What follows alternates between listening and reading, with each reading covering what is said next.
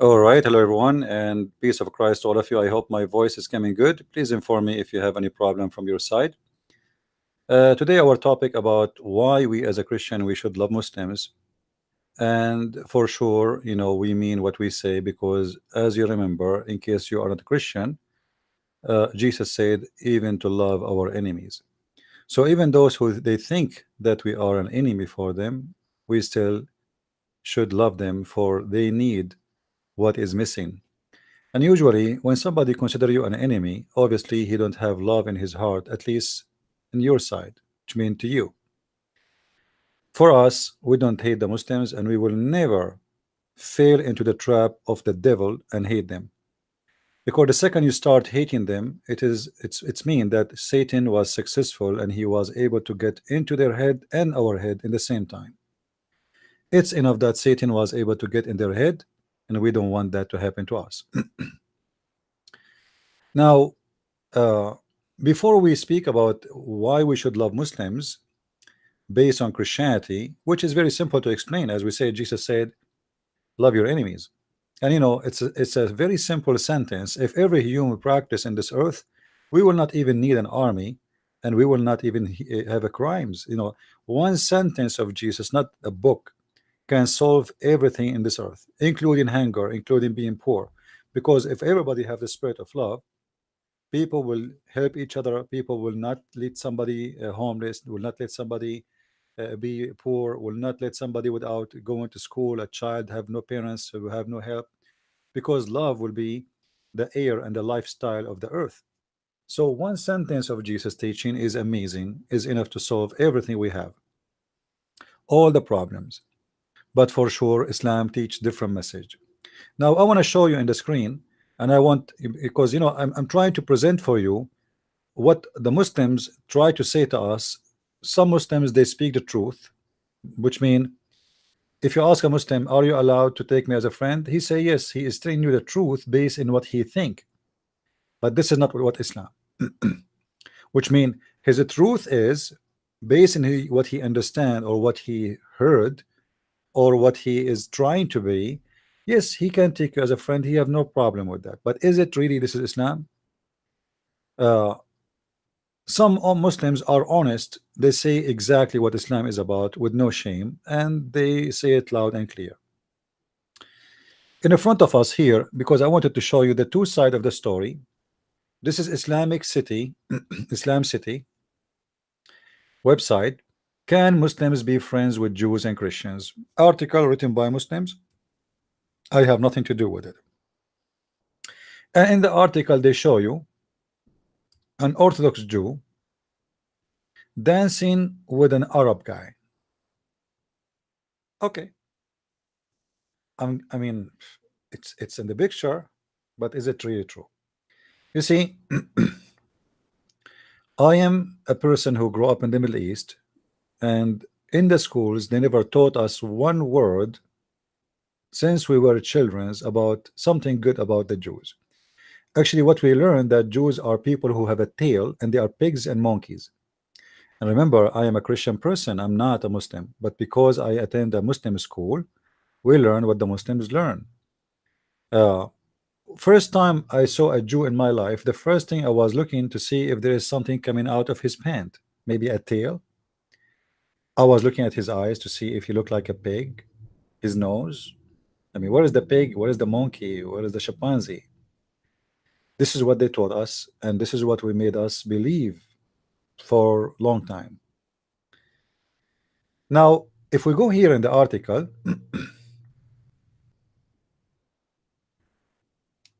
the article starts saying, "Oh, who you believe, attend, attained to faith, do not take the Jews and the Christians for allies. They are but allies of one another, and whoever of you allies himself with them become verily one of them. Behold, God does not guide who are unjust." Okay, and the one who wrote the article said, this verse is often quoted to show that Islam is intolerance. Actually, this is an intolerant. Actually, this verse is not to show Islam being intolerant. It's to show the real face of Islam, because Islam obviously want people to hate each other. This is not about intolerant as much as it is about the message of the devil. Who is the one against seeing people happy and living in harmony and friends? Devils, Satan. Now we can say Satan because he is the father of all lies, as we believe. But the fact every human being can be a Satan. Anyone who teaches such a teaching, obviously he is Satan himself. The verse is often okay. Brother Amir, he is calling. I forgot to text him. Obviously he is. Hey, bro. Hello, brother. Your camera is coming upside down. Yeah, wait. No problem. All right. Now We have a brother Amir with us. And for those who do not know brother Amir, he is an ex-Muslim himself. And this is a great example to show you why we should not hate Muslims. Because if we hate Muslims, then we should hate Amir and his family, because one day he used to be a Muslim. You know what I mean? So you hate them. I mean, who is the one is going to win? The devil. It's not the Christians. It's not the Muslims. It's not anyone except the devil. The devil is the only winner if hate spread between people. So we don't love, we don't love to be in the side of the devil. We love to be in the side of those who teach love and mercy and peace. The Messiah, he said, bless those who spread peace and peacemakers. Amir, here we have an article from Islam City, and we talked today, me and you, and you were talking about ISIS, right? I posted a video made by an atheist about ISIS, and YouTube took it away after 5 seconds. Everything in the video is absolutely true, proving that ISIS and Islam is in a perfect match and harmony, and nothing practiced in Islam is not practiced by ISIS, and vice versa. Now here, the Muslim tried to convince us that those who quote this verse is to show Islam is out of tolerance. How? Quran is a complete book of guidance, and while studying various issues, it should be kept in mind that a particular issue may be discussed over several chapters or several verses in the same chapter. A complete understanding can only be achieved by understanding the whole issues as presented over all the verses and chapters, and not by looking at only one part of the Quran. God specifically warned us against doing unjust, that and holding part of the Quran while discrediting the rest. So the Muslim, he's trying to say to you, okay, what they do, they quote for you one verse from the Quran, which means they are taking it out of its meaning, out of context. But this is not fair. You should go and read the rest of the Quran. Okay, we will read the rest of the Quran. Then they say here, then it's only part of the book that ye believe, and you do reject the rest. But what is the reward for those among you who behave like this, but this disgrace in this life? Okay, well, I want to say to the Muslim who wrote this article, you are the one who is doing that, because you choose this verse to delete that verse. He chose this verse to say to us, you cannot believe in one part of the Quran, but he forgot that the Quran have something called abrogation. Yes, Surah 2:106. There's many verses. The Quran is full of abrogation. So when you say to me, we take it out of context, you have to show me that this verse we are quoting is not valid no more. The verses the Muslims they quote for us, it is the one, it is abrogated. It's not valid, and it is not in practice. Those are verses which is in the practice. If we continue reading, they say, to understand the issue of befriending the Jews and the Christians people of any other faith, we have to study all the concerned verses from the Quran collectively. Okay, no problem. Let us see. Let us look. Some other verses about this issue. The following two verses regulate relationship with any people, regardless of the faith, as if such of unbelievers, between two brackets, as do fight against you, as do not fight against you, in account of your faith, neither drive them forth from your homeland. God does not forbid you to show them kindness and to behave toward them with full equity, for verily God loves those who are in equity, etc. You see how they lie to you? The fact this is abrogated by the chapter of the sword. It is the opposite. Mhm. They are quoting for you a verses which is not valid, because they will not tell you that Islam came in stages. Muhammad as a thief, when he was in the stage of weakness, Muhammad, he was being a person of peace. He don't want to fight people. He told the Christians, you will go to Yeah. heaven, you will, that the Yeah. Jews, yeah. I want to translate it a little bit, because we have some guys from Germany in this room. You All know, right, no problem. it's better make some points that I can a little bit explain it for them. You know, because most of them don't speak English. Okay, let's make it clear. I will make it simple for you, Amir, to translate. It is a very, very big topic and a very important topic. You Yeah. know, because the most Muslims think that ISIS is a criminal thief gang who don't have nothing to do with Islam, you know. But ISIS is the true face of Islam. Yeah. Go ahead and translate what you heard from me already, and let us show some verses from the Quran. It says that you can kill Muslims if they don't agree with the majority of the religion of Islam. Also in diesem Thema wollen wir darauf eingehen, ob der IS, das IS-Kalifat, das aufgerufen worden ist, weil seitdem der IS das Kalifat ausgerufen hat, sich ja die islamische Welt gespalten. So, und der IS sagt ja, wer nicht unserer Ideologie folgt, der folgt ja eigentlich gar nicht der Sunna des Propheten, und die haben ja recht, weil die handeln ja genauso wie Mohammed und die Sahaba im 6. bis 7. Jahrhundert. Als sie genügend Männer hatten, haben die den Islam auch mit dem Schwert verbreitet. Und es ist sehr wichtig, dass ihr Muslime an diesem Livestream teilnimmt, weil viele Muslime leugnen natürlich den Angriffsdschihad. Denn der Bruder erklärt jetzt, dass der Mohammed in 3 Etappen gehandelt hat.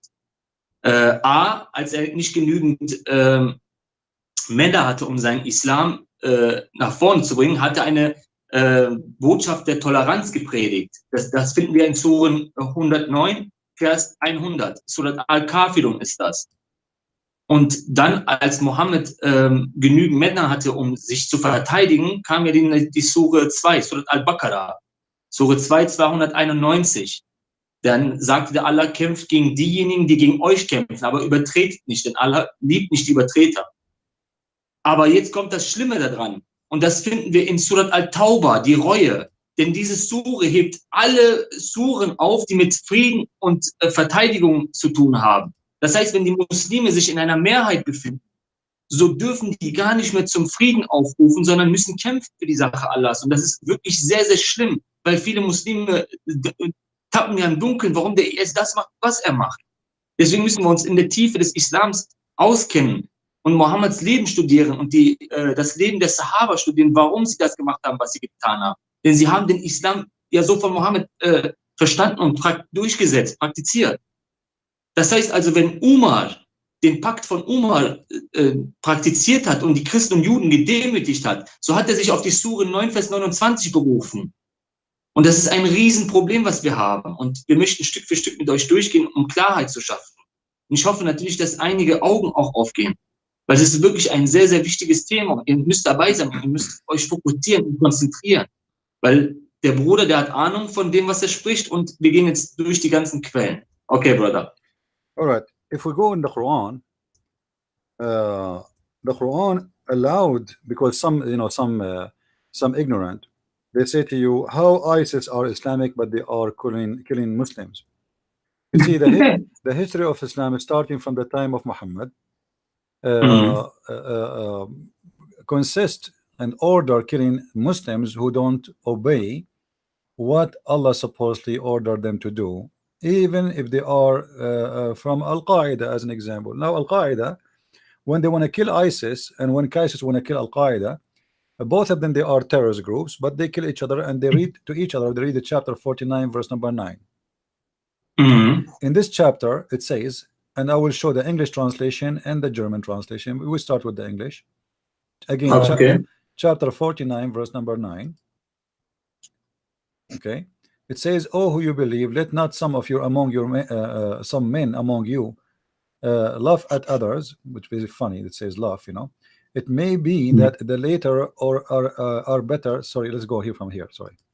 If two parties among the believers fall into a quarrel, which like a fight or a problem, make ye peace between them. But if one of them transgress beyond bonds against the other, then fight ye all against the one which transgress. Okay, but now what the Muslims do, everyone accuse the other party. You are the one who transgress.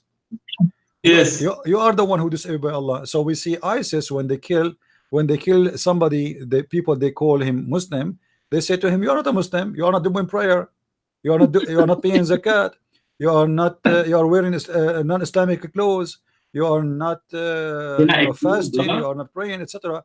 So ISIS, they use those verses to kill. Go ahead, translate if you want.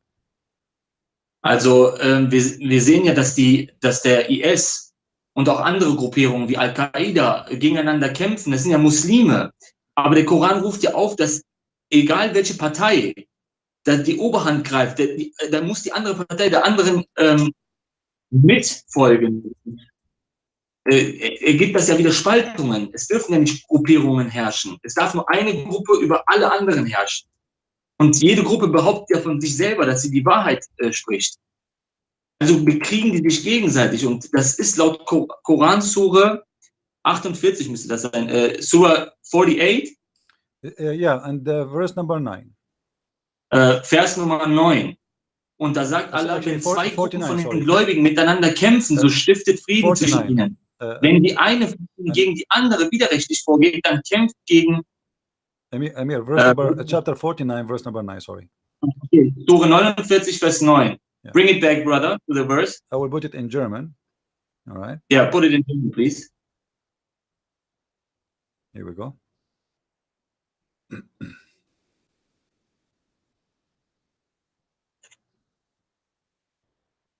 You see it? Yes. Und wenn zwei Gruppen von den Gläubigen miteinander kämpfen, so stiftet Frieden zwischen ihnen. Wenn die eine von ihnen gegen die andere widerrechtlich vorgeht, dann kämpft gegen diejenige, die widerrechtlich vorgeht, bis sie zu Allahs Befehl zurückkehren. Also hier sehen wir eindeutig, wenn sie zurückkehrt, dann stiftet Frieden zwischen ihnen nach Gerechtigkeit und handelt dabei gerecht. Allah liebt ja die Gerechten. Also sehen wir, dass der Vers erlaubt, dass zwei gläubige Gruppen miteinander kämpfen und die andere, also die über die andere siegt, die soll ja auch über sie herrschen. Und es dürfen ja nicht zwei Gruppierungen herrschen. Eine Gruppierung herrscht über die ganze Umma. Und das sehen wir gerade, dass der Islam sich wieder gespalten hat. Der IS mit den meisten Anhängern tötet ja auch die Al-Qaida, Jabhat al-Nusra und. Weil diese Gruppierung duldet ja nicht noch mehr Spaltungen. Entweder sie gehören denen an oder jeder Muslim wird gekillt. Egal, ob du Hanafi bist, ob du Shafi'iti bist, das ist denen egal. Weil es dürfte Gruppen geben. There's more verses ISIS and our Muslims they use to allow themselves to kill each other. As an example, this verse in the Quran where it says that those who did not do hijrah, which means they did not join to do jihad, and they did not either join to do jihad by fighting or give their money for the sake of Allah, all of them with no exception, anyone don't do that, he is not a Muslim, and they should fight them, and there's no agreement between them, which means the Muslim don't consider them as Muslims. Chapter 8, verse number 72. Let me put it in German. Let me put it first in English first. Verse number 72. It says, those who believed and excelled and fought for the faith with their property and their person in the cause of Allah, as well those who gave them asylum and aid, and those etc. protectors, blah blah blah. You can read the rest. I will switch to German. Those who do not go and do hijrah, which means immigrate with the Prophet or immigrate with ISIS. In here, ISIS represent the Prophet, you know. So anyone who did not, those who believe and do hijrah, those are the true Muslims. Those are the true Muslims. But those who did not do hijrah, those are the fake Muslim, and the Quran speak about them in different verse. We will see. Okay, I will say it.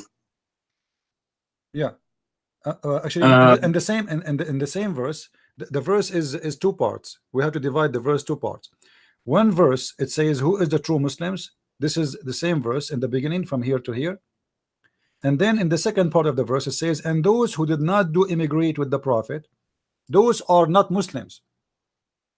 So if somebody convert to Islam and he did not join to do jihad and kill for the sake of Allah, he is not a Muslim. I'm not the one saying that. I will let you, Amir, read in German for those who are watching. Here we go. Again, this is chapter 8, verse number 72. And again, remember, the verse have two parts. One about the true Muslims who immigrate and kill, do jihad, and those who did not do jihad. Actually, we have a caller. Let me see if I can join him to our conversation. Hold on. Hello? Hi, is this Christian Prince? Yes. Perfect. We've been liaising about a time and date for you to speak with Jupiter. Well, Javid, aka Jupiter 33. Yes, you told me. Is now a good time? Yeah, just give me maybe you can call me again so I can make you join, because I have with me brother Amir, so we can make him join us in the conversation. He is with you? Brother Amir? No, I'm saying the guy who is going to call me to debate me. You said there's a guy want to debate me, right? Okay, he's with you right now? Not right now. He's inside, but I will go and get him. Okay, he can call me again. I will make him join our conversation with me and brother Amir, and he is more than welcome to be with us. Okay, lovely. And how long would that be? He can call me anytime now if you wish. No problem. Oh, wonderful. So how in about 10 minutes or so? No problem. No problem. Take care. Perfect. Thank you so much. You're welcome. Bye. Bye. All right, we'll go back to Amir. Sorry, Amir, if we resume the call. I will need to learn how to add him to the call here. So Amir, this is the call here. This guy, he want to call me. They told me 2 months ago he want to debate me. So chapter 8, verse number 72, and this is the German part of it. Go ahead, please, and read for everybody. Okay.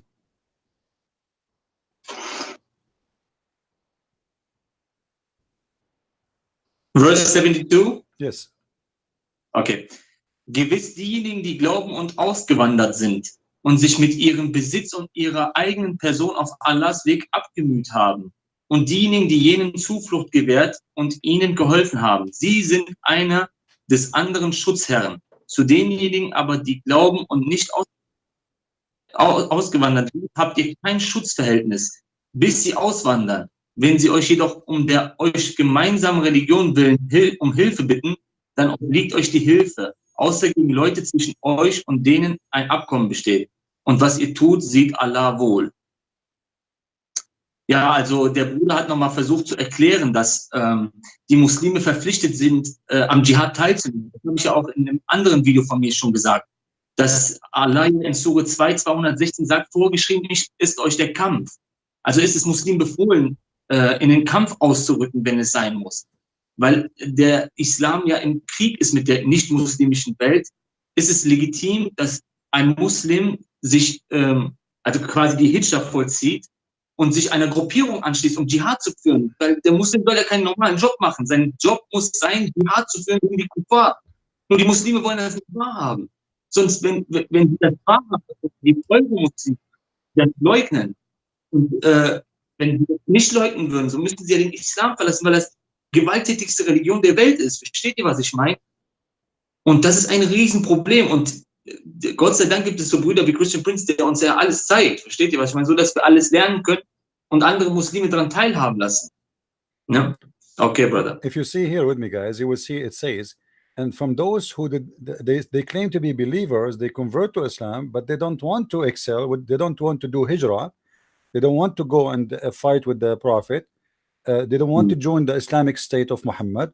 What we will do with those people? It says here clearly that those who did that, we have nothing to do with them. They are not Muslims, and they are actually, you can kill them, except if you have a treaty with them. So they, they are Muslims by name. So we kill them because if they are true Muslim, they should do jihad, and this is why ISIS and the rest of Muslims, they kill each other, because they say, okay, well, here we go, we made an Islamic State and you are not doing to go and do hijrah. Because you don't do hijrah, the Quran says it specifically that the one who don't join us in jihad by money, by sword, by fight, he is not a Muslim. therefore we can kill you, and the Quran says that. And this is can be can be found in many even videos made by ISIS. So we need to remember always that Muslim, they try to present for us something is not exist in Islam. And look, to show you here in this article how the Muslim try to fool us with this article here. They are saying you are taking things, you don't read one verse, you don't read one verse. Okay, we will not read one verse. God only forbid you to turn in a friendship towards such as fight against you because your faith and drive you forth from your homelands. But this is abrogated. All the verses the Muslims they are quoting for us, which is speaking about like sound like peaceful, those they will not say to you this is when Muhammad he was weak. When Muhammad he got strong, he decided to expel and kill all the Christians and the Jews. Let us show how the Muslim try to fool you when they speak. Muhammad he said, if I am victorious, if I turn victorious, I am going to expel all the Christians and all the Jews from the Arabian Peninsula. Okay. So the Muslim they say, okay, you are taking things not really in the context of the story, but this is the final Muhammad saying, if I am victorious, which means Muhammad, what is forbidding Muhammad from doing that? What is stopping Muhammad from doing that? He is not victorious yet. If this is his target, I certainly expel the Jews and the Christians from the Arabian Peninsula. In different hadith he said, Muhammad he said, if I live, if Allah wills, I will expel the Jews and the Christians from the Arabian Peninsula. Okay, you want to expel them because you are allowed to be friend to them, or because you are not allowed to be a friend with them? Why they are lying? And right now, until now, in the Arabian Peninsula, there is not a single Saudi Christian accepted to be a citizen. In the whole country of Saudi Arabia, not a single person is accepted to be a citizen Saudi, and he is a Christian. Explain that to me. Is that possible? A country have no atheists, have no Christians, have no Jews, have nothing. Go ahead, Amir. Yes, I say to you, this is full of hate. Look, and when we do it to the Muslims and say, look what Muhammad did to Jews and Christians. He killed them and expelled them from the land. And we see no churches in Saudi Arabia. And no Christian is there because the Quran says we are najis in Surah 9:28. And no Jew, Christian, or from other religion can enter the city of Mecca until he said the Shahada. Not only that, this is the most hateful religion I ever see in my life. Do you know that you are not allowed to die in Saudi Arabia if you are a Muslim? You are not allowed to die, which means if you die in Saudi Arabia and you are not a Muslim, you are not allowed. You are not allowed to be buried. You know that? Your voice is coming. Do you hear me? Not good. Do you hear me now? Unclean. Do you hear me now? Guys, do you hear me in YouTube? I hope my voice is coming good from them. I'm saying in Saudi Arabia, you cannot die if you are not a Muslim, which means you can if you die, brother, they will not bury you. Let me call you back, Amir. Look like I didn't hear you, brother. Okay, let me call you back. Hold on. Look like he lost my voice somehow.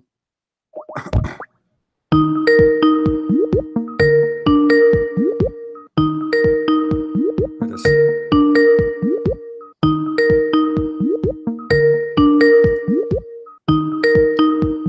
There's an article.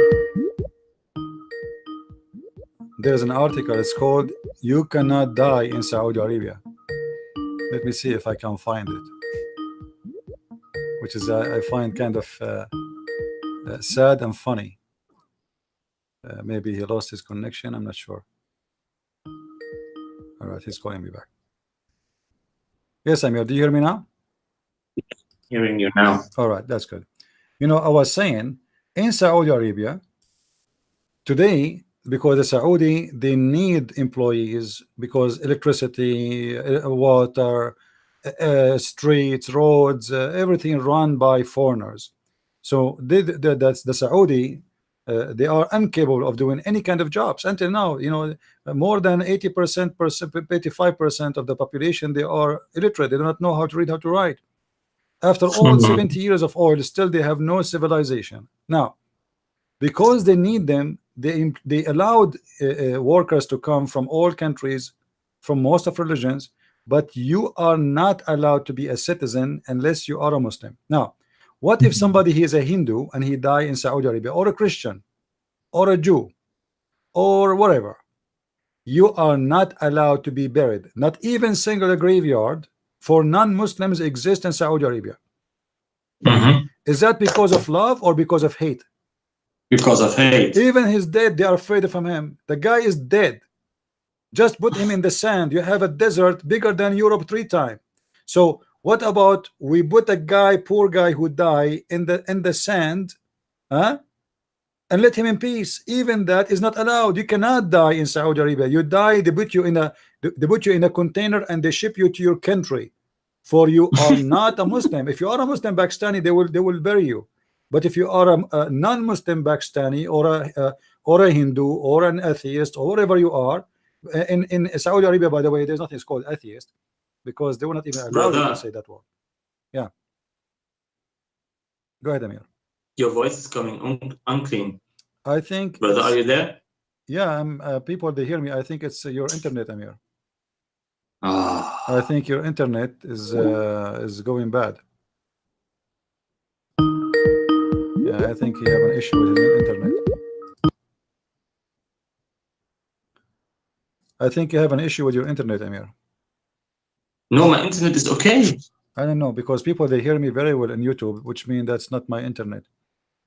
Okay. I see the people, they are saying we hear you very fine. Anyway, so as you see here, guys, you cannot even be buried because of the love of Islam. How much love this religion bring to the point a person, he is dead, but yet he cannot be buried in that country. You know, they speak about, like some people, they speak about Europe. They say Hungary is a racist country. Why? Because they are rejecting immigrant. Okay, you reject even dead ones. Even the dead one is not allowed to be there, and you are talking about rejecting immigrants. Can you know what if we ask the Saudi, the Kuwaiti, the Emirati to allow the immigrant to come from everywhere? Immigrant, not some people they are coming for work, you know, immigrant to come and stay. Let me see this Alicia when I'm trying to call. I will make her join our conversation, Amir, because this guy, he said he want to debate me. So I want to see. Let me add him to our conversation. Here we go. I will call her. Okay, here we go. She have a guy, he want to call me for a while, and he want to debate me supposedly. Hello?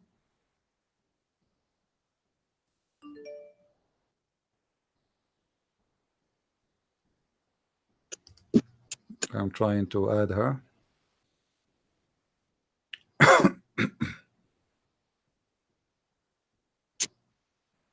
I hope we became a good conversation, a good discussion. I hope so. The truth. I hope so. She is calling, but I don't want her to call. I want her to join my conversation. I don't know why she is not accepting. Because in order to add her to the conversation, she had to accept my call. But look, she is not doing that. Hello? Hello? Yes, Alicia. Hello? Yes, you hear me? Oh, hi. Sorry, I didn't realize I was actually going to see you on video.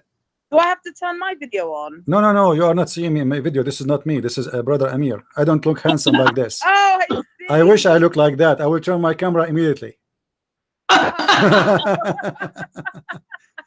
Anyway. Well, I'm here at the moment with Javid, aka Jupiter 33, and he wanted to debate you guys. So, okay, so he's a Muslim, right? Sorry? He's a Muslim, correct? He is. All right, no problem. Let us hear him. Let us hear what you want to say. Okay, wonderful. Hi. Yes, Mr. I don't know what to call you. What's your name? Javad. Jabbar? Javad. Jawad. Okay, Jawad, what do you want to Yeah. say to us, Mr. Jawad? If it's a serious debate, I'm looking at this guy in the denim t-shirt. He's smiling a lot. You're smiling a hell of a lot, aren't you, mate? So what? What's you know, up? There's we should not Yeah, smile. unless We I'm on a should, comedy show. we should not smile. Because Am I on a comedy show? My Because you're friend, laughing. yes, you you're are in a laughing. comedy show. You like it or I'm you not don't your like it. average You don't person, like it, so you don't can just hang up. snicker. Listen, Don't listen. just sit there and Don't be snicker, yeah? rude. Don't be stupid. You All right, call okay. us. You Let me call us and quick start get- insulting quick us. get on with it. You You start sit there insulting nicely, us. thank you very much. Just shut up. Go ahead. Huh? Sorry? Why you are calling us names? Why you are laughing at us? I'm not calling him. I'm not calling you names. I was basically looking at this guy and he's So what? He snickering right can from the laugh, but so outset. what? We Is are that how laughing. We you are invite talking. My someone on a show listen, and then listen, you listen, basically laugh at listen, them? listen. Is What? that what you think This this is the love of Islam. that You what you just think this start is? fighting. You call to fight. You are not going to talk. Listen, So what if he's laughing? what What's are you wrong with just you?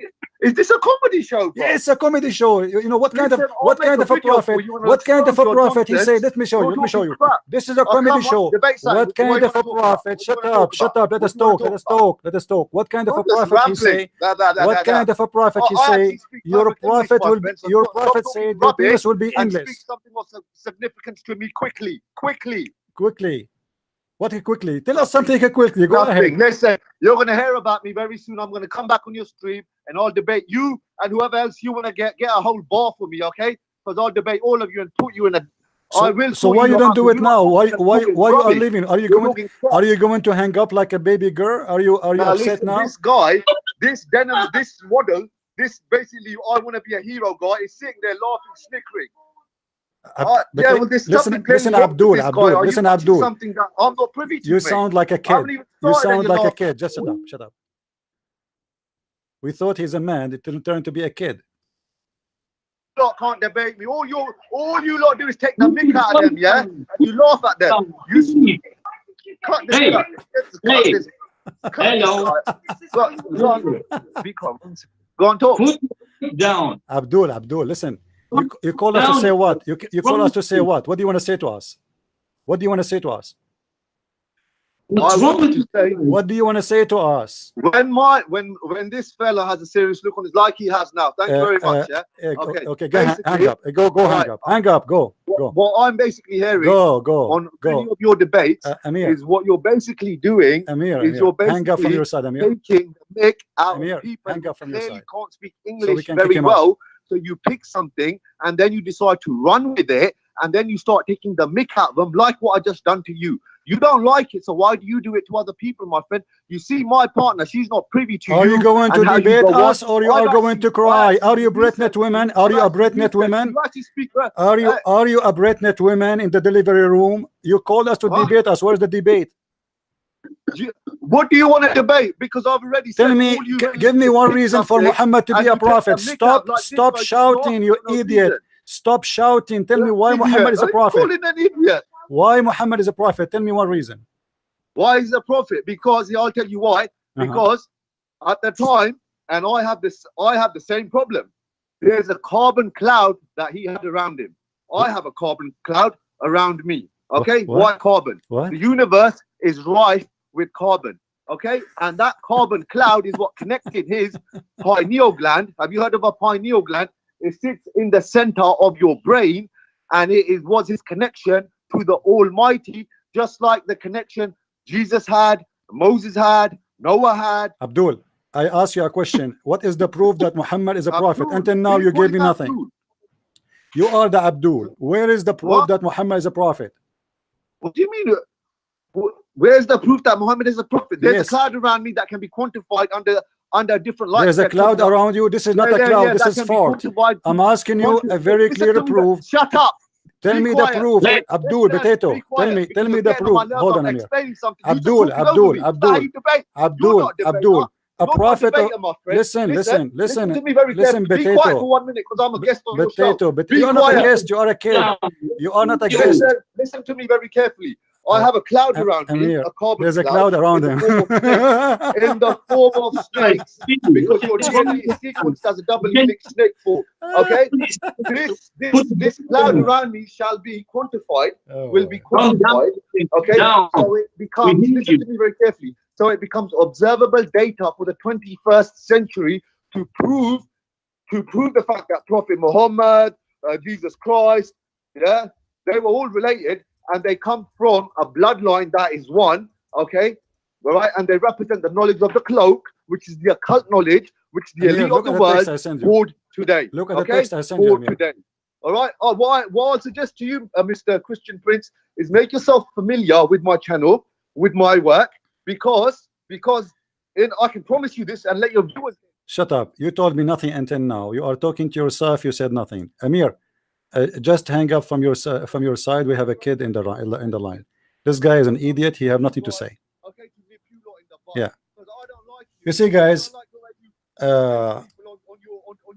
on your Amir. TV show and you think you can get away with it. I'm going to nip you in the bud. Nobody can hear you, Abdul. Nobody can hear you. Because the real Christian and the real Jew I'm actually with. Okay, I'm with the Hindu, I'm with the Sikh. Amir, do you see the text in the chat? Amir, All you do is talk rubbish. do you hear me, Amir? You can't even speak English properly, and you prey on people who cannot speak English properly. I know you want to know your game. All right. What a stupid idiot. What is wrong with this guy? He have a mental issue.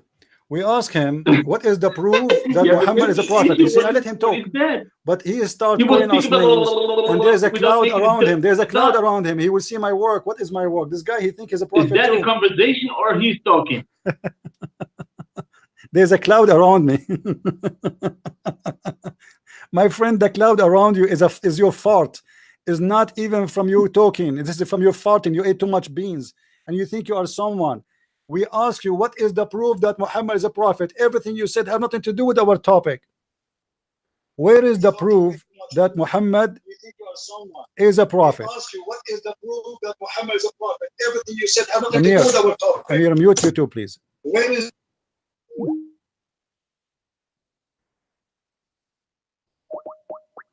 Yeah. I mean, what a kid this guy is.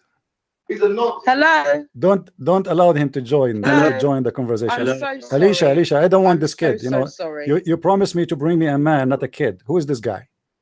What is They're gonna What is they're that? gonna have to know the truth. How you Listen, my even friend, allowed you're him to going be have with to you, know the Alicia? truth This at guy is a some point, kid. okay? Voice I'm down. here to This, bring the truth to Hey. the world. this guy is a When you kid. are talking, put your I voice hear what down. you're saying. We hear you. Please Go on, stop talk. yelling. This Stop guy, screaming. this guy Stop obviously screaming. is a kid. Put your voice down. Make it. Let us have a nice discussion. Don't talk like la, la, la, la, la. What is that? But you usually do that to other people. Abdul, are you going to tell You me what and is him the proof that do that, Muhammad? You Okay, do bully people. bully, You two are bully, bullies. Now you bully. met the bully, Amir, innit? Amir, if he And let call me you back, clarify this if he to you call you again. back, I am hang up, Muslim. Amir, hang up on him, hang up on him. Hang up from I your am the side. Muslim. Don't allow him to join our conversation, please, I am Amir. the Muslim. Yeah, You hear you are a People, stupid. You are not a listen, follow Muslim. me, You are not Jupiter even a 93, Muslim. You are Abdul. 512. You I'm the real are an deal. idiot, I'm and you do the not know what a nation, Muslim the means. knowledge of the cloak. You are These not people a nothing, Muslim. they're You are rubbish. Abdul. They don't have any knowledge. You don't even know Yeah. what Islam is about. You are a stupid idiot. And Amir, don't answer the call if he call back. Don't let him join. All right? No, okay. Okay. Let me hang up and call you back.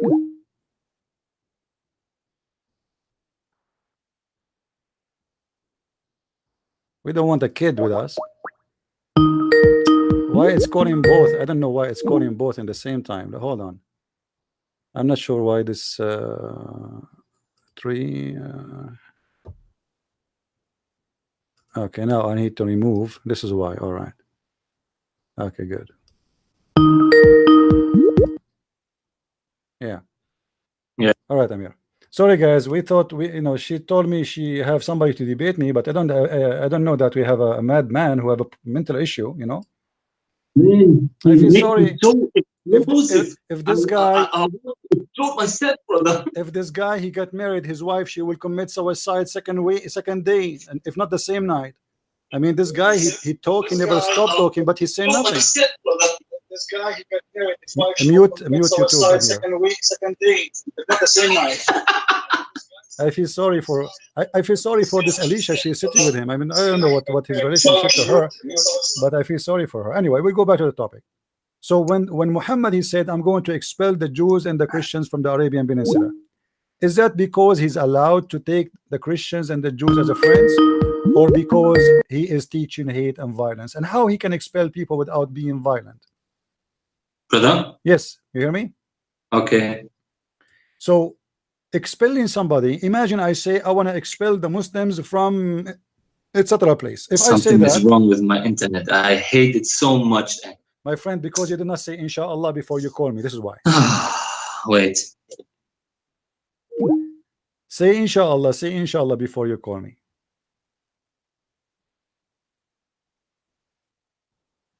Yeah, Alicia, this guy is an idiot. He's stupid.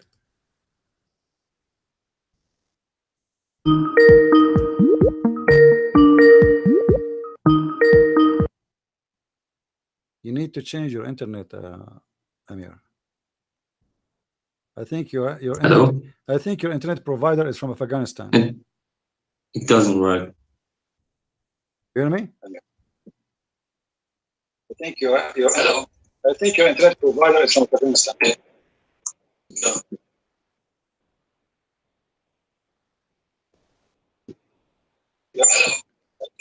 You hear me, Amir? Hey? Yeah, you hear me? Yeah, now I'm here. All right, that's good. Okay. But anyway, you Brother, know, he made me but brother. do you know? Take Okay, the but voice down. let me tell you You why he yell him. starts screaming. Do you know why he starts screaming? Because he's terrified. He's afraid that we will ask him a question. So what he would do?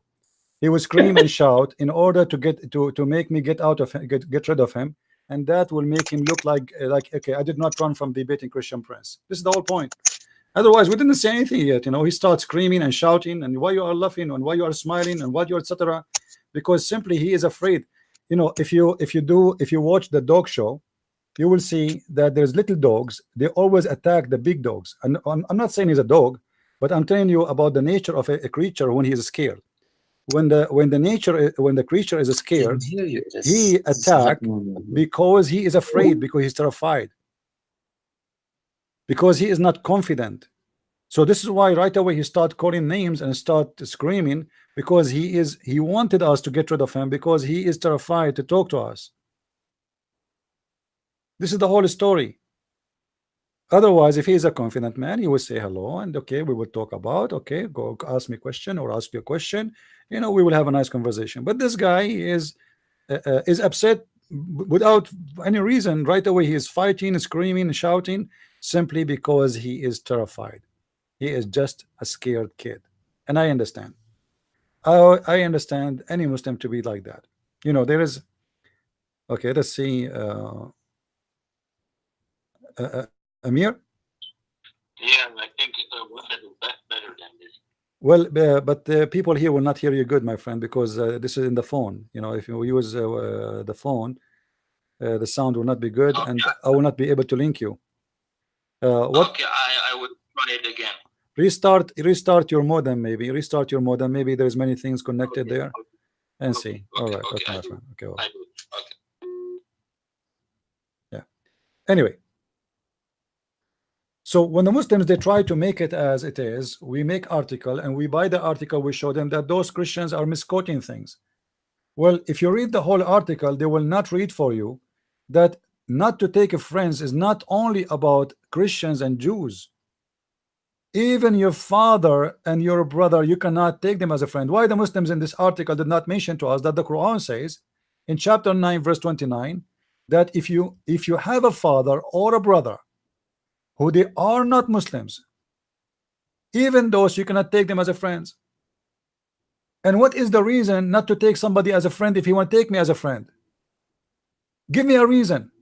You see, when they fabricate in this story here in this translation, they say, oh, they are misquoting. There's reasons. What reasons?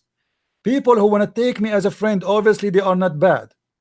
If somebody want to take me as a friend, that's mean he don't want to be bad to me. Otherwise, why you want to take me as a friend?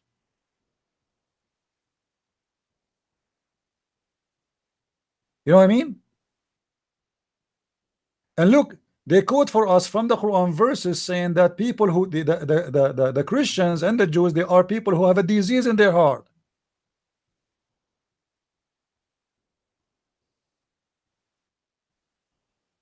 From above verse, we learn that we only discouraged from befriending with those who fight Muslims. This is not true. Because how you can be friends to somebody who want to fight you anyway, you idiot liar? You see how he want to fight you and he want to be your friend. Who is the stupid here? Somebody want to fight me, but he want to be my friend in the same time. Who is the crazy here? So they quote for you a verse saying that Allah forbid us from fighting for a friendship with those who fight us. How they are going to be they want to be your friends and they are fighting you? Explain. They are enemies and they want to friend you in the same time. Yes, they are enemies, for they reject Islam. The verse 9:29, why it says, and they are the one who is posting the verse, why it says fight the Christians? What is the reason? Because they did not accept Islam, not because they are fighting you. If we go in the Quran, what is the reason to fight the Christians? Let us see.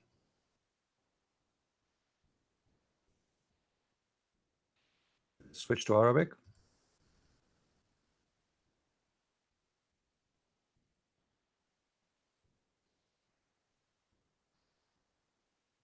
All the verses in front of us have a reason. قاتلوا الذين لا يؤمنون بالله ولا باليوم الآخر. Let us see the interpretation. You know, let us see what the Muslim says about this verse. So nobody will say we are taking things out of context.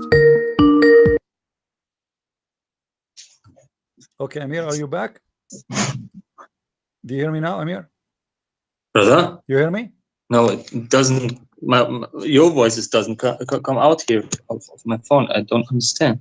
I don't know why, my friend. Man. I have everything here set fine from my side. I'm not sure why.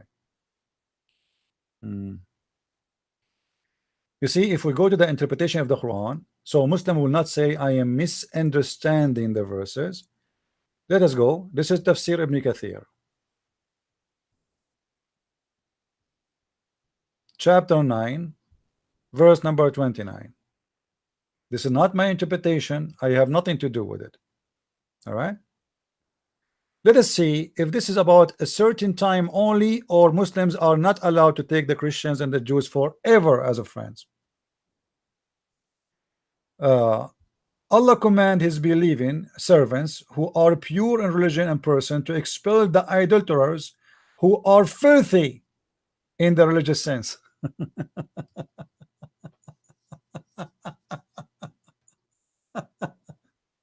You see the love? You see, they try to say to you, oh, those they are fighting you. What fighting you? They are living with you in the same town. They are your neighbors. And now it's time for you, because you took over the city. Nobody is fighting you no more. There's no army to fight. Muhammad and his army are superior. They control the city of Mecca. They control the city of Medina. So now, because we are superior, let us do the business. We do not need infidels here. We do not need the Christians. We do not need Jews. We do not need anyone. So what we would do, Allah, he order us to expel them, for they are filthy. This is the sense of love. In religious sense, so they are clean, but in religious sense, they are filthy. They are like the sewage. Disgusting. And this is what is called the biggest, let us say, influence of fascism. You see, they say the Nazi in Germany, the fascist in Italy. This is a fascism, to believe that you are clean and the rest are filthy. And here we understand that when the Muslim, they say, as an example, in the BBC, they have interview with this guy from, he's a terrorist from Pakistan, a refugee who became a citizen by the help of the stupid rich people. They ask him, do you condemn the killing of innocent people in London? He says, first of all, we need to understand that innocent people in Islam are Muslims. The host, he said, are you kidding me? Are you saying that non-Muslims are guilty? He said, yes. If you are not Muslim, you are guilty. And that is explained here. What is your guilt? For you are filthy in the religious meaning. You are a criminal. If we go in the Quran, we will find many verses speaking about non-Muslims that they are criminals. They are criminals not because they are they kill people, but because they rejected Islam.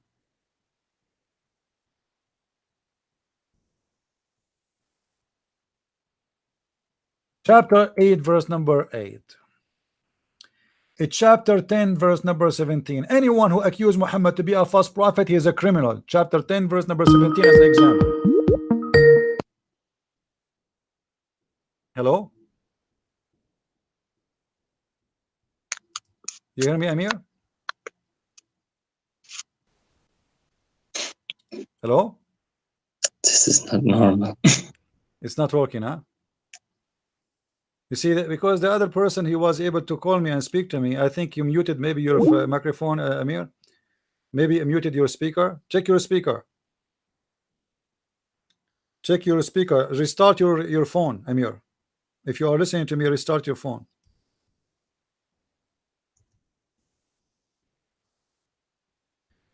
Let me text him.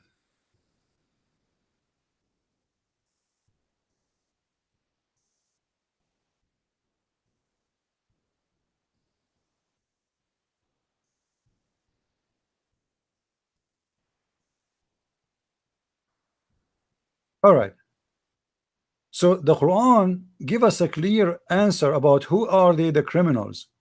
Anyone who don't believe in Islam, they are criminals. Anyone, they are guilty. Here actually the translation, by the way, it's making it look nice. Guilty. The word mujrim is not a guilty. The word mujrim is a guilty of a crime, and usually we use it to speak about something very, very, like he is a very, very bad criminal. This is not about being guilty. False translation, as usual. Surely they are guilty. So what our guilt? For they did not accept Muhammad. They told him this is a frog, this is a lie. That is your guilt, and this is your crime, which you are going to be killed for. It's not because they wage war. You see, the Muslim, they say to you, the Quran, the Islam speak that we should fight those who wage war against Islam. Yes, this is war. Right now I am in war with Islam according to Muslims. That is the war. Anyone who don't believe in Allah and the last day, he is guilty. And this is what the interpretation of the tafsir here says. Read with me carefully. If we go here, we will find the following. Let us go. The order to fight the people of Scripture until they give jizya. Until what? Until they give jizya. So what we want from them? Money. He don't even want them to convert to Islam. He wants them to pay him money. He's a thief. There's many stories reported in history that in certain time in Egypt, some villages, they decide to convert the whole village to Islam. They are Christians. Why? Because they don't want to be humiliated, and they cannot afford to pay no more. And then when they send letters to the caliphate, he refused. He said, if they converted to Islam, who is going to pay for our food? Who is the one going to pay for your food? If all those Christians in Egypt, they became a Christian, became Muslims, who is going to feed you Muslims? You hear me now, Amir? No, it doesn't work. It's not working? Hello? I don't hear your voice. It's computer. No, it doesn't work. Not working? Maybe you muted the Skype by mistake. Hello? I don't hear your voice. It's Maybe computer. you muted the No, Skype by doesn't mistake, Amir. Maybe you muted the Skype by mistake. Okay, what about this? Call me from Skype from the phone. Can you do that? Let me tell him.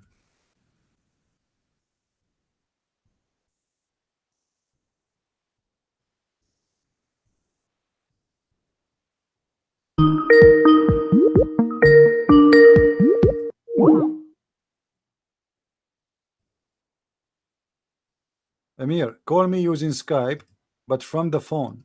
Call me from the phone. Don't use the computer. Forget about the computer now. All right.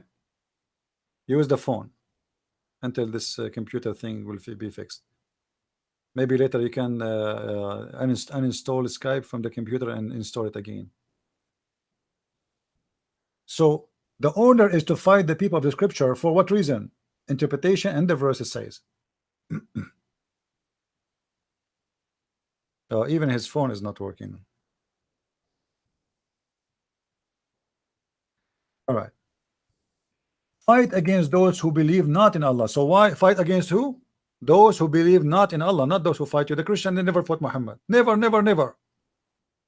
It was Muhammad who sent. Actually, the Christians in the Arabian Peninsula, nobody fought Muhammad. Just to make it simple, actually, inside the Arabian Peninsula, there's no Christian anyway. There was Nasara. They are a Christian cult, which even those Muhammad, he killed them. Even those Muhammad, either he killed them or he expelled them, as we saw in the hadith. However, here it says, why we fight them? We fight them because they don't believe in Allah. They don't believe in what is forbidden by Islam. They don't believe in Muhammad. And they don't acknowledge Islam. From who? Specifically from the Christians and the Jews. Until what? Until they pay the jizya. Not until they go in peace with us. Is that a verse valid until Judgment Day? Yes. A Muslim, he have a duty to fight the Christians, the Jews until Judgment Day. This is why Muhammad, he said that time will come, and if there is a Jew hiding behind a rock or a tree, the tree or the rock will say, there is a Jew behind me, come and kill him. And is going to scream to the Muslims,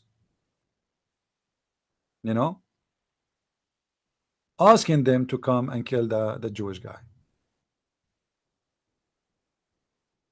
Actually, there's a Abdul. He said he wanna call me. His name is Omar, and he left me a message, but I don't know why he don't call me. Let us see. Leave my message. Hello, assalamu alaikum, Christian Prince. How are you? I hope you're doing well. It is me, Mr. Ali. This is like the 6th time I've tried to contact you.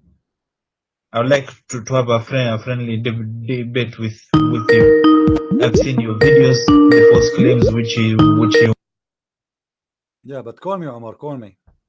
Okay. Now it's working. Okay, it's working now. Perfect. Yes. Okay, what happened? Did you say inshallah before you call me? Yes. Yes. I said, God, please. That's good. Anyway, so guys, read with me here carefully. So the reason Muslims, they don't want to take you as a friend, not because as those articles, fake articles, they say to you that because in certain time, this is not about now, this is not about etc. And they will say to you that Prophet, he married from a Christian woman. The fact he did not marry from any Christian women. None of the women Muhammad he married from, they were a Christian. This is number one. Khadija is not a Christian. Khadija is Nasara. This is number one. Number two, Muhammad he married Khadija before he became a Muslim, not after. Number three, Safiya, the Jewish woman, he kidnapped her. He did not marry her. She have no choice to marry or not to marry. He raped her in the same day he got her from her family, and she was already married. How he can marry a married woman? Brother. Yeah. Can you show us the story of Kinana in which Muhammad tortured him for money? Yeah, you know, actually we mentioned that actually I think maybe last week, but we can do it. We can do it again, no problem. But let us see. Hold on.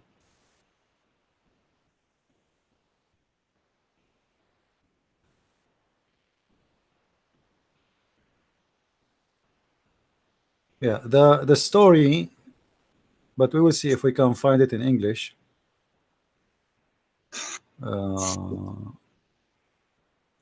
Let us see if we can find it in English.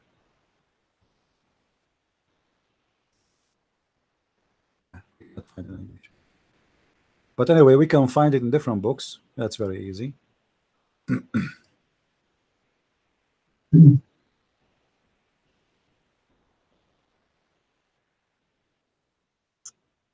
All right, this is the book of As-Sirah النبوية لابن هشام. السيرة النبوية ابن هشام. And this is volume number 2 and page number 337. Page number 337.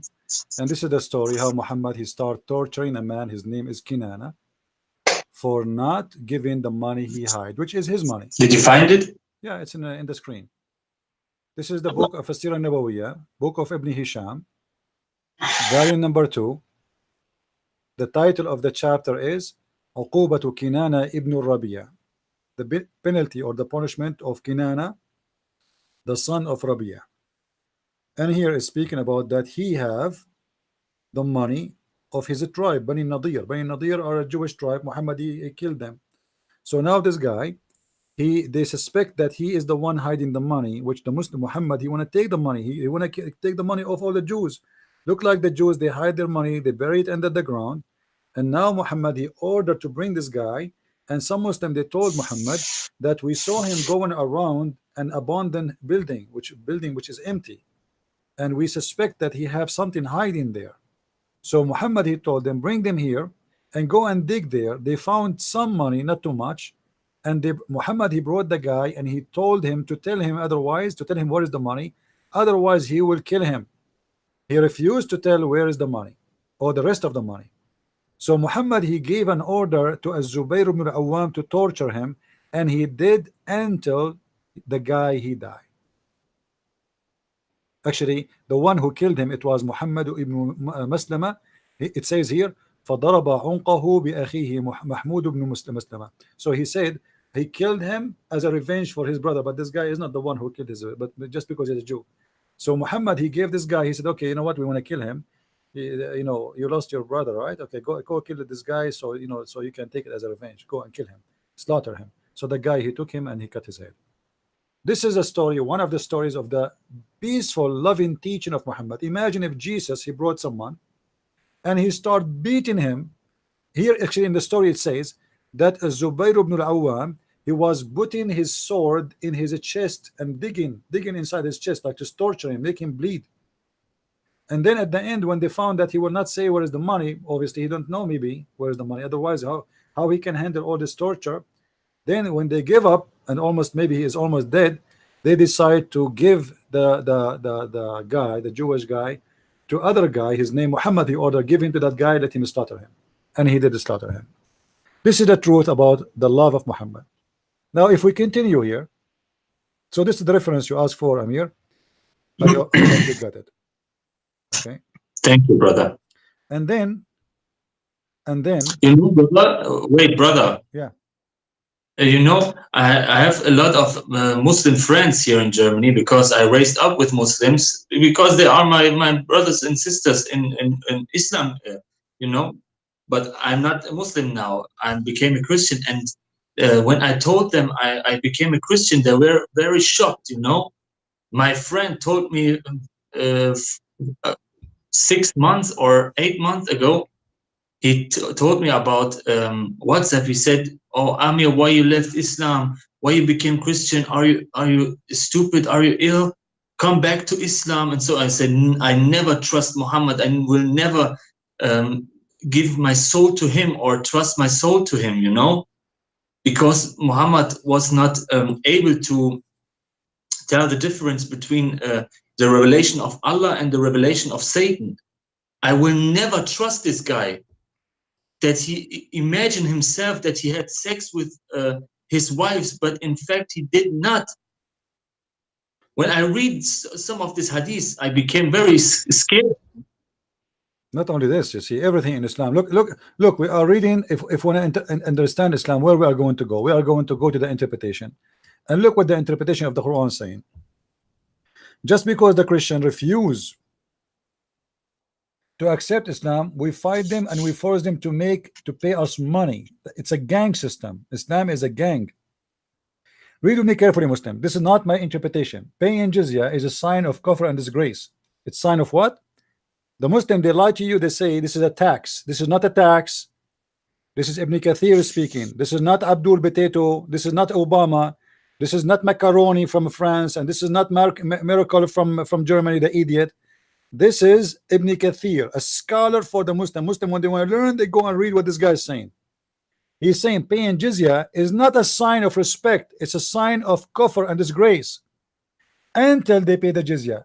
If they do not choose to embrace Islam, so it's a penalty. Why they are paying jizya? Because they refuse, and it is a sign of kufr. Kufr is the biggest crime in Islam and disgrace. Then with willing and submission and defeat, so you are defeated when you pay it. You are defeated. It's an attribute you pay because you are a coward, because you are a potato, because you are under our shoes. This is the point of paying the money. We force you to pay. It's not a choice. We force you, subdued, defeated, humiliated, and feel themselves subdued, disgraced, humiliated. Do you see it? This is Islam, and this is the love of Islam, and we can take Christians as a friend. Look at this. What a friend. He is your friend, but you want him humiliated, disgraced, and then they continue. Therefore, Muslims are not allowed to honor the people of the Dhimma, which mean the Christian and the Jews, even those who they are protected by Islam for paying money. You see, the Muslim, they say to you, okay, we force you to pay jizya, so protect you. Protect me from who? From us. A Muslim want to protect me from himself. If I pay him, he will not kill me. I mean, do you see how nice the religion is? So you are not allowed as a Muslim to honor the Christian and the Jews or elevate them above the Muslims.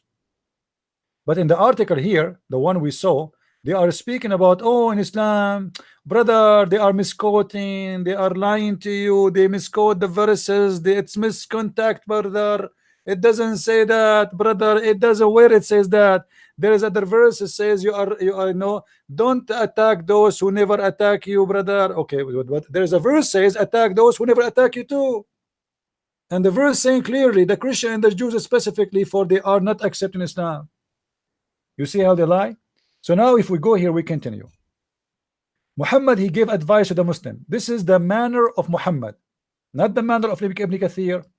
The manner of Muhammad is, if you see a Christian and a Jew in the street, don't say assalamu alaikum to him. Even assalam is not allowed to say. But if you meet them in the road, force them to the narrowest alley. If you go to the most ancient buildings, or let us say cities, you will find like in the middle, like I was in Germany, I was in France, I was in many places in my trip. You will see in certain place in the old city where it's covered by different color of tiles. Why? Because this is used to be a sewage, open sewage in the street. So what the Muslims say, or what Muhammad is saying, when you see a Christian or a Jew in the street, what do you do to him? You force him to walk in the sewage. You have to force him. He's not allowed to walk like you in the street. You as a citizen, you walk in the street, he is just a filthy Christian. He is just a filthy Jew. He is just a filthy Hindu. So what we do to them, they are filthy. They are filthy. For they are not Muslims. And who is the one saying that? Muhammad, the Quran says that. Read with me. If we go back, it says in the top, they are filthy in the manner or in the meaning of religious sense. Okay? To expel the idolaters who are filthy in religious sense. You are filthy. It doesn't matter who you are. As long you are not a Muslim, you are filthy. If you there's an American movie that the movie tried to cover something, that there is a Muslim who was killed. He commits suicide bombing. The Saudi police did not allow the American to touch the Muslim dead body. Why? Because the American are kuffar and the Muslim dead body is pure. He's a Muslim. Even he's a terrorist. Imagine the Saudi police who support are fighting terrorists, but in fact they are terrorists themselves too. They did not allow the American who came to investigate the attack to touch the dead man who is from Al-Qaeda. Why?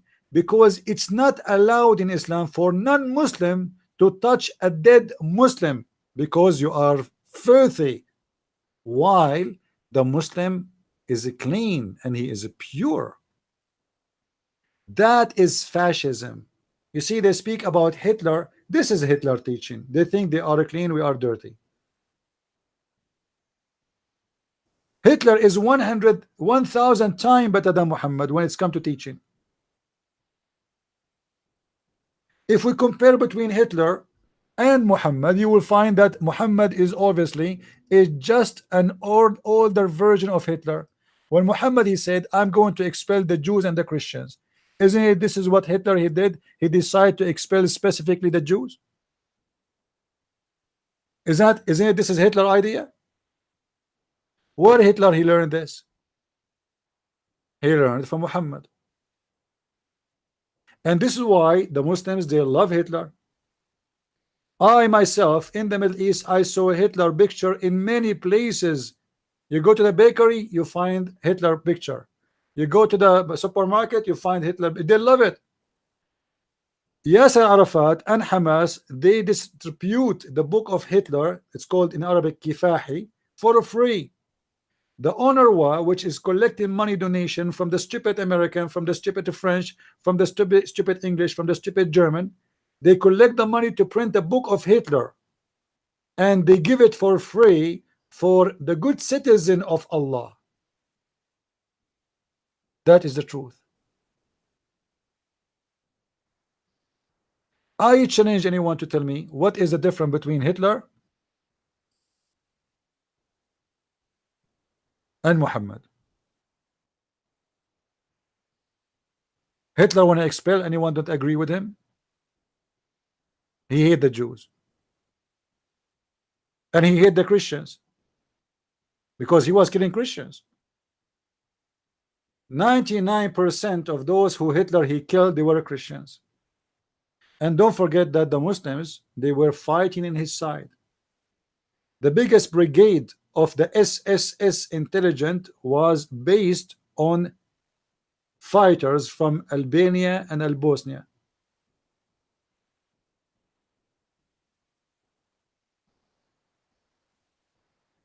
This is a religion of racism. You see, in different hadith, Muhammad he said, and here you will see that Hitler is a lot nicer than Muhammad again.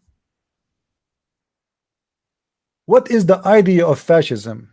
What is the idea of, like they say to you, the white, the KKK, you know, the KKK. What is the KKK?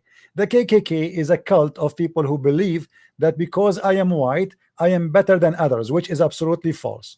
And we don't believe in such a garbage. However, Muhammad believed in the same thing. Chapter 3, verse number 110. You are the best of people ever raised up for the benefit of mankind. Who is the best? Muhammad, saying that Allah told him that the Muslims are the best of mankind. Why the Muslims are the best of mankind? What is the reason? Because look what this he explained. The best for mankind are those who bring them with the chains round their necks till they embrace Islam. The Muslims are better than the rest of the world, for their duty is to put a chain around your neck and bring you like a sheep, like a dog, like a cattle, like a cow, to enslave you in order to force you to convert to Islam. And this is what makes Muslims the best of mankind. You see, the Muslim, they will quote for you the first part and they will say to you, you are the best of people ever raised up, and between two bracket, for the benefit of mankind. When you hear this verse, you will say, okay, Islam saying they are the best, but not the best to be a racist. No, the best for the benefit of mankind. See, it says the benefit. Do you see it between two bracket? But they will not tell you that the word benefit here is speaking about in bringing you with the chains around your neck. This is the benefit of mankind. Imagine. So now Muslims, if there is a 1 billion Muslim, they have a duty to enslave 7 billion and bring them with the chains around their necks in order to force them to convert to Islam. And this is how they can save you from going to hell. and that explains the violence and the hate of this cult. So we as a Christians, we should not hate the Muslims, for Islam took love from them, and we should show them what love is about. You see, a person, we are losing you again, Amir. I don't know what's happening. If a Muslim never knows what a green means, and you try to explain to him what a green, he will not really understand, because maybe he's a blind. With my respect to all the blind people, he don't know what the word green mean. I mean, what the green, what the word red mean. I did not see the color red. I did not see the color green. Same when you speak to a person about love, but he never witnessed love. However, at the end of the day, the Muslim is a human being, if Muhammad he like or not. And the human being, he is born with love, not with hate. So if Islam try to kill that love inside him, we should do our best as a Christians to wake up the feeling of love inside the Muslim, not the feeling of hate. And how we can do that? Simply by sharing the truth with them about Islam and about Jesus. Not by hating them, not by cursing them, not by praying for their death, as many Islamic scholars they keep doing, cursing us. Even Muhammad in the Quran, by his faithful book, he did not hesitate to say clearly, I am going to spread hate and enmity between the Christians until the judgment day. Which means Allah in the Quran, he announced himself to be the devil. He hates the Christians to the point he don't want to see one Christian loving another Christian. And this is why I say to those naive ones who stop, keep dividing the Christians, like, it's very easy to spread division. So we start fighting Catholic and Protestant and Orthodox and etc. All kind of division. And by doing that, we are helping the plan of the devil. Read carefully with me. From those two who called themselves Christians, we did take a covenant, but they forgot a good part of the message that we sent to them. So we string them with enmity and hatred between one and other to the judgment day. So this is not, they will tell me this is for out of context. It says until judgment day. This is not temporary. They want to lie to me and say this is not about now, this is about judgment day. It's a lie.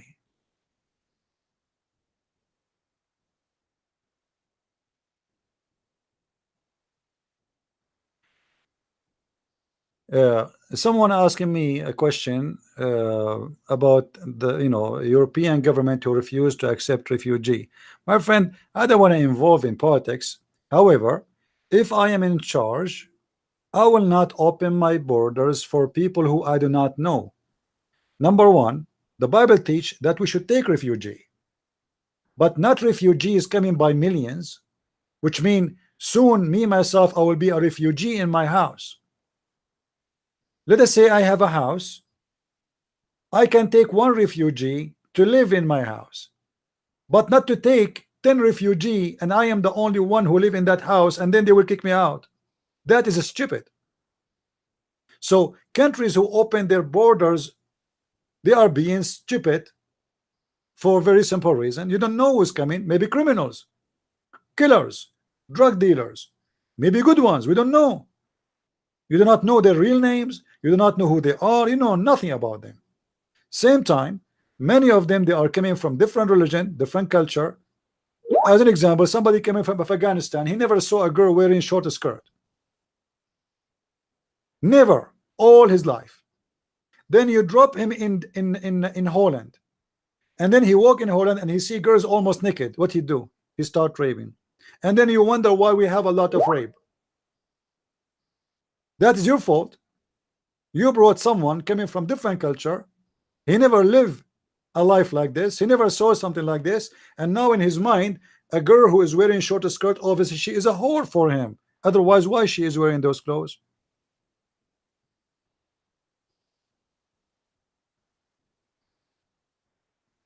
Right?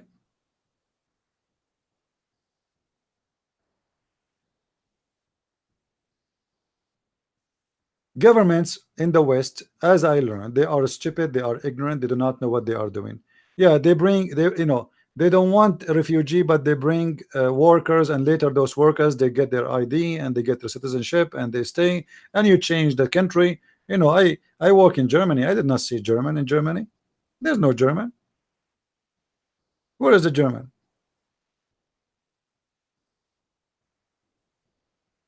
I saw people from everywhere. I did not meet one person during my trip to Germany from Germany. You believe it? Not a single person I met in Germany, he is German. Where is the German? So politics, politics in the West, sadly, because it's led by the liberals, everything is upside down, everything is stupid. They lost their sense. They lost their sense. I mean, they have no sense. Stupidity is the intelligence these days. And the second you say, you speak your mind, they say you are teaching hate. The second you say the truth, they say you are a person who is a racist. Me myself, I'm an immigrant. Me myself, I am an immigrant. How I can hate immigrant? If I came to this country as an immigrant too. But stupidity is stupidity.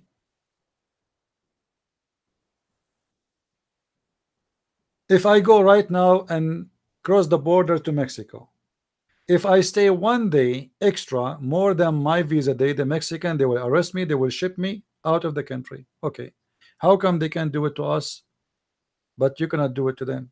Stupidity. If I go to France and I stay 1 day more than my visa, they will arrest me and they will ship me out of the country.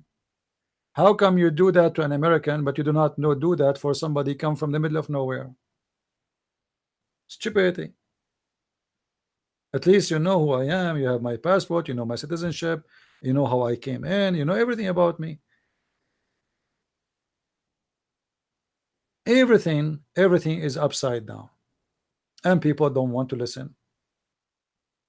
However, for us, we do our part, and people, they listen, they don't listen, this is their business. As you see, Allah, he say he will spread hate and enmity, and we as a Christians, we have a duty to fight hate and hatred.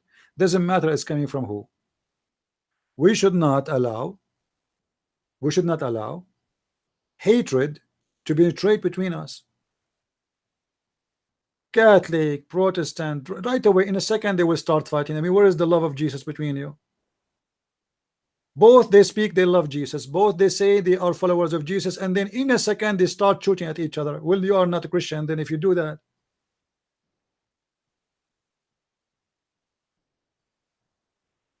The plan of the devil is in the front of your eyes. So we stringed them with enmity and hatred between one and the other. And the second you start teaching hatred, practicing hatred, you are a servant of Allah. Hello? Hello?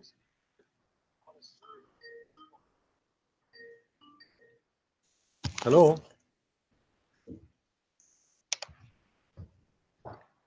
Hello? Hello? Yes. How I can help you? Hello, do you hear me? Yes, I hear you. How I can help you?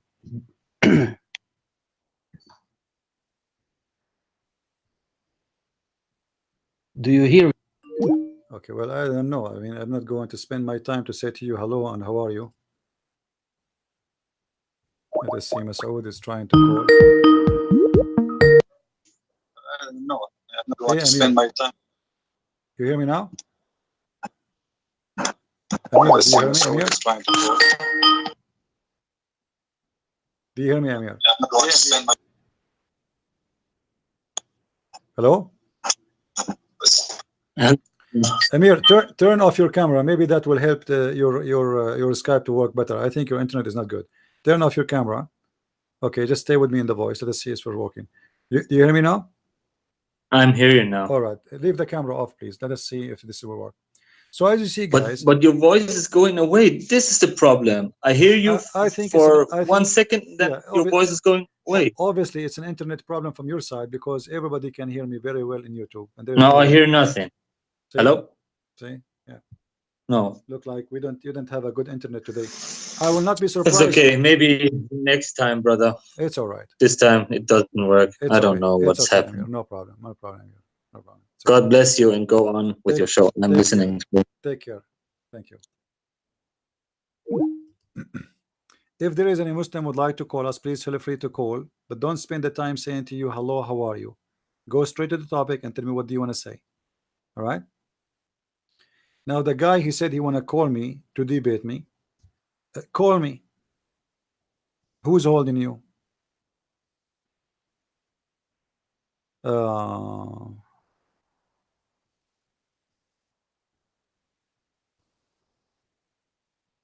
right.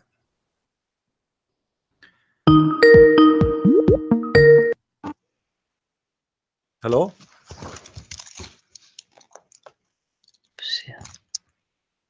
Hello? Do you hear me? Yes, I do. Do you hear me? Yes, who is talking to me? You are Hello? live on air. You are live on air. Do you hear me, my friend?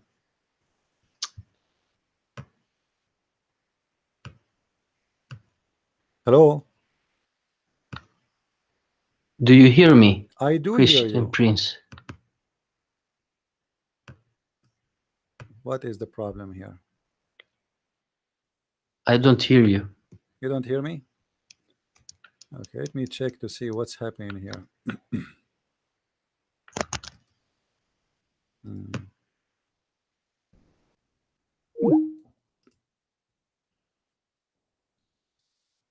How come the other guy was hearing me? I don't know, like let me check the voice. Test video. Okay. I know it sounds fine.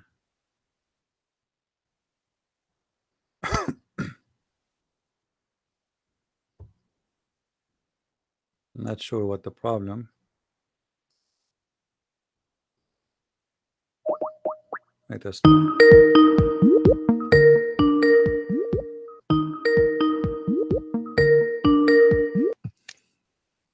Do you hear me Hello, now? Christian Prince. Yes, you hear me now? Do you hear me? Yeah, I do. Hello? I don't hear you. Oh boy. Let me restart my Skype. Maybe my Skype have a problem.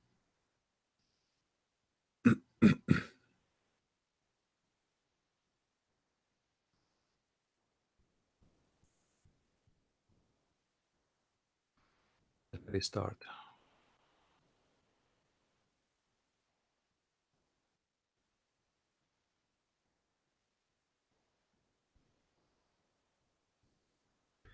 I will read the chapter. I will read 2 verses from the chapter of Zucchini, and maybe that will help to make Skype work. You know, Muslim, they have fictions about you know, the black eye and envy and etc. So they start like reading verses from the Quran upside down, verses before they go to the bathroom, so they will have diarrhea. I mean, you name it. Maybe we should do that. Let us try now with this guy.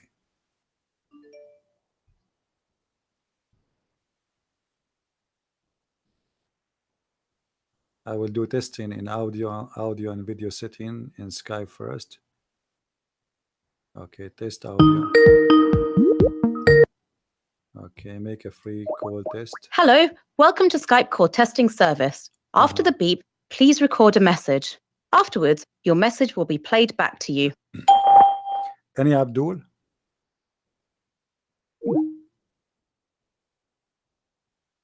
Where is the message? Hello, welcome to Skype call testing service. After the beep, please record a message. Afterwards, your message will be played back to you. Any Abdul in the bushes? If you are able to hear your own voice, then you have configured Skype correctly. If you hear this message, but not your own voice, then something is wrong with your audio recording settings. Please check your microphone and microphone settings. Okay. So look like we have a problem. Hold on.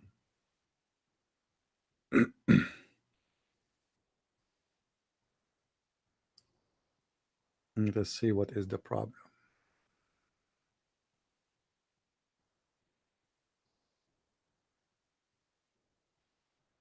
Output, maybe this one.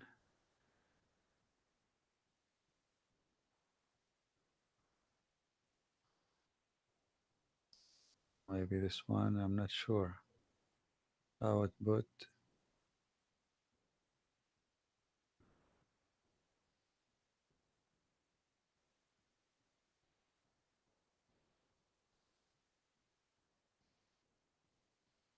Let me try now again. Sorry guys, we're just trying to find out what's the problem here. Hello, welcome to Skype call testing service. After the beep, please record a message. Afterwards, your message will be played back to you. Any Abdul in the bushes? If you are able to hear your own voice, We heard nothing. I don't know why. I'm not sure really why. Okay, let's try this. If we do this and we do this, okay, let us try this. Output 1 2 1 2. Okay.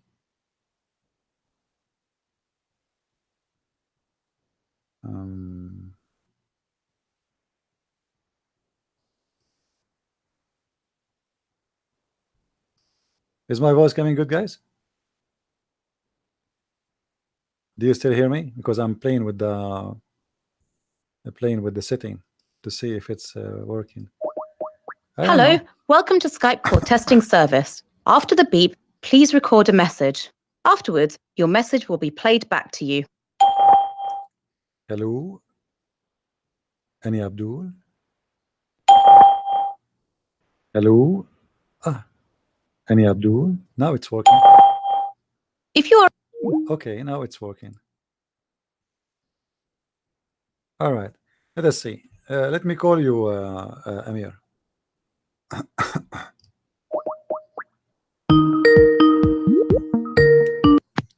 Okay, Amir. Do you hear me? Do you hear me now? Yeah, I hear you now. Perfect. See, because Brother? because I did read the chapter of the zucchini. Yeah. Anyway, so you see, when the Muslims, you see, we are in chapter 5, verse number 14, 51. It says, "Take not Christians and Jews as a friends," and this is not for temporarily time. This is forever, because simply Islam consider the Christians are people of unjust. Why they are unjust? For simply they are people who rejected Islam. Are you going to love someone who don't love Muhammad? The answer supposedly no. Are you going to be a friend for someone who don't believe in Muhammad? The answer is simply no. So because you don't love Muhammad as a Christian, so Muslim, they should hate you according to Islam, and this is why they kill you. Yeah, and they have to fight you, and they have to chase you, and they have to expel you from the land. This is a duty for every Muslim to do. This is what Islam is about, and we should not believe in the same mentality. In the same time, we should be smart people who believe in protection, who believe that's, you know, like, yes, we are loving, we are giving, we help others, but doesn't mean we are going to let our house with no fences and with no doors. Yes, Jesus says you take the refugee in, but doesn't mean we invite people who do not know who they are to our houses, and including maybe people who would love to kill us or to rape our women. We have to be smart, vigilant, and educated. You see, being good is different from being stupid. Being good is about doing the best of your good to help somebody. Now we have millions and millions They would love to come to Europe tomorrow, if not today. So what you will do? The stupid miracle, the chancellor of Germany, she said refugees are welcome. Okay, I guarantee you, if you open doors, every person in India, Pakistan, Afghanistan, Syria, Jordan, Lebanon, you name it. I mean, Your voice Africa, is all Africa. becoming unclean. Yeah, look like we have no choice, my friend. Is going is I think now it is YouTube. It's not. It is the internet. Your Not my, Skype is yeah, it's not working. It's not good working. Yeah, it's not working. What we can do? No, it's not working.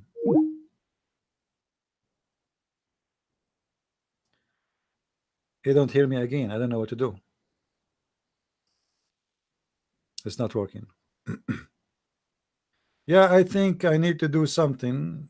I need to change the setup of my setting for audio.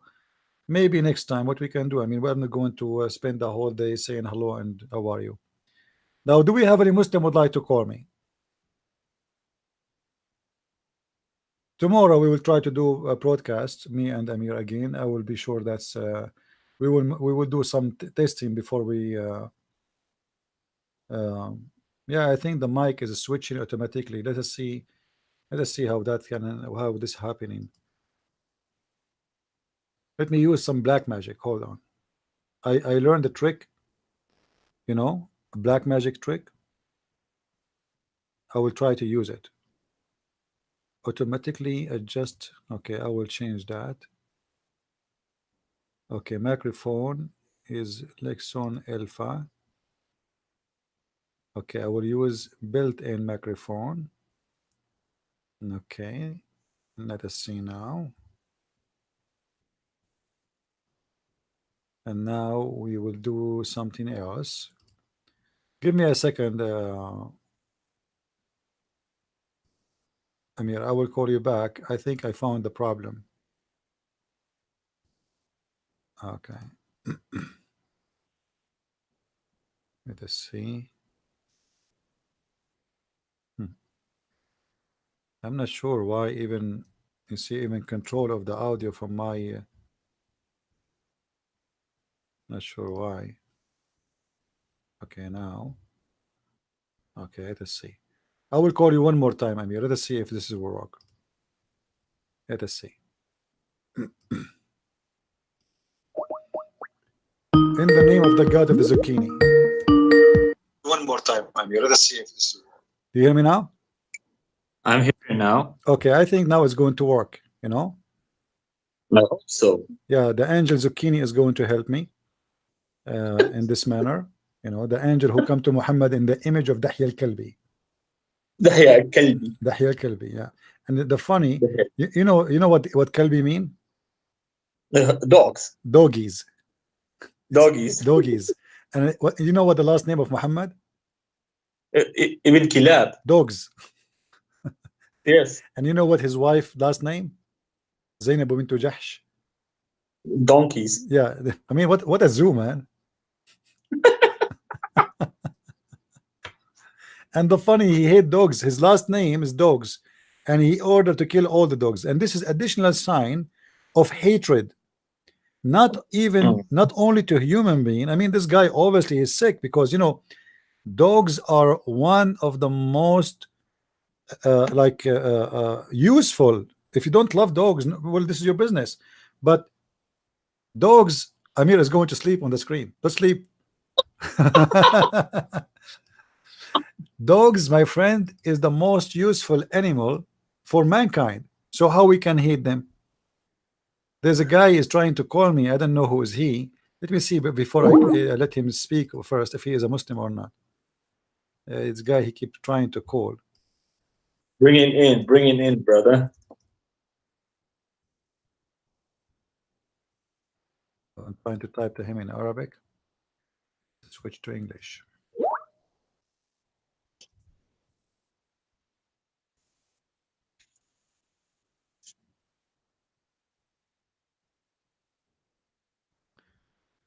Yeah, we have a cloud again. Don't you like cloud? Anyway, let us show you what Muhammad he said about dogs. All right.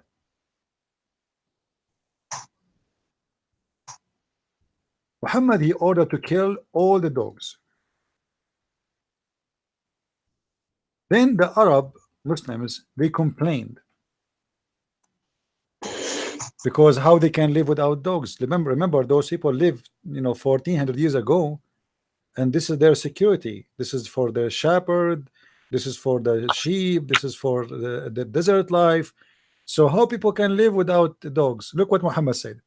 I heard the messenger of Allah raising his voice and commanding that dogs be killed, and dogs were killed, except for hunting dogs kept for herding livestock. Why? Why Muhammad wanna kill dogs?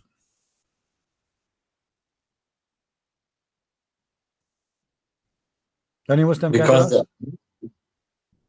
What do you think, Amir? What is the real reason? because dogs know that Muhammad was a false man, because most of the dogs know that by their instinct. They have sense, yeah. They have a special sense. They can feel evil energy. So, and Muhammad, to explain why he wanna kill dogs, he claimed that dogs are unclean. But what is a clean? I mean, what clean mean? Or a human are unclean too? I mean, have you ever heard of a human is a clean? Since when a human is not a clean? Even if you just clean everything from you take a shower, inside you there is dead, there is food, there is meat, there is poo-poo. I mean, there is nobody is a clean. Your tongue is full of viruses and germs. Your mouth is the mouth of a human being is more dirty than a toilet seat. So what it does mean that the dogs are dirty?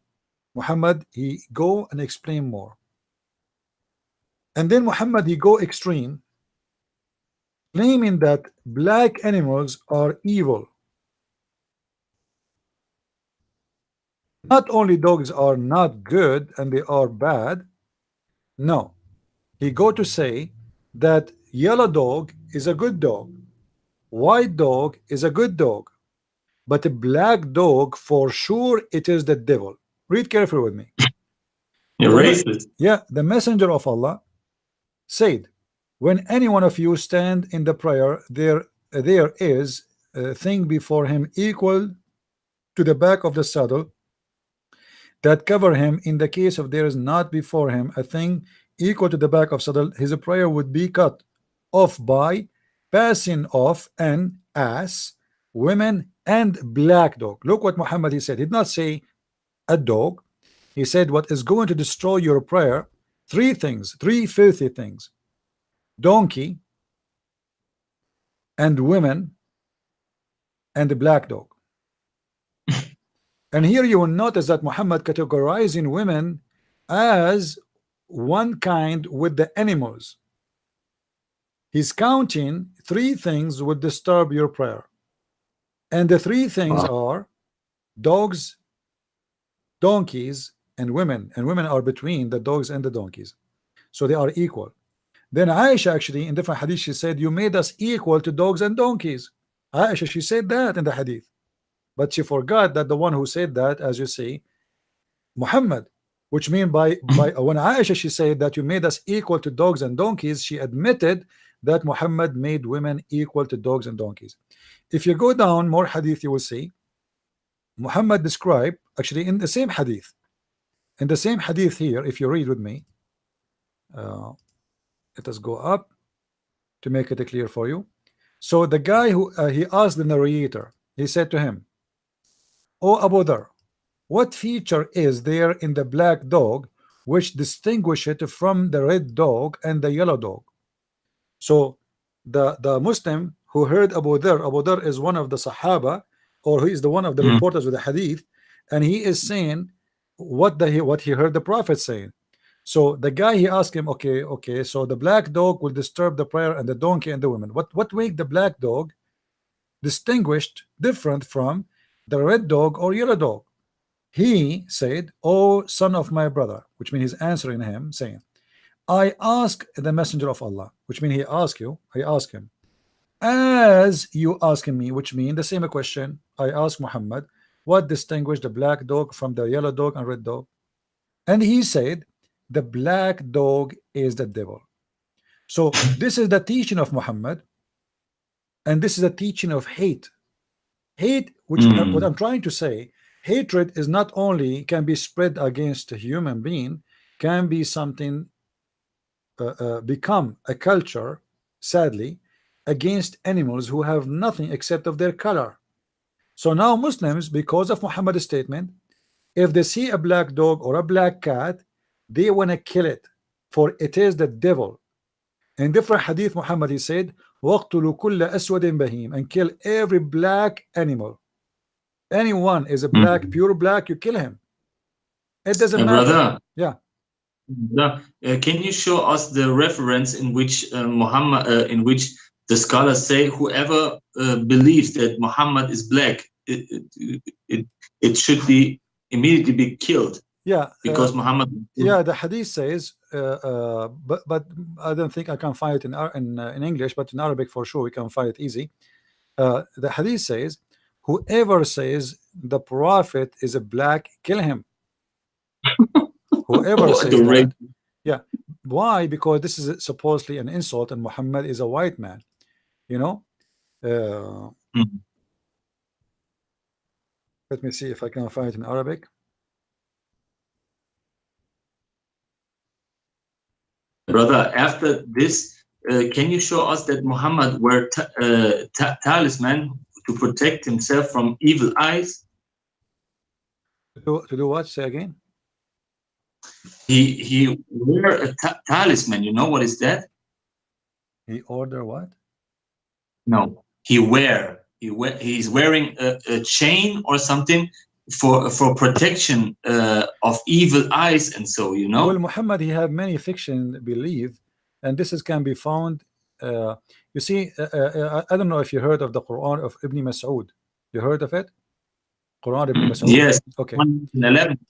Yeah. If you go in the Quran, there is verses Ibn Mas'ud, he refused to accept them to be part of the Quran, and this is a chapter 113, verse number 1, 2, 3. It's weird that this is even as a Quran or considered as to be Quran, but if you go to Ibn Mas'ud, you will see Ibn Mas'ud, he refused to put this as a part of the Quran, same as he refused Al-Fatiha.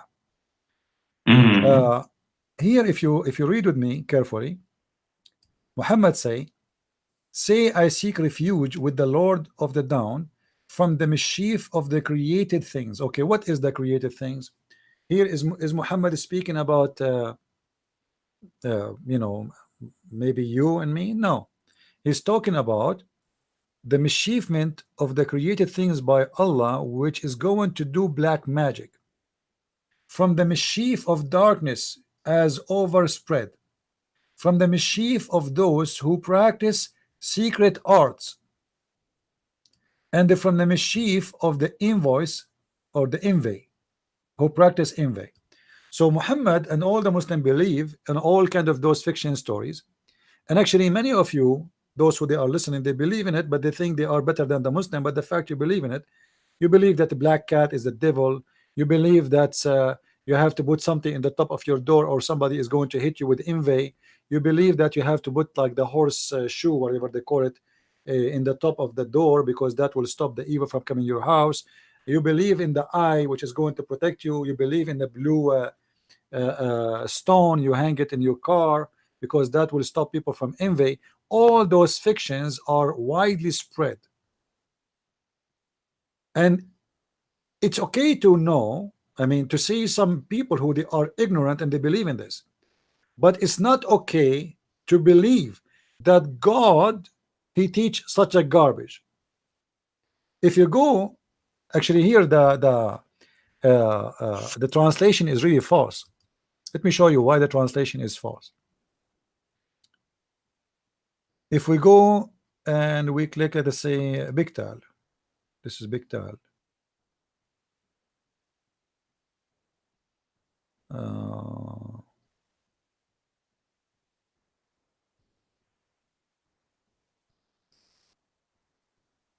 You see here the word. Let me show you in Arabic because I cannot find a good translation. وَمِن شَرِّ النَّفَّاثَاتِ فِي الْعُقَدِ. And nafathat is when you blow, like oof, oof, you know. Uqad is the knots. You know, you want to make you have a rope and you make a knot, you tie something. That is what it's called today, the voodoo. So somebody want to make a knot for you to make your life difficult. So he starts saying things and he make a knot, and this knot supposedly is going to hurt you. So he make a knot for me or for you, and then he start doing this, oof, oof, oof, blah blah blah, and start saying supposedly secret words. It's fiction, it's a lie. So Muhammad, he believe in such a garbage to the point he is making it as Allah he told him that. Now if you think about it, just to show you that this cannot be from God. If this is the one is talking here, if you ask the Muslims who is the one is talking there, they will say to you it is Allah. Okay, how Allah say such a thing? I say, I seek refuge with Allah, the Lord of the daybreak. Have you ever heard of a daybreak? He is the Lord of the daybreak. Wait, what does that mean? It's Satan. Then It's Satan. from the evil of what he has created. So ask Allah to protect him from the evil he created. And then he continue, and from the evil of darkening night as it come with its kindness. Darkness, sorry. Or the moon as set or goes away. What does that mean? I mean, so when the moon goes away, the evil is coming. This is all from the fictions. And then from the evil of those who practice witchcraft, when they blow in the knots. If you read the whole story here 1,000 times, you will understand nothing. The fact is very simple. Each time Muhammad, Aisha, she want to sleep with him, she want to have sex. He cannot have sex. So he want to claim that his private part is not working because he did something to him at night. His penis is not working. His wives are complaining. Muhammad cannot sleep with them. Muhammad have to find an excuse. The excuse is, I seek refuge by Allah from the one who made a knot for me. What knot for you? Not for his penis. His penis is not working. If you go in the hadith, you will find the following. Amir is laughing because it's hard to believe, right? Yeah, when you read the story, there's no story there. I mean, it's silly, it's stupid. What this is about? And why when the night is that come? What does that mean? When the night is come? I mean, there's evil. There's no evil at daytime, and the nuts and the magic work only in nighttime. It doesn't make sense. But in the daytime he is out. In the nighttime he go home, and now the wife, she want to sleep with him, but his penis is not working. You know, let me show you.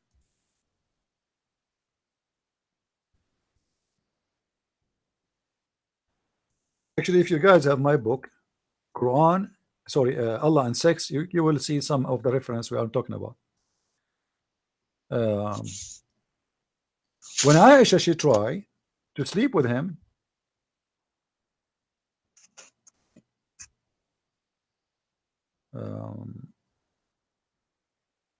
here we go. Guys, read with me. Can you see it, Amir? Yes, I can see it. Okay. It says, it was narrated. Let us zoom in so people they can read it better. Okay. And this is why, guys, I advise you to get my books if you want to have a handy reference, because there we study things carefully and we have all the reference for you. Aisha, she said, Aisha is talking. I looked for the messenger of Allah and I put my hand on his hair. Where Aisha, she put her hand? In his hair, not in his panty. And he said, your shaitan has come to you. I said, don't you have shaitan? He said, yes, but Allah helped me against him and he converted to Islam. Okay, but the story here is not about this. Aisha is playing with Muhammad. She wanted him to have sex with her, and Muhammad accusing her by touching his hair, asking for sex, that her Satan is doing that. You get the point? Otherwise, Yes. what the point of if my wife, she touched my hair, why that what does have to do with shaitan? She is lawful for me, she's my wife, we are not doing something wrong, so what Satan have to do here? Nothing. But Muhammad trying to find an excuse not to sleep with her, so now he claimed that this is her Satan is doing that, and her Satan is active, but his Satan became a Muslim. This is why he is not playing with her hair, and this is why he is not having sex with her. And then we find in different hadith, Muhammad explained more that he cannot have sex because of the knots. They made a knot for him. You see, when you study Islam, you have to be a person who have a very sharp memory, and you connect the dots together. Like you have many pixels, they come to you as pixels, and then your brain have to filter those pixels and make them as a big screen image. So let us see what happened. You will see in the hadith. Let us make them side by side so we can connect the dots together for those who they are not getting it yet. When the hadith says that Muhammad, he imagined himself having sex, but in fact he never did. But what was that about? Muhammad, he go outside and he tell his friends, he brag about how much he's good in sex.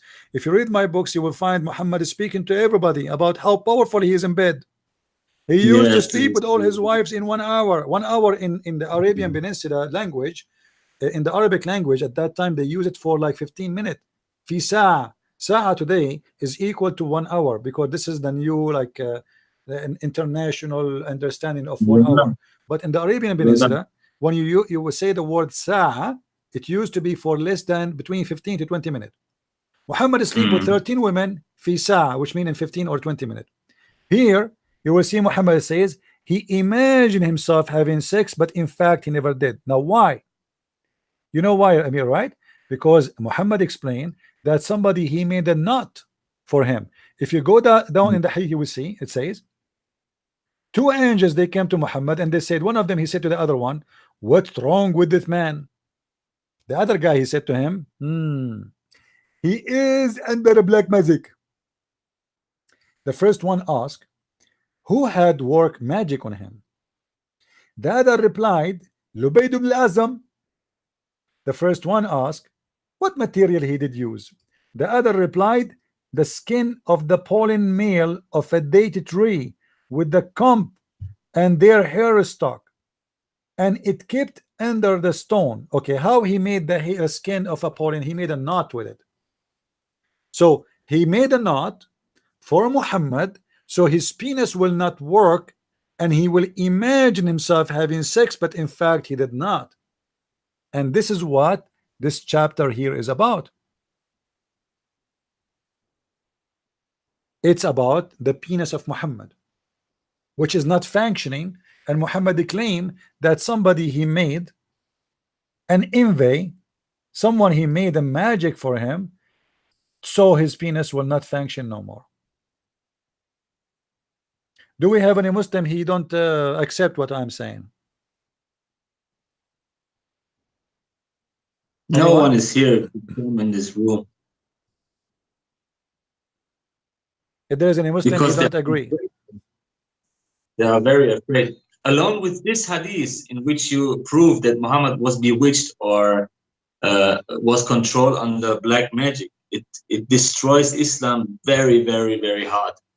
Because that shows us that Muhammad has never controlled himself, and Allah was not there to protect him, you know. And the funny, Amir, look, Amir, you just said something very important, but here there is something even more horrible. Allah saying to Muhammad, see, I seek refuge with Allah. Okay, Muhammad was saying, I seek refuge to Allah every day. But Allah didn't protect him. So how would that magic work in him? Muhammad, if there is Muslims, if there is one day, do you Muslims believe that there is one day pass through after Muhammad became a prophet, he did not say praying to Allah, seeking refuge by Allah? Do you think there's one day passed by he did not so? The Muslim, they will say no way. Okay, so then what the benefit of this prayer? If he seek refuge, still he is under black magic.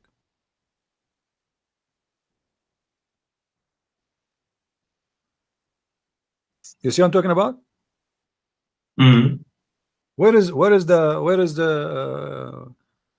protection of Allah? And you know, the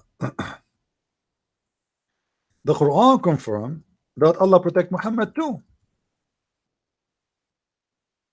So how Allah protect Muhammad, and as you see, Muhammad never been protected. Do we have any Muslim want to say something? Any Muslim, he don't like what we are saying? Any Abdul? You know, and the funny, if black magic is satanic, who is the one who taught the black magic? Do you remember, Amir? Mhm. Who is the Allah one? himself. Allah himself. He sent two angels. Their name is Harut and Marut, and they open a school in the Babylon. Do you want to go, Amir, me and you, to join the school so we come back to Germany and do black magic to miracle? Yes, for To sure. the Let's Chancellor do of it. Germany. We make a black magic for her, and we make a black magic to the German people. You had, brother, Yeah. you had a very, very good debate with Osama Abdullah, the owner of Answering Christianity. This guy, I did not debate him. I spank him. So laughing about this debate. You destroyed him from down to up and down, and he didn't know anything, you know. This guy, he said that there is no black magic. It's a lie. Yeah. And Yes, then, he did. people the Muslim, they start writing an article about how stupid he is because he do not know the Quran teach that Allah is the one who taught magic. You know what kind of God he opened a school in the Babylon, and what the school is about? Magic. And what the name of the angels? Harut and Marut. And why the angels, their name is Harut and Marut? Any Muslim can tell me? I mean, Jibreel, Mikael, Israel. Why Harut and Marut are not following the same names? What happened? Where is the eel? Because the two demons. Because simply this is a fiction story. Muhammad, he stole from other religion. This is not coming from the Jews and the Christians and etc. This is a fiction story. You see, Muhammad is a thief. He steals names. So there's names he stole from the Jews, like as an example, Gabriel. He called him Jibreel. You know, Mikael. Those are names he stole from the Christian and the Jews. But where Harut and Marut coming from? Harut and Marut are an old legend stories coming from Asia. It's very well, like let us say, spread like in Armenia, inside of Iran, in those areas, in the Babylon area, where the people, they believe that there is two high creatures. Their name is Harut and Marut. They were sent down to the earth as test, and those two creatures, who they are like angels, they open a school to teach black magic. And the Quran tell the story. The Quran says that those two angels, when they teach magic, they make a disclaimer. They tell you, we will not teach magic, we will not teach you magic unless you sign the disclaimer. Okay, what this disclaimer says? That you are going to do this only, you know, we are teaching you, but if you want to do it, only to use it against a man and his wife. Read with me carefully. And so, but evil ones teaching men magic. Okay, so the angel, they taught the evil ones, and they taught everybody. And Suleiman have a power of magic. And those angels, Harut and Marut, they, when they open the school, they make a disclaimer. What the disclaimer says? And the angels, read with me, and such a thing came down at the Babylon to the angels, Harut and Marut, but neither of those taught anyone such a thing, which means magic, without saying, we are only for a trial, so do not do blasphemy. They learned. So okay, so they are saying to you, okay, disclaimer, sign this paper before we join our school. Let me tell you something. We are going to teach you magic, but this is a trial. Trial? What does that mean? Any Muslim knows what does that mean? oh, we will teach you black magic, but don't hurt people, please. If you do it, this is a trial. What a stupid idiot. So why you are teaching them magic? And if somebody is not going to use it anyway, why he is learning it? Why I am learning how to hurt people if I don't want to hurt people? Muslims, do you understand what I'm saying? If Allah here admit that this is a black magic is going to hurt people, so what the benefit of saying, okay, we will teach you how to hurt people, but if you make a clean make an announcement that you know that this is a trial, which means you know, to see if you would do it or not. That's stupid. For sure he will do it. He's coming to learn it. A good guy, he don't want to learn a black magic. Why a good guy want to learn a black magic? If it is exist, why somebody want to learn witchcraft unless he believe he want to use it?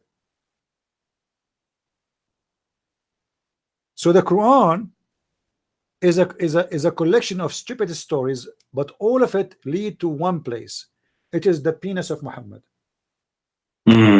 For his benefit. All of this, yes, Muhammad, he want to lead us to other hadith where Muhammad, he claimed that his sexuality is damaged because of a black magic. Otherwise, he's very healthy. When Muhammad, he said, I prayed to Allah, I invoked Allah, and he sent me, I was the most weak person in sex. And then I invoked my God, and he sent me a dish of shish kebab. I ate it, I get the power of 40. Okay. Muhammad now, he ate the dish of shish kebab and he got the power of 40. So what is the need of this the story here of the two angels? Why Muhammad cannot have sex? Brother, yeah, please show us the Arabic reference in which Muhammad wears some chains to protect himself from evil eyes. That you want to say to you daif. Everything that we say is daif, huh? Actually, the Quran, you see, those verses we are reading from, it's called al-mu'awwidhatayn, which means it is the same as something you wear. It is something you wear to protect you. The Muslim, they wear those verses, they make them in a small pocket and they put them in their clothes, supposed to be protected from the envy, you know.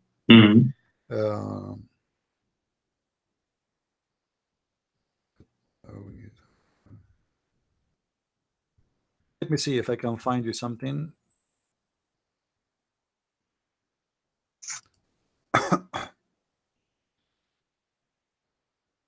Let us see.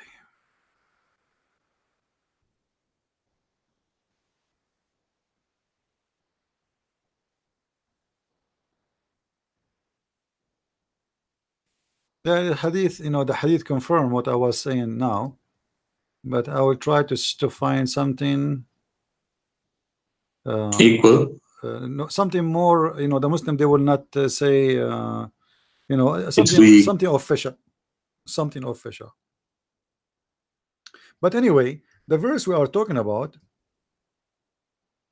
the verse about the magic, is the same verse. Muhammad, he asked the Muslims to use it to protect themselves from the black magic. As you see, it says, say, you know, the last two chapters in the Quran, actually, this is, you see, this is a chapter 113. If you go to chapter 114, this is 113. All the chapter is very, very short. Okay, what about the chapter 114? What chapter 114 is about? It's stupid. It's the same. This is why Ibn Mas'ud, he refused to add them to the Quran.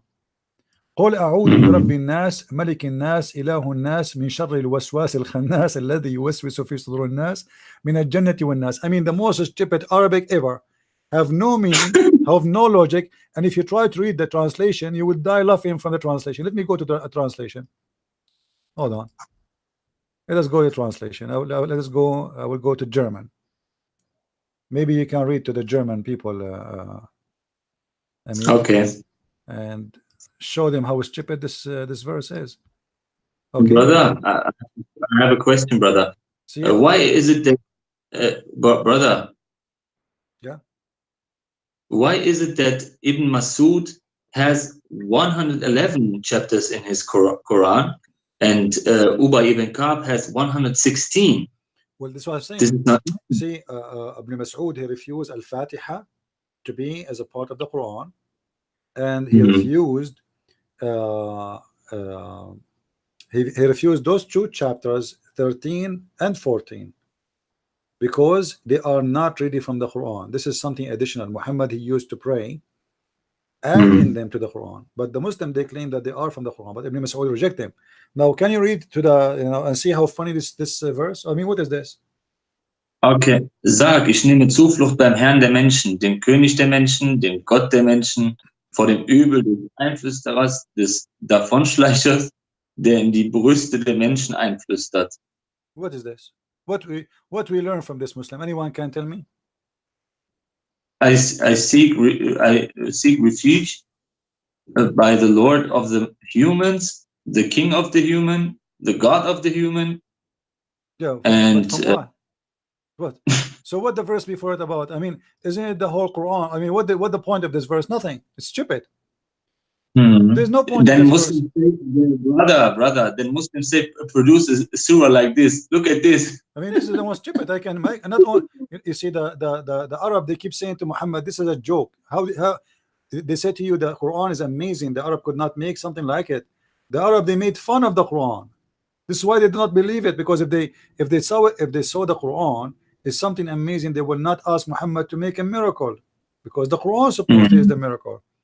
I seek refuge with the Lord, the Gashir of mankind, the King of ruler mankind, the God of the judge of mankind, from the mischief, worshipper evil, the whisperer evil, the whisperer. You see the whisperer, the whisperer. Supposedly they are doing magic. What a joke! And then the same who whisperer into the heart of mankind, among the genie and among the men. What genie? What men? What are you talking about? And you know, regarding the question you mentioned to me about why Ibn Mas'ud, you see, Muslims, they are disconnected with religion. If you go to the hadith, you will see the hadith says that there is two revelation Muhammad received, at least. One is called the 7 repeated, and the Quran. If we ask a Muslim what is the 7 repeated and what is the Quran, they have no idea. As usual, Allah knows best. Read me carefully. Concerning the words of Allah, the might and the sublime, 7 of Mathani, 7 repeated recited, the 7 long ones. What is that? Any Muslim? What is that? Nobody. Let us continue. Allah apostle said, the substance of the Quran, the mother of the Quran, is the 7 of repeated verses, al-Mathani, and it is the great Quran. Okay, hold on. Here between the two brackets they put al-Fatiha, but this is not what the hadith says. This doesn't say in the Fatiha. Now look, Muslims, when I say to you al-Fatiha is not from the Quran, you Muslim, you say you are a liar.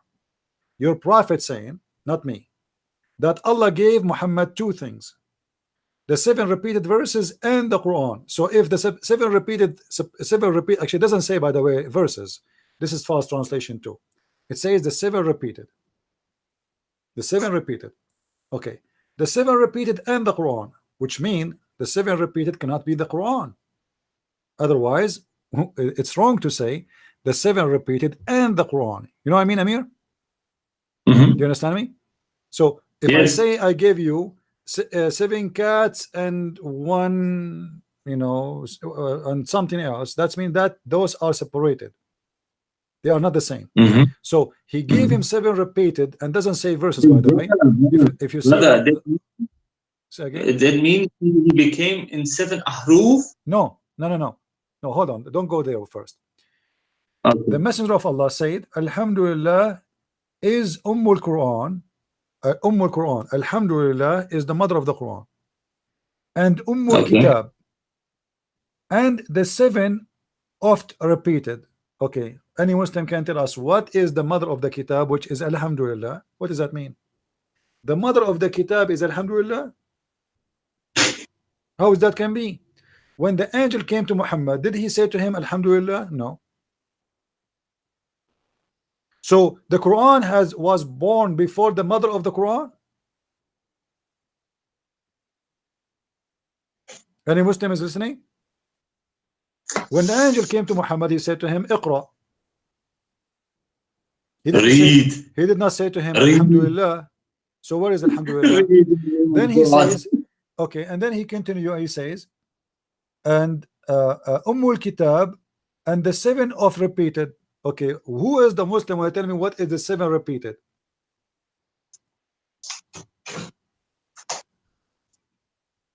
And how the Kitab is not the Quran? Is the Quran is the same as the Kitab? Kitab mean a book. So what is Al Quran and what is the book? You Muslim, you have 2 books?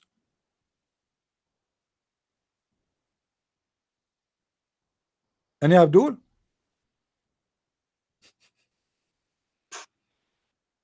Any Abdul understand what's happening?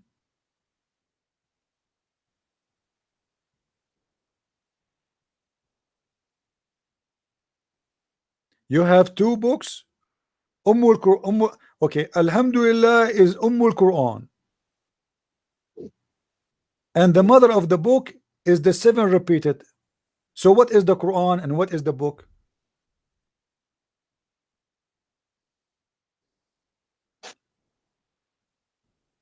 Any Abdul in the bushes have any idea what we are talking about? We don't know.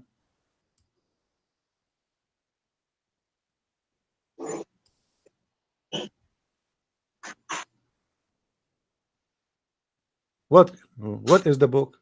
The mother of the book. Okay, we found the mother of the Quran. Nice to meet you, mother of the Quran. Alhamdulillah is the mother of the Quran. In Arabic mean mother. So is Ummul Quran. Okay. Then he continues, says, and the mother of Al Kitab, which means the book, is the 7 repeated. What is Kitab? What is the Kitab?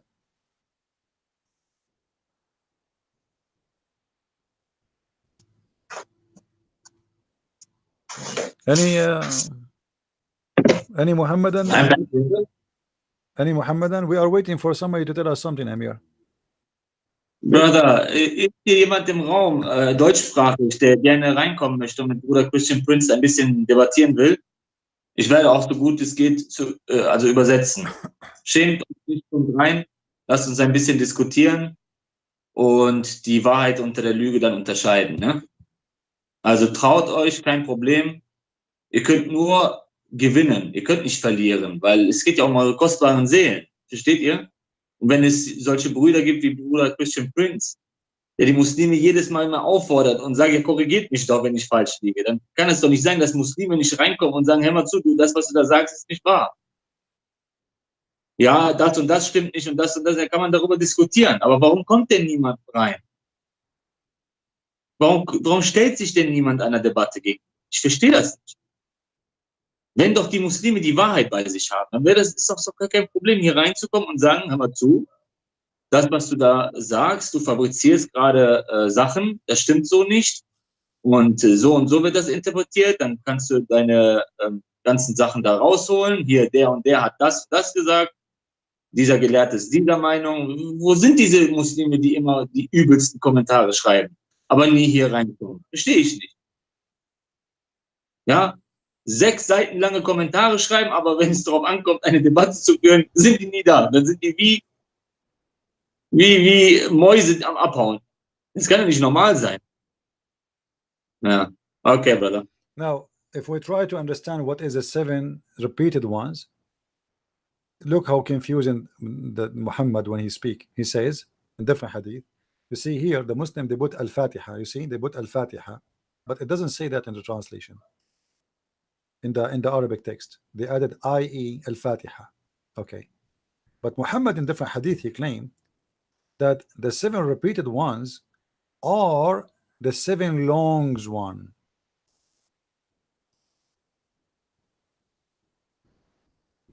You see, this is what we call it, the prophet of contradiction. How the Fatiha are the repeated ones and how they are the 7 long one. It cannot be. Okay, what is the 7 long one? Who is the Muslim? Tell me. Islam is like a, it's like a, you know, a puzzle. Each time you solve something, you find yourself, you know, lost again, and there's no meaning. Then here the Muslim, they try to fabricate the meaning. They say the book and the 7 oft repeated verses, but doesn't say anywhere the word verses there. Ummul Quran wa Ummul Kitab wa Sab'ul Mathani. The mother of the book, the mother of the Quran, the mother of the book, and the 7 repeated ones. It doesn't say verses. If this is verses, how there it says the 7 long ones? There's a contradiction. Any Muslim? So the seven repeated ones, some Muslim they say it is Al-Fatiha. Some Muslim they say no, it is the first long chapters in the Quran, which means starting from the chapter of Al-Baqarah. Some they say no, it cannot be, because this is when he received it, that verse is speaking about Al-Mathani, those chapters were not even revealed yet. So we give you Al-Mathani and we give you Al-Quran. This is about something he received already. So it cannot be the 7 long ones they are talking about. So what it is? Any Muslim knows?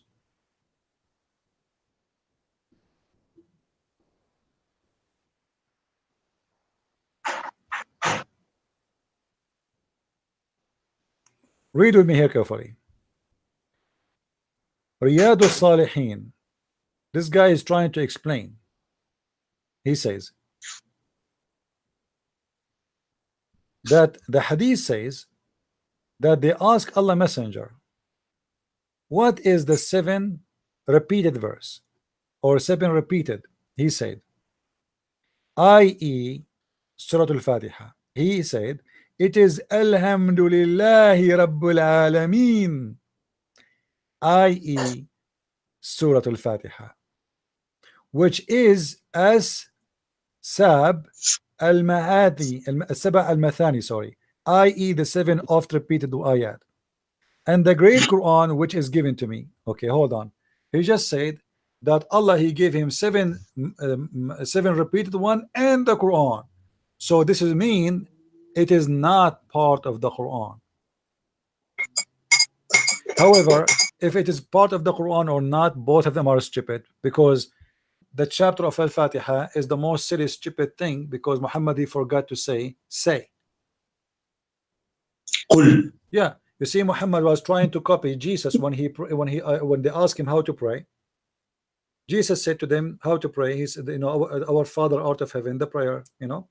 So Muhammad, he was trying to copy the same prayer. If you compare, if you put the 2 chapters, the chapter of our Father art of heaven and the verses of Al-Fatiha, you will find Muhammad is trying to copy, trying to make resemble the exact prayer of Jesus, claiming that this is a prayer coming from his God. But he forgot to say the word say or pray like this. So it became silly and stupid. Any Abdul? Brother. Yeah. The word sallallahu alayhi wasallam, it means Allah pray on him and salute him, huh?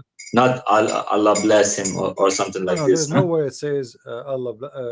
You see, when the verses they say that verse, let us explain to people to show them how we can expose the false translation. But Muslims, they make fun of the people who say, oh, it doesn't mean Allah pray, you idiot. Yeah. It means bless. Okay, here is the word yusalli. You see, this is the word yusalli. All right, and this is about the father of Yahya, which means John the Baptist, supposedly. If we translate the word yusalli, let us see the Muslim translation for the word yusalli.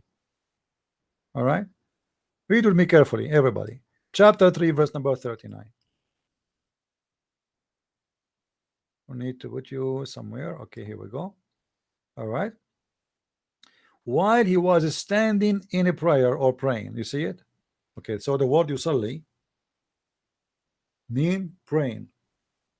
How come when Allah he say he do yusalli, the Muslim didn't translate as he pray? Brother, make it in German, please.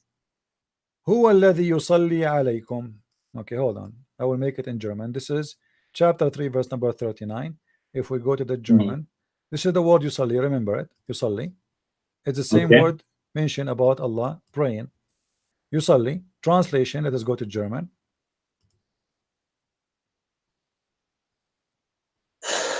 So it is he who pray on you. Remember, guys, chapter 3, verse number 39, and we switch to German for those who speak German.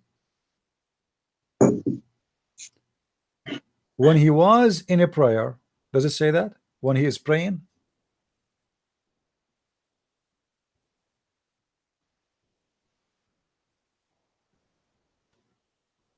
What the translation saying? Und da riefen ihm die Engel zu, während betend in der Zelle stand. And the angels shouting to him in which he was praying. See? So this is the word yusalli. It's meaning praying. Okay. We will go to the same word. Remember, this is the same word here. You know what? I'm going to take a snapshot of it. I will take a snapshot of the word. You see it? I will take a snapshot so we can compare between this word and the word in the other verse. All right. So this is the word here. If we go here, that's just one chapter after in the search, we will find this. Now it becomes blessing, huh? Yeah, look at this. Huwa alladhi yusalli alaykum. The same word. Let me put that word next to that this word. Muslims are such a liars. It's not the Muslims, it is those who practice Islam. Let us say the Muslims, generally speaking, they have no idea. Here we go. That means This is the all word. liars. Do you see it, guys? Do you see it? This is the word yusalli in the top. Let us make it bigger. Okay, and this is the word here, yusalli. It's exactly the same word. Do you see it? You see it? Yes. Okay. Yes. It's exactly the same. If we click at the translation, the word yusalli here is not going to be pray no more. Why? Because it's Allah who is doing that. Look at the hypocrisy. Because they cannot explain how Allah is going to pray.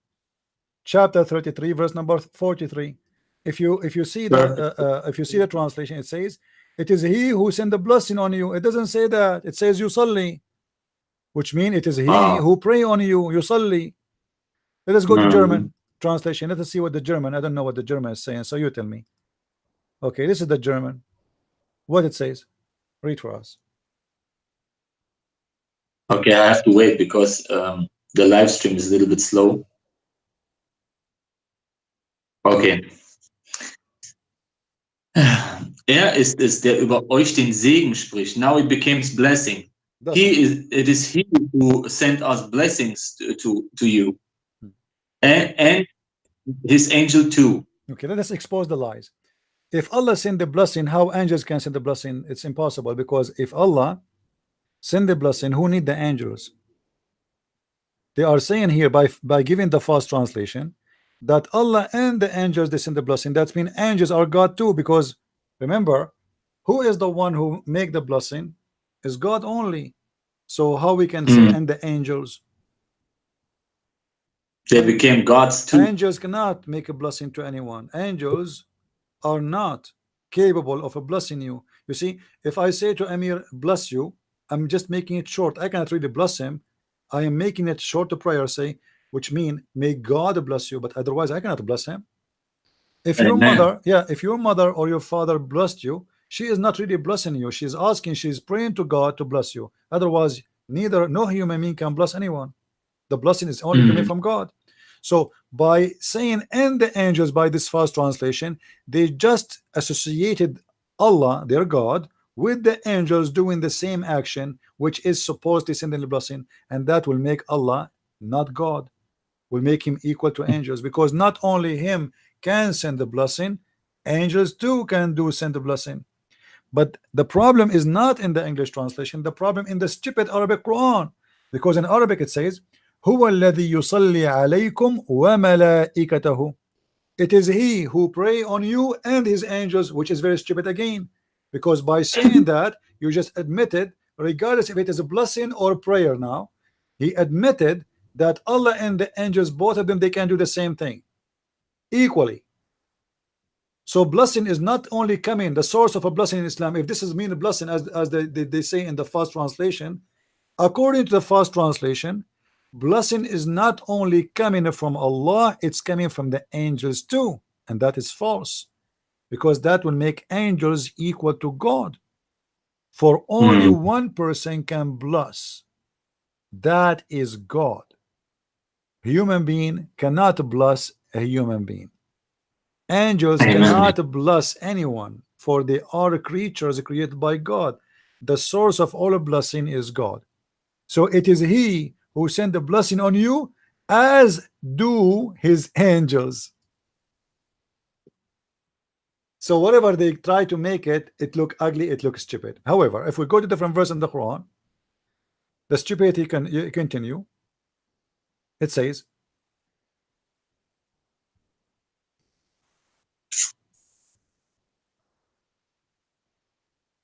Allah and the angels, they are praying on the Prophet. Let us see. إن الله وملائكته يصلون على النبي أيها الذين آمنوا صلوا عليه وسلموا تسليما. Chapter 33, verse number 56. Again the same lie. Yusallun, suddenly the word praying on become sending a blessing. If we go to German or to English, it's the same, which is false translation. However, even if they try to say so, still that will expose Muhammad and the one who tried to fabricate the Quran, because how Allah and the angels, they are doing the same act, which it is yusallun. Whatever yusallun mean, you want to say to me yusallun mean a blessing, which is false. You want to say and you accept the true meaning that it is praying. It doesn't matter what it is. How the angels and Allah, both, they can do the same thing. Do we have any Perfect. Muslim? Any Muslim? You exposed Islam so badly, man. Angels, they bless no one. They cannot bless you. The blessing is coming from the Lord. But brother, when yusalimuha means blessing, what means barakah? Barakah is mean blessing. True. See, this is the false translation trying to cover the stupidity of Muhammad when he said he made this verse, because the second you say, actually here, the purpose of this verse, by the way, Muhammad, he want to make the whole universe worshiping him. Look, what's happening here? Maybe some people do not notice. Let me make a circle.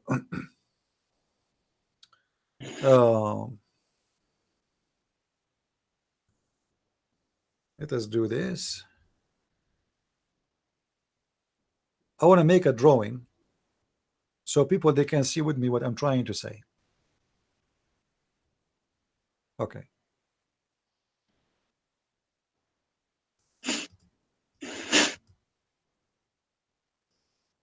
Let us go to an empty space. Okay, here we have an empty space. Let us do this. Look with me, guys. When Muhammad, he said in this verse that Allah and the angels and the believers, every single believer and all the angels in the world and his God himself, they are doing what? According to the first translation, they are sending a blessing. So let us go with the sending blessing first. Okay, so what we have now, we have a guy, his name is Muhammad. He is standing here in the middle in Mecca. And then we have the believers that will make a second circle.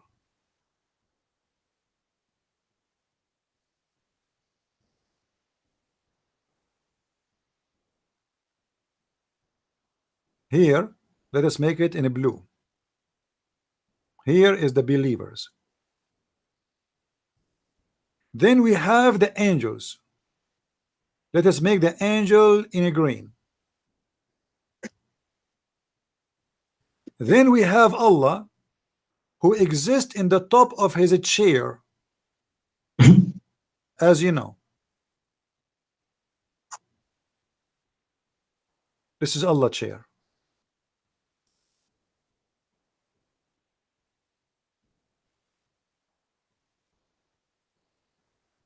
Muhammad in the middle, Allah sending down blessing coming down. Then the angels, they send the blessing coming down. And then the Muslims, they are sending blessing coming down. And all this blessing is coming to Muhammad. Hold on. Hold on. If Allah, he blessed Muhammad, who need the blessing of anyone else? If Allah already, the verse saying, according to the translation, that Allah and the angels and the believers are blessing the Prophet. This is the translation. Okay. If Allah already, he blessed Muhammad, who need the rest?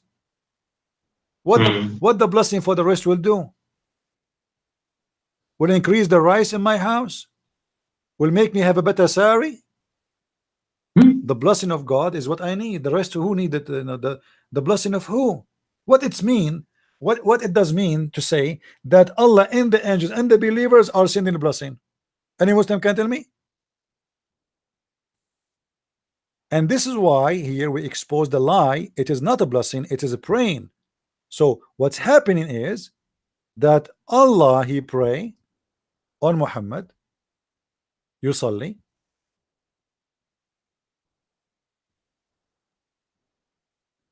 and then the angels, they pray,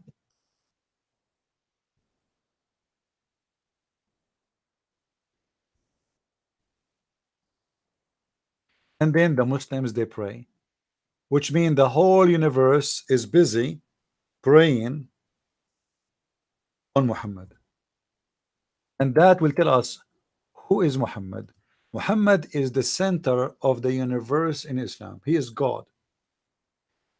God, angels, believers are busy to do one thing: sending prayer on Muhammad. And yet they say to us that Muhammad is just a prophet. Brother, yeah, and the Muslims, they call to Muhammad in their prayers, huh? Assalamu alayka ayyuhan nabi. Yes, because the Quran says, you see, it says wasallimu taslima. Not only they have Allah, he ordered them to pray on him. It says ya ayyuhal ladina amanu sallu alayhi wa sallimu taslima.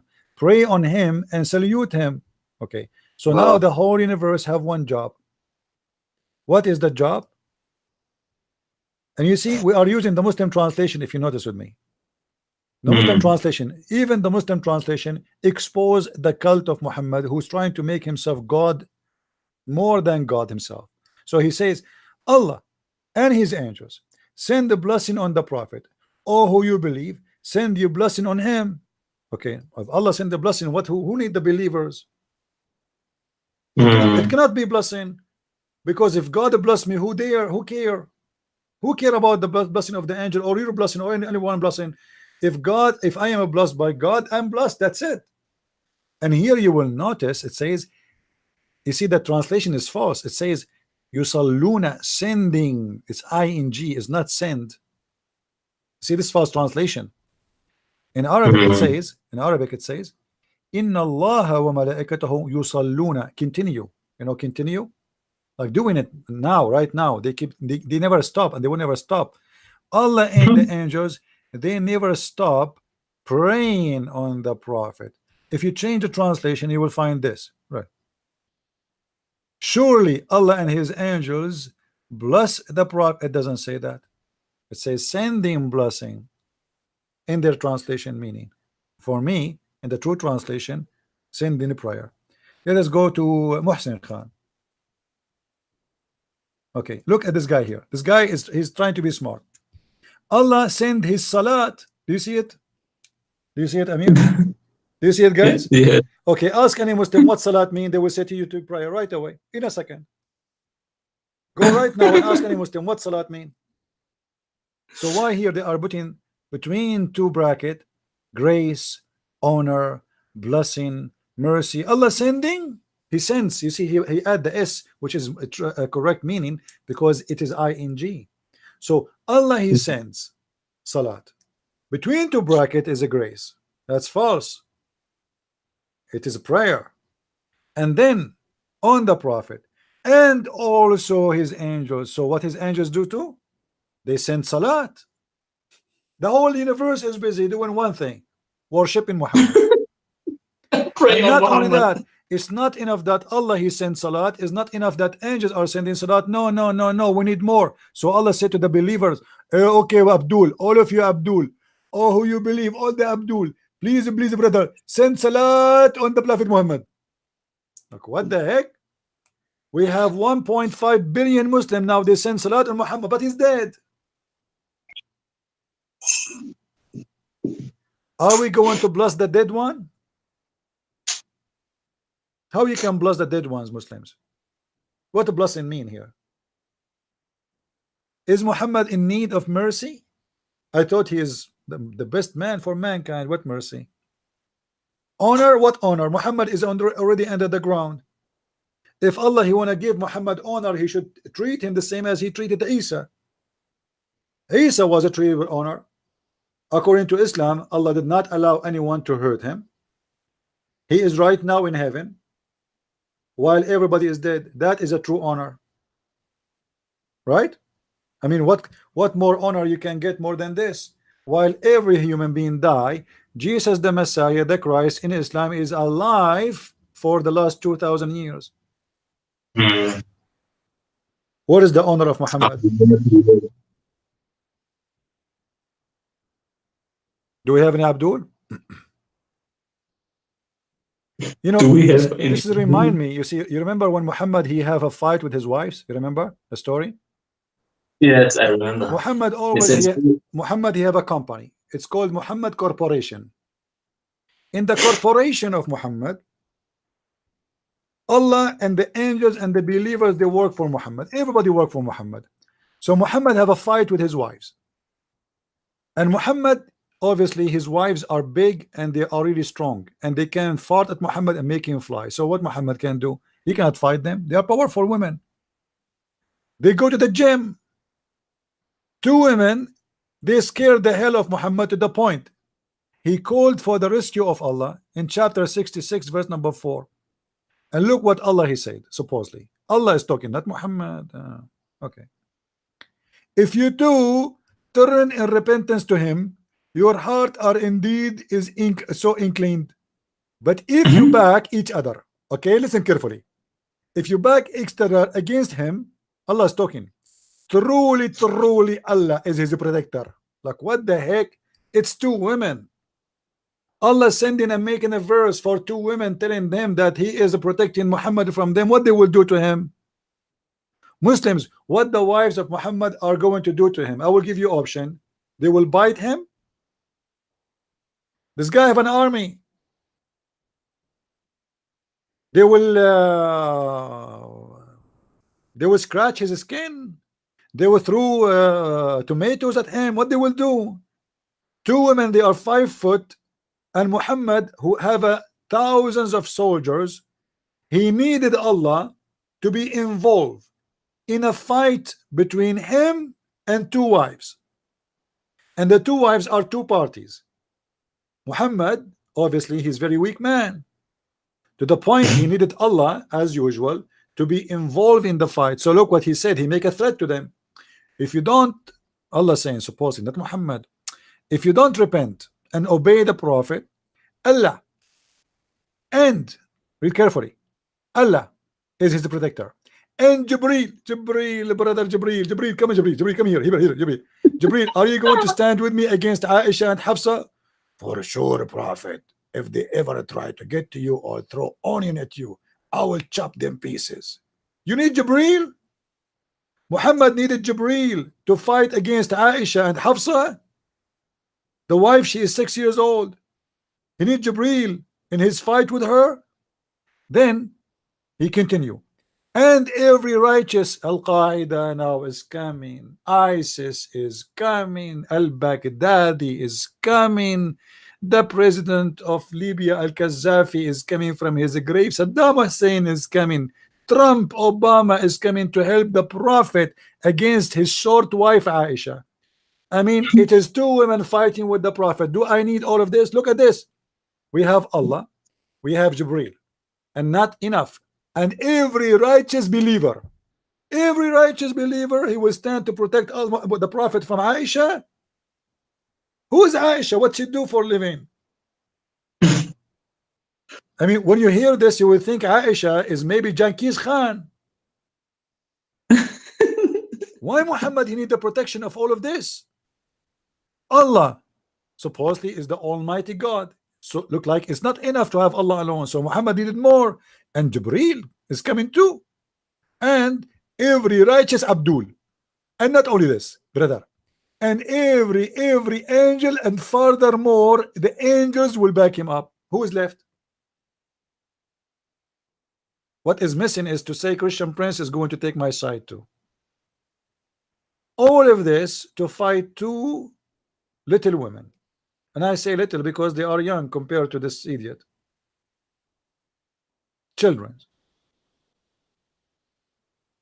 All of this to defend Muhammad. For Muhammad is the center of the world. This guy is a sick man. He think he's God. Allah here, look, Allah, he worked for Muhammad. What is the conclusion of this? The whole world have nothing to do. The God Almighty, he have nothing to do except protecting Muhammad from his wives. Angels, Jibreel, every single believer, they have a duty to protect the Prophet from Aisha. Aisha, she bite. She used to bite the Prophet. Should we call the police? Because Aisha, she was, is that mean in this verse that Muhammad was suffering from domestic violence and his wives was beating him, Muslims? Any Muslim have an idea? Is that a clear evidence that Muhammad used to be beaten by his wives? And Aisha, she used to beat him every night to the point he needed this protection plan? All of those?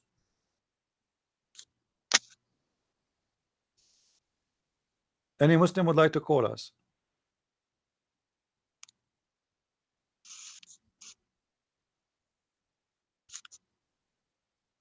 Anyone?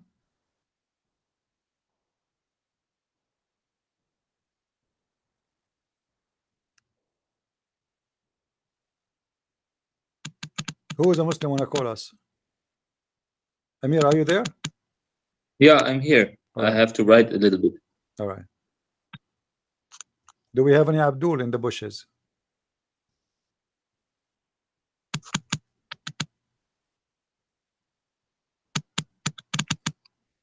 No Abdul?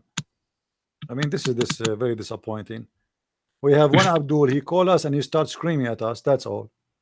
After that, we have no Abdul whatsoever. And he was screaming at us because he's scared. This is the whole point, you know, he was terrified, obviously.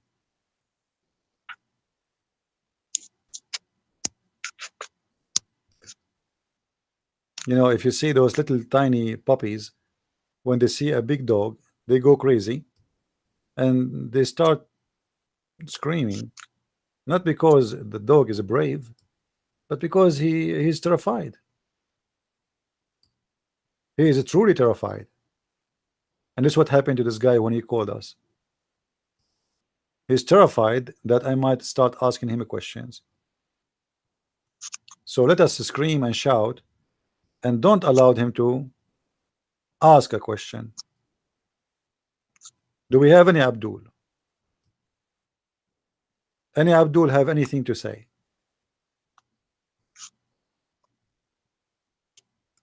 Anyone?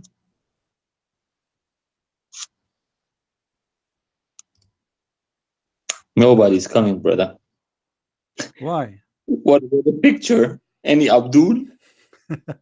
There's somebody, Somebody, he made shirts. He made shirts, and he sent those shirts to me. The images of Ani Abdul. You know, those are real. Those are real shirts. You know, somebody did them. I don't know who did, but he made shirts, and they are, I think, for sale if people want to have them. Ani Abdul.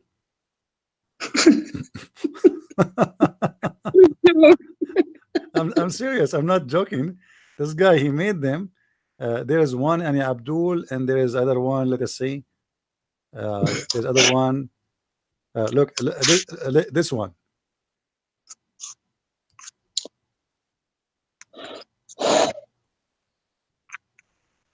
So this guy, he making shirts. What he make else too? I think he made a third shirt. I'm trying to find out what is the third one. Yeah, he made anyway. Ani Abdul. So Ani Abdul or no? Where is the ones, you know, they leave me messages in Skype, they want to call me, they want to debate me. Okay, I'm here. Anyone? Brother, I'm very, very upset about the Muslims. About what? They will never show up. It's okay, you know. For us, we do our part, and if they don't want to call, it's up to them. But there's a guy, his name is Omar. He left me a message. He want to debate me, but I don't know what happened. So okay, I'm now going a little bit. All right. My bad. You sound tired. Yes, I'm a little bit tired because I did so much work today, and I'm very, very. No problem, my friend. Uh, Well, take care. Okay, brother. And have a sweet dreams. God bless. Take care. God bless. Well, bye. Thank you for being here, Amir. Thank you. Okay, bye. Bye-bye. So, any Muslim would like to call us? Anyone? Who is a Muslim? We can change the topic. You don't worry. You can talk about anything else you want. Anyone?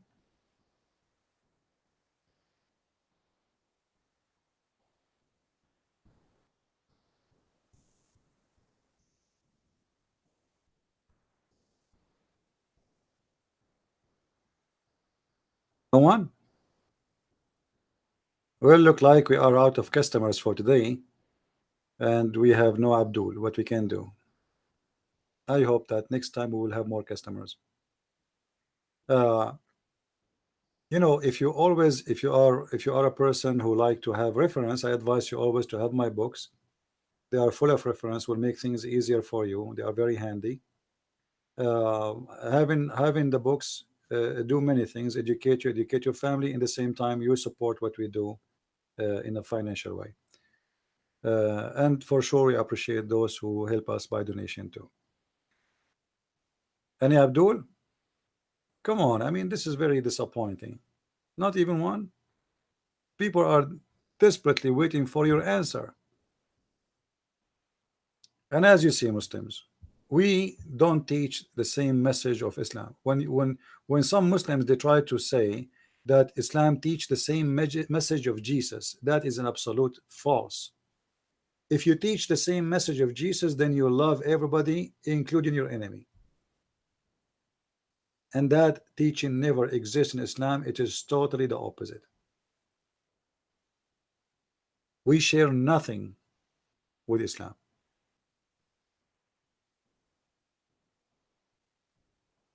Not even a single thing. Even those things you copy from the Bible, we don't even agree with them. Even if the true, even the true ones. As an example, the Quran says that Mary, she was a virgin, but the virginity of Mary in the Quran is totally have different meaning from the virginity of Mary in the Bible. As an example, according to the Muslims, Allah, he made Mary horny, and he made the sperm of the man inside her. What man? The sperm of Adam.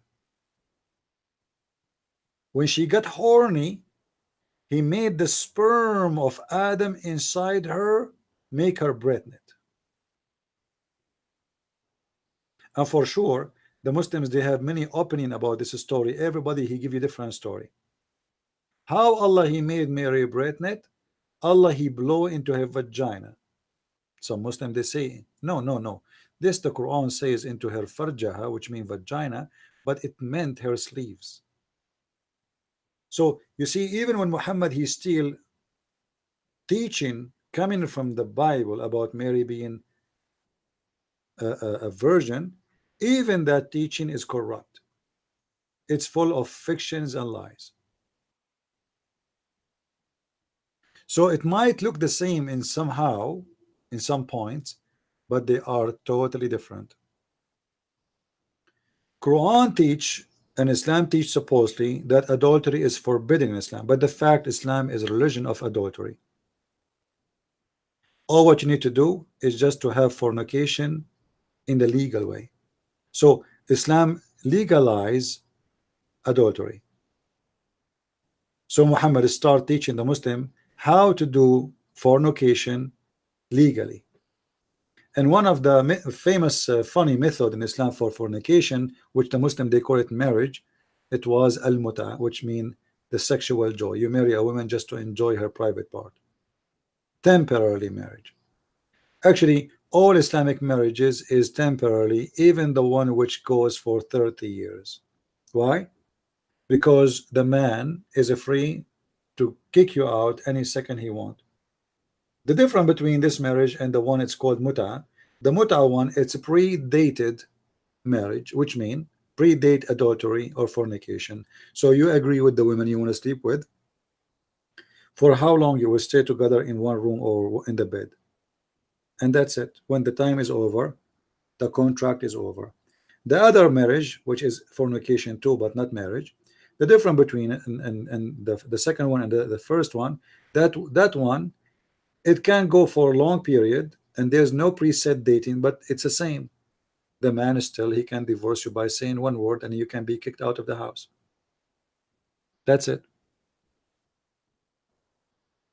He can tell you out, and then you are out. And there's no limit. The Muslim, he can marry as many as he wish. All the limitation is you can have 4 women in the same time. That is the limitation. But how many times you can remarry? No limit. You can have 1 billion. Or what the Quran says, as long as you can afford it, do it. So you can have 1 billion women, which means at the time you have 4 wives, and you can have unlimited number of slaves for sex too. If you can buy slaves, who care? Good for you in Islam. Islam approves slavery. So 4 women in the same time. This is why, you see, when we speak about marriage, the Muslim they use the same word, but the word marriage in Islam does not exist. There's no marriage. It's a sex contract. Because the purpose of this marriage is not love. The purpose of what Muslims call marriage is sexual intercourse and having children. Children is to do jihad with them, is not because you love the word, no, but because you want to send them to kill. If you remember Muhammad, he said, claiming that David, he decided to have sex. Let me see if I can get you the hadith in English.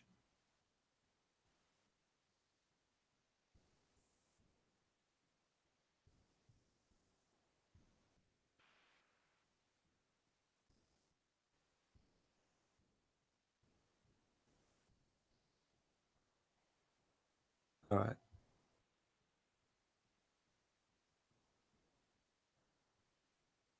He wanted to have sex with 99 women in one night. Okay, why David want to do that according to Muhammad? According to Muhammad, simply because he want children to do jihad.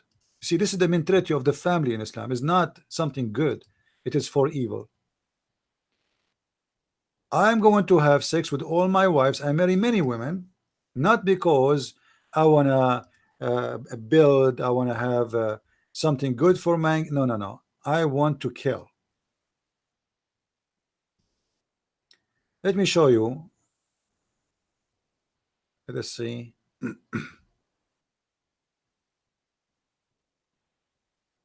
I'll try to find you the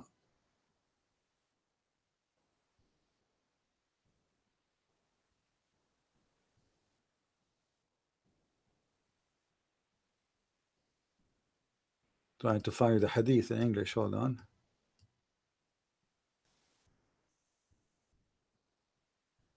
All right. Here the story is about Solomon. Sorry. Here in this hadith, but we will go and we will see about David too. Allah Prophet Solomon, who had 60 wives, once said, "Tonight I will have sexual relationship, sleep with all my wives." How many he have? He have, according to this hadith, 60. Different hadith, the number changed because Muhammad always changed his numbers. So why he want to have sex with 60 wives? Read carefully. Tonight I will have sexual relationship with my wives, so that each one of them will become a pregnant and will bring forth a boy who will grow until he will do carry jihad. You see it? He will go and do jihad for the sake of Allah. This is the mentality Muhammad teaches his followers, that children are not brought to this earth to live in peace. The best of you is the one who have sex with as many women as he can, so they can go and kill for the sake of Allah. So many naive, they think when a Muslim he will say the word marriage, it's mean he believe in the same thing we believe.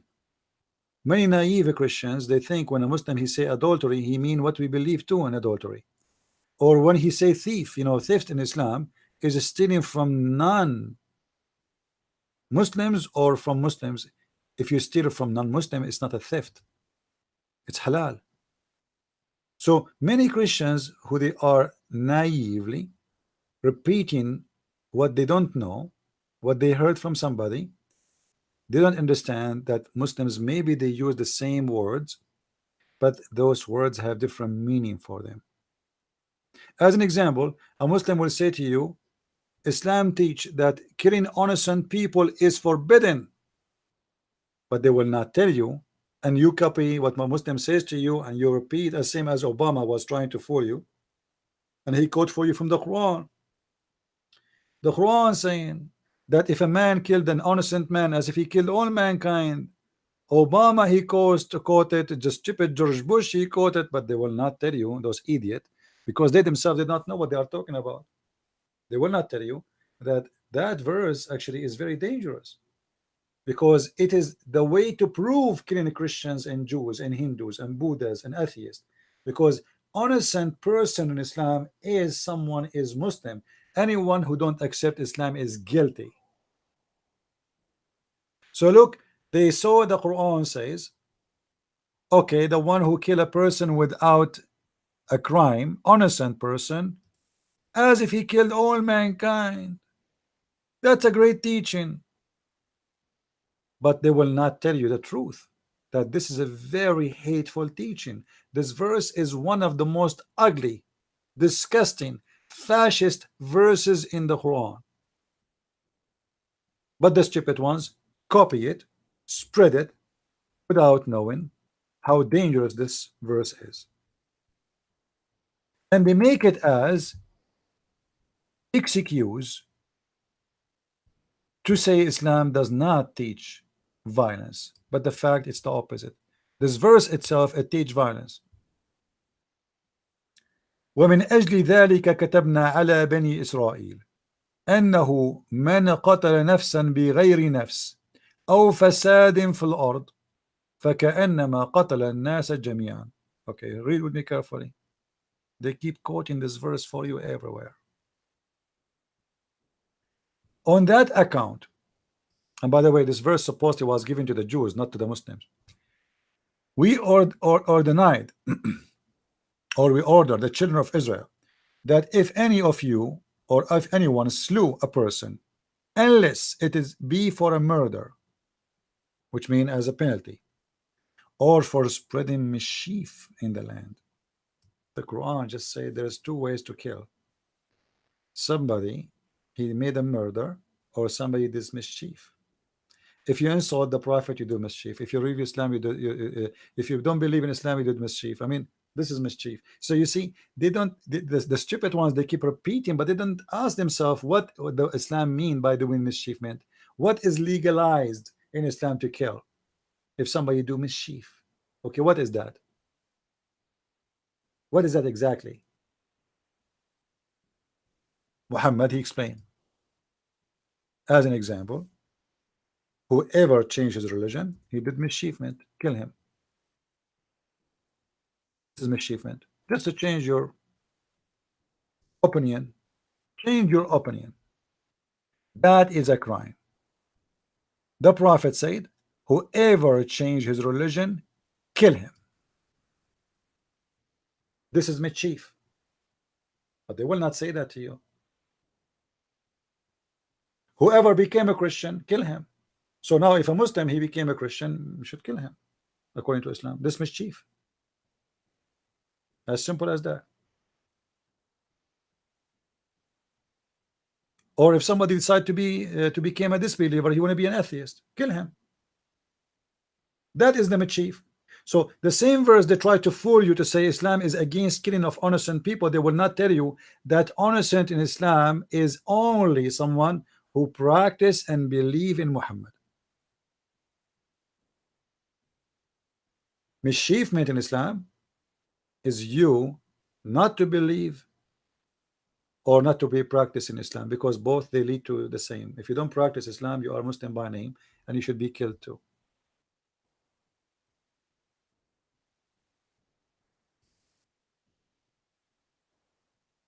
This is why in the Quran, in the chapter of Al-Anfal, verse number 72, it says, those who did not immigrate with the Prophet,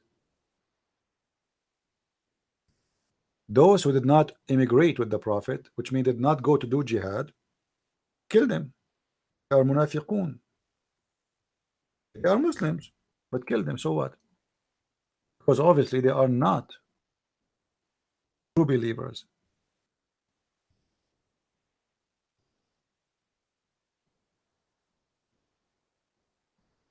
In chapter 4, verse number 89, remember the Quran says, if you are not a guilty person, we will not kill him.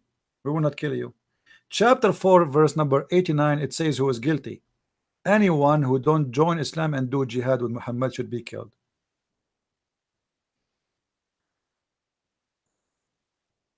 Read with me here carefully and see with me. But they wish that you should reject the faith as they do. So what is their crime? They reject the faith and thus be on the same footing as they, but take not friends from their ranks. Okay, those people, they want to take us as a friend, so they are not enemies. They don't hate us. No, you cannot take them as a friends, but take them not as a friends from their ranks until they flee in the way of Allah, which means they do hijrah. What is hijrah? For those who do not know, Muhammad, when he ran away from Mecca because people rejected him, anyone who don't live with him, he considered him false Muslim and he should be killed. So if you are a Muslim, you should flee with Muhammad. This is why ISIS, if you are a Muslim who live, let us say in Syria, and you did not flee from the area which under the control of the Shia to the area which is under the control of the Sunni of ISIS, obviously you are not fleeing with the Prophet, so you should be killed. You are false Muslim, you are hypocrite. That's what the verse is saying. So those who did not flee with Allah in the way of Allah from what is forbidden, which means to believe in other religion or to believe in other prophet, because of that, seize them and slay them wherever you find them. And in any case, take no friends with those people. Do you see it?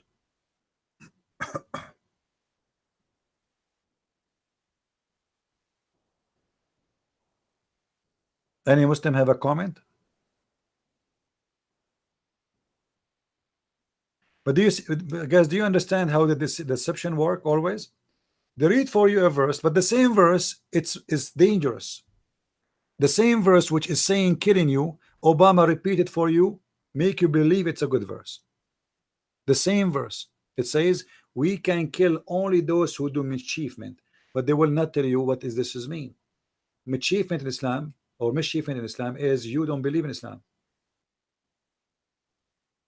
It can be about different crimes too, but the major, actually the biggest crime in Islam is not to believe in Allah, not to be a thief, no, not to be a criminal, no. The biggest crime in Islam is not to believe in Allah.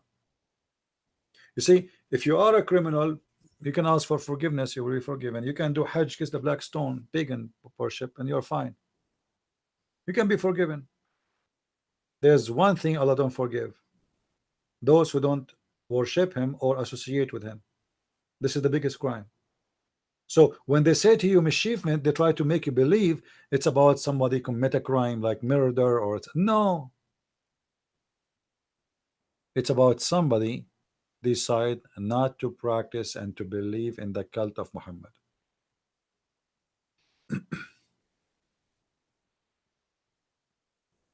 Do we have any Abdul would like to call us?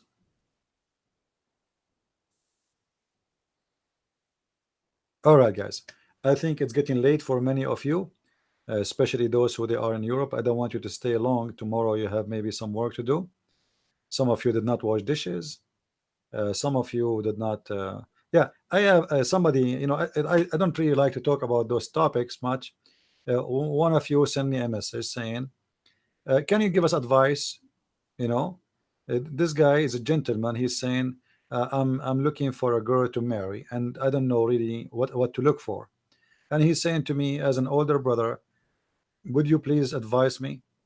And I say, my friend, this is something personal. Everybody have his own, let us say, category in life, which he think it is the most important thing for him. But if you want my advice, and this is the advice for everybody, there's things you should not associate yourself with. Don't associate yourself with someone is selfish, because selfish person, he will never love you. Selfish person, doesn't matter if it's a girl or a boy.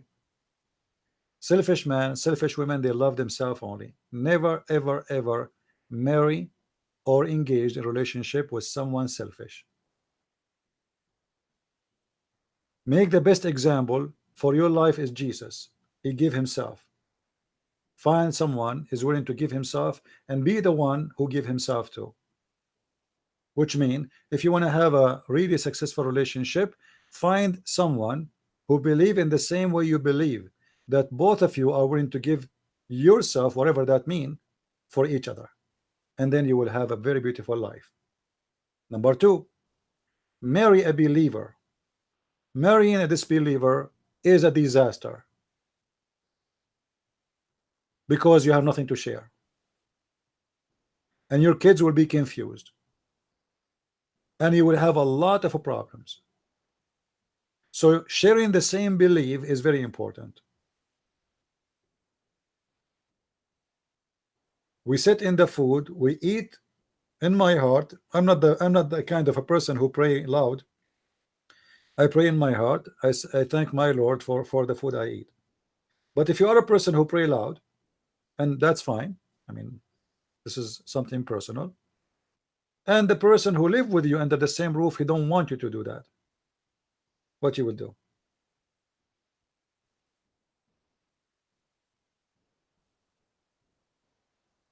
Number three, additional to not to marry someone selfish, regardless if it's a girl or a guy, and to marry someone believer.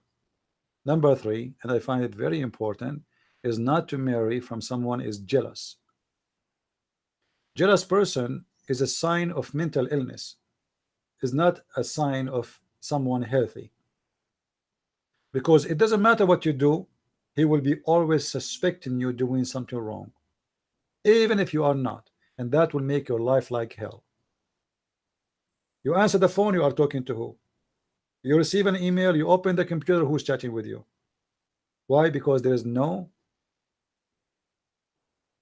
self-confidence, which is going to lead to jealousy and suspect that you are doing something wrong. Those three things, I believe, they are very important to avoid in your life in order to have a successful relationship and to have a stable marriage. And for sure, I started with the selfishness, because selfish person is really evil. The second you are selfish, you are evil, because you care for no one. Who is hungry, who is tired, who want to sleep, who is sick, who care? You only focus on yourself.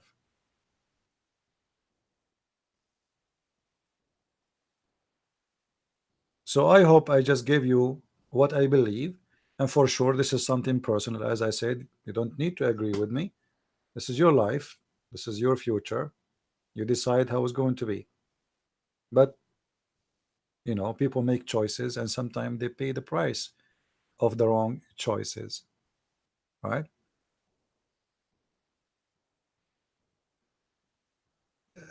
Somebody asking me how to know somebody is not selfish. Very easy. It's very easy. You know, a person who is not selfish, always he offer or she offer to help right away, voluntarily. You don't even wait. They don't even wait for you to ask for help.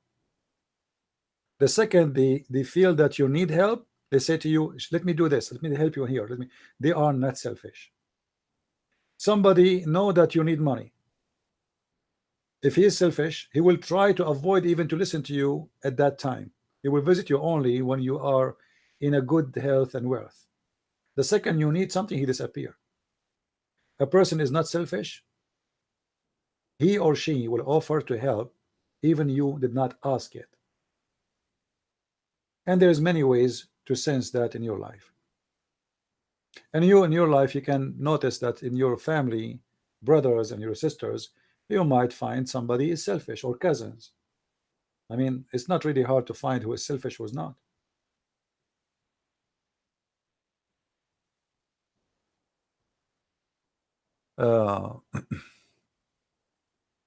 Anyway,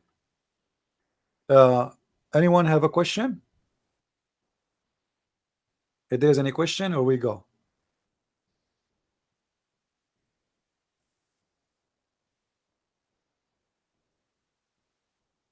No questions? Okay, anyone have answers?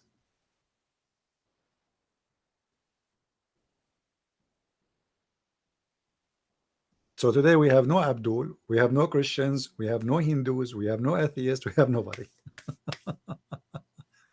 Yes, fainting. What is the question?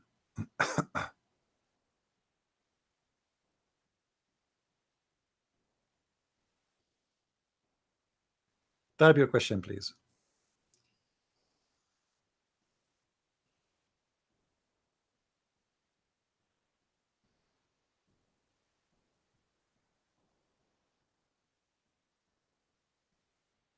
Do you want to have a children? Yeah, I want to have like 10 Christian Prince Jr. so they can do live broadcast. Yeah, why not? I mean, I'm like everybody. I like to have a family. Why not? But you know, the problem is, because of what I do, it's not easy to find a woman she can live with it. You know, and my life is not the same as anyone. You know, who's the woman she will like to have a husband he sit for 8 hours talking to people he never met. I mean, that's not easy, you know, making loud noise in the house. So you know, but I'm talking about you. Your life is different. You have most of you have a normal life, so you know, you have a better opportunity to find what you are looking for.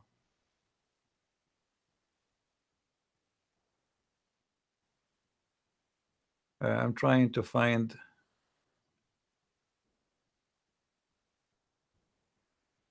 Let us see.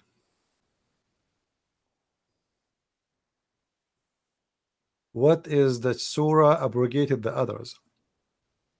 There's no specific surahs abrogated others. There's many surahs abrogated many surahs. Many.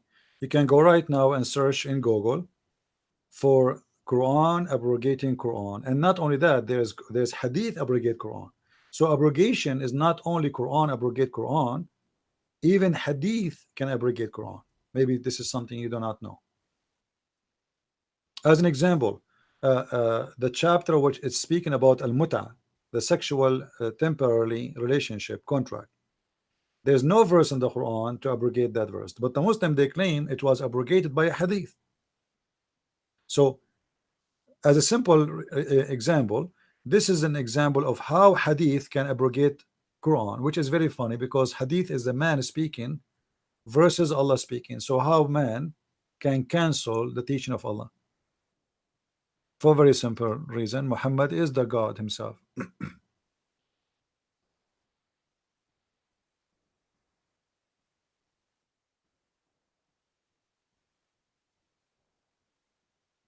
Okay, another question.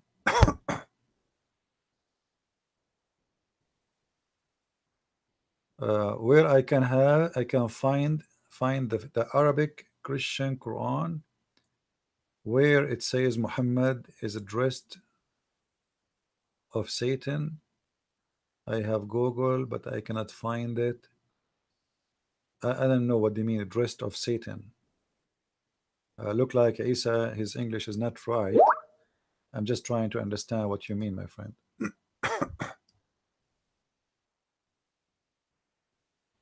What do you mean Muhammad dressed like Satan? What do you mean by that? I'm not sure. Dressed like Satan? What does that mean?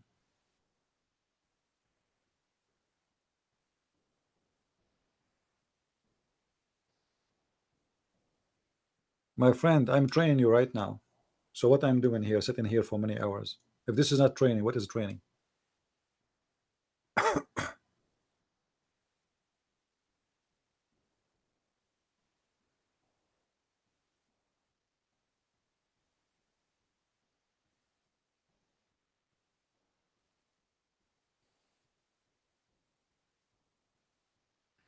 Reference with sex with animals? No, there is a reference. I made a video about it. There's many videos. Search on YouTube.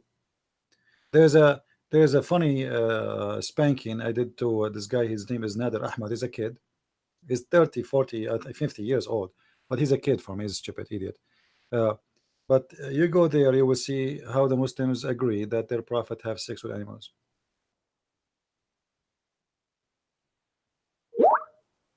What about Zakaria Butros?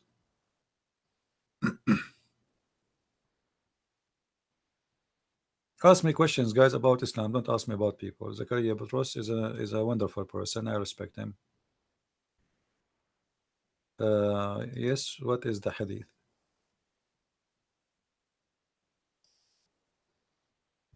Anyone want to call me and ask question? Let us make it simple. The one who call, he can ask question. The one who don't call, he have no right to ask questions.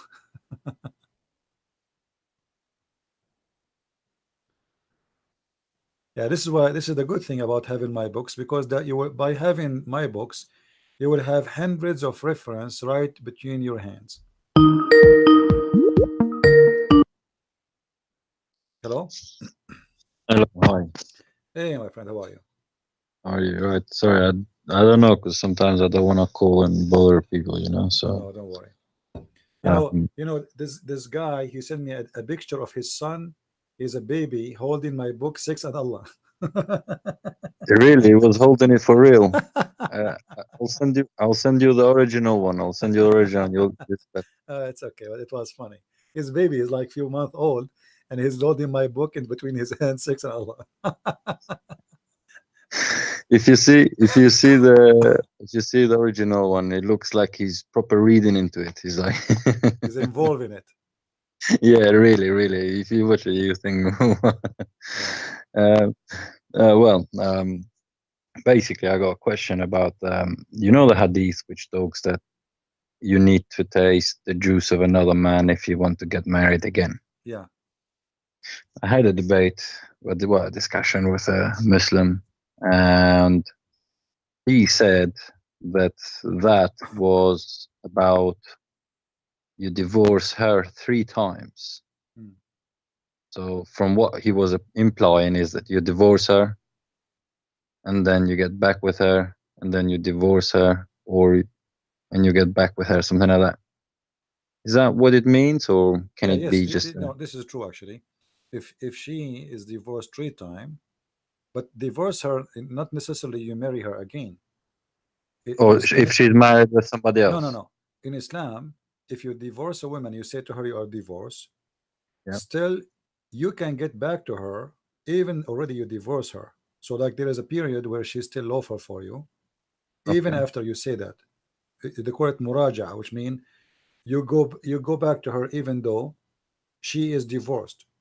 All right. Yeah. So if you do that, if you say you are divorced 3 times, most of Islamic scholars accept that as a 3 divorce. Some they count it as 1 divorce. Depend in the Okay. school and the School of thought. yeah. However, let us say a man, he divorced his wife 3 times and she left the house and she came back again and she left the house and she came back again. What that will make a difference? Anyway, still, you know, why if Muhammad just don't like divorce, why he allowed the Muslim men to have a divorce that easy? And why he did not make it okay? If you divorce her from the first time, she cannot get back to you unless she marries someone else, to make it very tough on them, to make it serious. Why he made it a 3 times? So 3 times we play with the wife, divorce, marry, divorce, marry. The one who did it 3 times, he would do it 4th time, and the one who did it 4th time, he would do it 5th time. Yeah, Okay. I mean, Muhammad, I think he was having fun with divorcing. I mean, there's a, for example, I was reading a hadith where one of the slave was emancipated, which means she was no longer a slave. And basically, Muhammad told her, "You can leave your husband if you want." So she left her husband. And there's another hadith saying that the guy was crying for her to not leave him because the other guy was a slave as well. So they were 2 slaves, and then the woman was no longer a slave. And basically, Muhammad said, "Yeah, if you want to leave him, you can leave him." So he didn't really care about that. Another question I wanted to ask, because my Arabic isn't Before my you go, first language. before you go, you see, Muhammad, he don't have a value of marriage. Let me show you. A man, he Just a came. quick question on this one. Okay, go ahead. I will, and then I will read this one. Yeah, sorry. When it says you have to taste his sweetness, what the guy said is you have to get married again. So by saying, does it say anywhere in hadith that you have to get married with that guy? No. Yes, it means to get married, but you have not only married, because remember the Okay. story where when the guy, he did beat his wife until her skin became a greener. Yeah, yeah. Okay, he's married to her already, but Muhammad is saying to her, you cannot get back to your previous husband unless he tastes her juice. So she's married already, but he did not taste her juice. So what marriage in Islam is about is not about you marrying a woman. It's about you tasting her juice. That is the marriage. If you don't do that, you don't go back to the previous husband. This is why you Okay. see here in this hadith, Muhammad, he said, well, if your intention, if you read with me here, look what Muhammad said. If that is your intention, that you know, you should know what the intention to go back to the previous husband. He said to her that it's unlawful for you to remarry Rifa unless Abu Abdul Rahman had sexual intercourse with you. And then and then this is the Muslim translation, but in Arabic it doesn't say that. And it says unless he tastes your juice. You see, the Muslim translate it as sexual intercourse. So the marriage is not really what will make the women go back. It is the sexual intercourse. So you can marry a woman, if you don't have sexual intercourse with her, still she is not lawful to go back to her husband. You got the point? But this is funny because apparently this is his wife already. She's his wife. So, but the sexual And intercourse, which is not really sexual intercourse only, he have to taste her juice and she have to taste his juice, which mean both they have to have some fun. yeah, I mean Sexual this fun. this seems a bit funny because presumably they were married, and presumably they may have had sex before if they were married. So why he would say now you have to? Because this woman, she did marry this man, but she don't want to have sex with him. She wanted to marry him so she can get her back, because Muhammad, he created stupid verse in the Quran. Her husband And divorced probably- her. Yeah, Yeah. probably he forgot after. He Yeah. forgot. Her husband divorced her, and now she's trying to get a solution so she can get back to the previous husband. But Muhammad, he made it more difficult. He says, "Oh, okay, hold on. Did you taste his juice?" Yes, wait, Jibril send me another verse. No, he's trying to explain to them that you have to taste the juice. If you remember the Edith nightmare, he don't call us no more. Once he said that I'm lying, and the juice here does not mean you know, like the sexual liquid of sex, you know, the cum of the man of the woman, It means orgasm or the something, no? orgasm. Then we went to the dictionary, if you remember. If we go here, okay, and if we type here in the dictionary the word asila, What's the name of the dictionary? Can I will post Can- the link. I will post the link for you with the reference. Okay, this is just the dictionary? That's one. we type the word correct. All right, this is the word asila, and this is the translation orgasm. Here we go. The same as it is in the hadith. Until she tastes his asila and he tastes her asila. What asila meaning? Orgasm. As simple as that. You know.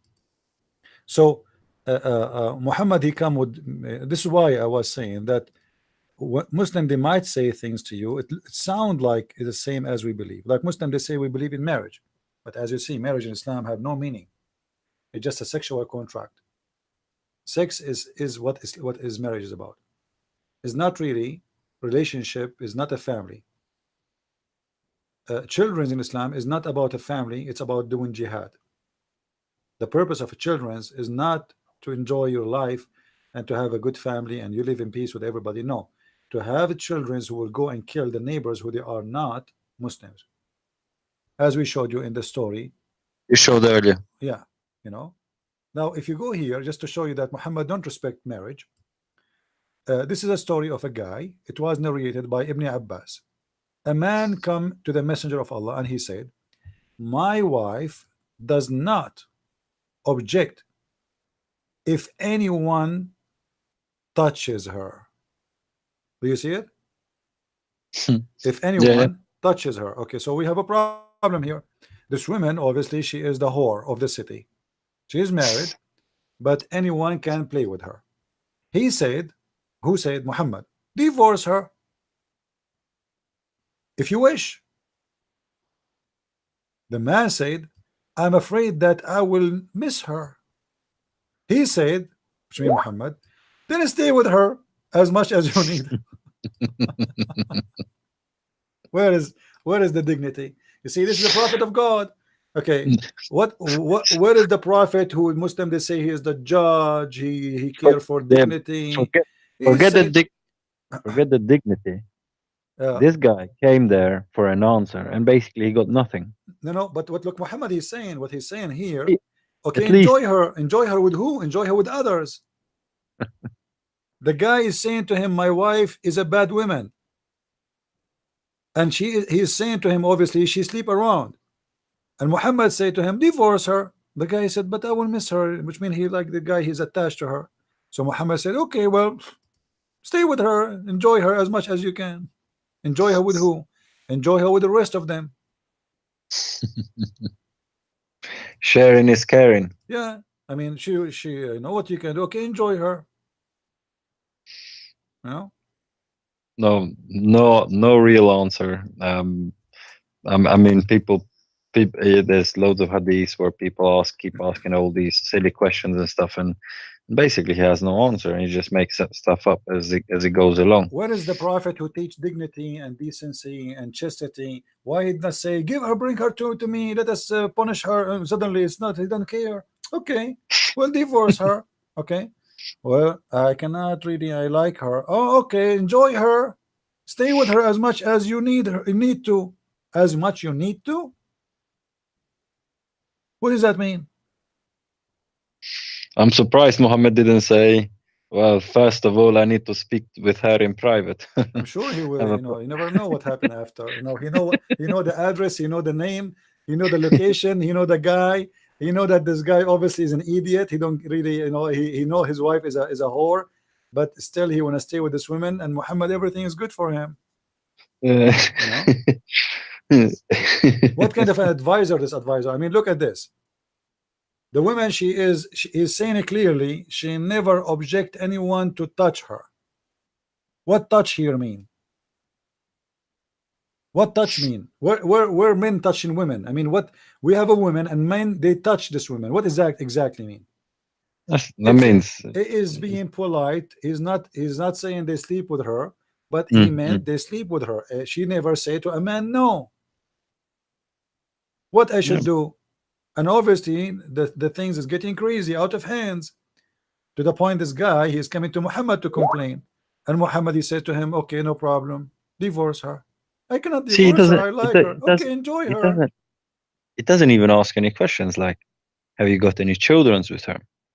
What sort of children? Because you know, anything does in Islam, they don't seem to care about the kids. You know, a divorce can affect a lot of the kids. So when you have divorce, that's going to affect the kids. The kids is just you know, you send them in the street. So if you go in the Middle East, you will find that in countries which having minority Christians, you go in the university, you will find 40-30% of the school Christians. Okay, but the Christians, there are not 40%. You know what I mean? Yeah, I understand. In the university, the 40% are Christian, because simply most of Muslims don't go to school. But why they don't go to school? The father, he don't care for the children. He have many children, he throw them in the street. At the age of 7 or 8, they send them to work in a mechanic store, in all kind of businesses, you know, make money, bring money to the father so he can marry a new wife. By the age of 18, they make you marry a new girl, and the father still suck money from you, still ask you for money to pay him, because his father, your father, come on, remember, you know, he brought you to life. So the parents in the Middle East, they bring many children, not because they care for the children, it's because of selfishness.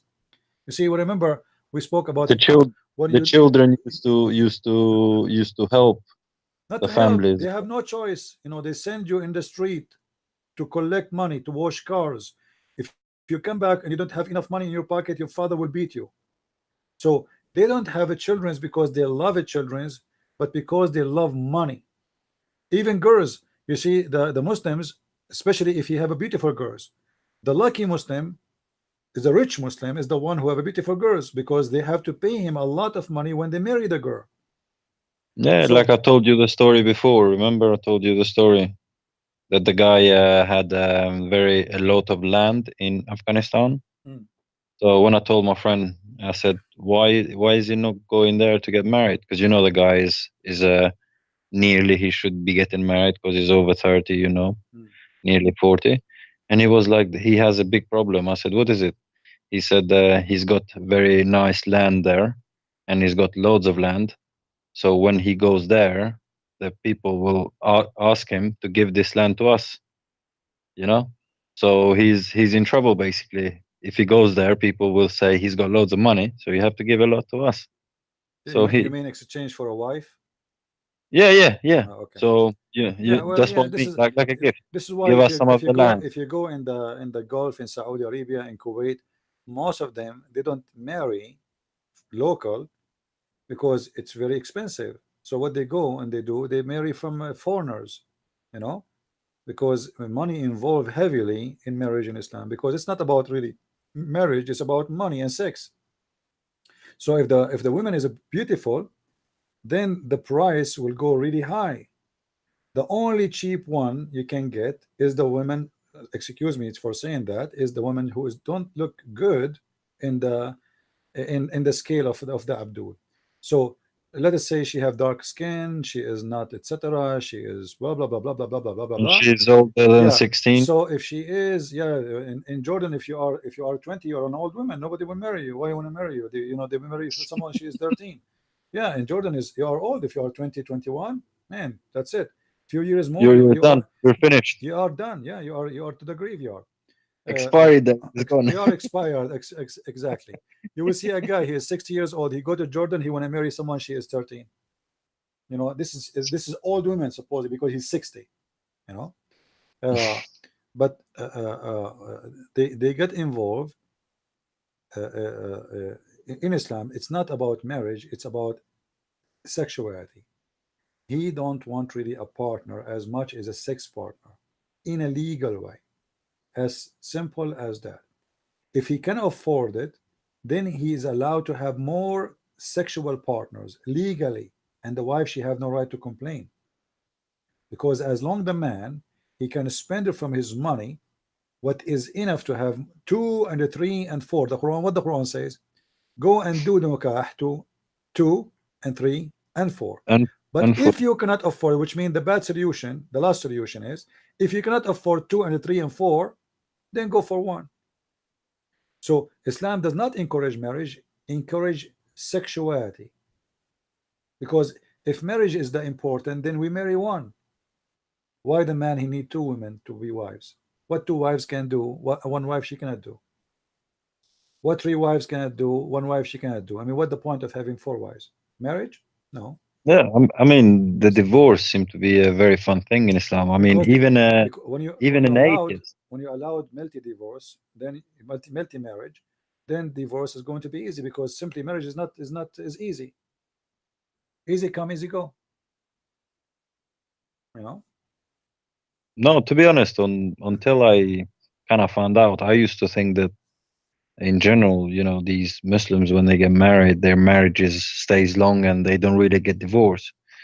It's only come to me, like, I mean, because you speak to people, you hear from people, you find out some of these people are divorced 3-4 times. I mean, the guy I was having a debate with, he said he's been divorced 3 times.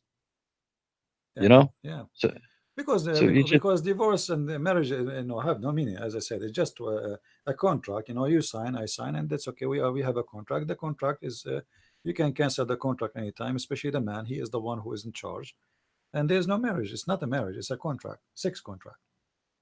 An employee and employer. The man is an employer. The woman is the employee. The employer pay the employee her wages for sex and service, and thank you very much. That's it. simple. So Yeah, I mean, there's no and divorce. It's not a divorce she because there's stays no at the marriage house. anyway. There's no marriage. There's no marriage. That's why there's no divorce. It is not a divorce. It is a contract. It can be dissolved any second, any time. By the woman. Marriage is for life, man. For better and for Not for worse. them. For them, there is no marriage. It's a sexual contract. That's why it's very easy to cancel. One word. Actually, right now we can search in Google. You will find that it's allowed for a Muslim to divorce by sending text message. They are not even, do not even need to say I divorce you. Just send text message. The woman, she receive a text message from her husband phone saying I divorce you. She have a proof now she's divorced, and she is legally not his wife no more. And usually they have 3-4 kids. It doesn't matter how many kids there are. He can send her a text message. Let's say you are going back from work and you get bored from this woman. You know, that's why many, they like Islam, because Islam is not really what people think. Islam is a very sexual religion and give you a wide range of filth to do and practice in your life. Just do it according to the book. Do it as the Prophet did it. You have my book, Sex and Allah, and you go there and you will see how they are allowed to marry as a student, as a traveler. If you're traveling to different city, let us say I live in California, I'm going from San Francisco to Los Angeles. I am allowed, according to Islam, to marry a woman temporarily in Los Angeles as long as I'm staying there. Yeah. Say You go in Las Vegas, and then you say what happens in Vegas stays in Vegas, isn't it? Yeah, but yeah, you know what? Make it illegal. You see the statement of what staying in Vegas is you hide it. In those they don't hide it. It's fine. They will not be ashamed of it. So women in Islam is the same as laptop. You see, but it's a desktop actually. I don't want to carry her with me. So what I would do? So Muhammad, he come with a solution. Islam come with a solution. Okay, you cannot carry your desktop from San Francisco to Los Angeles. Buy a desktop in Los Angeles, and then when you are done, sell it. As simple as that. You know, why you want to stay in the hotel alone? It's haram.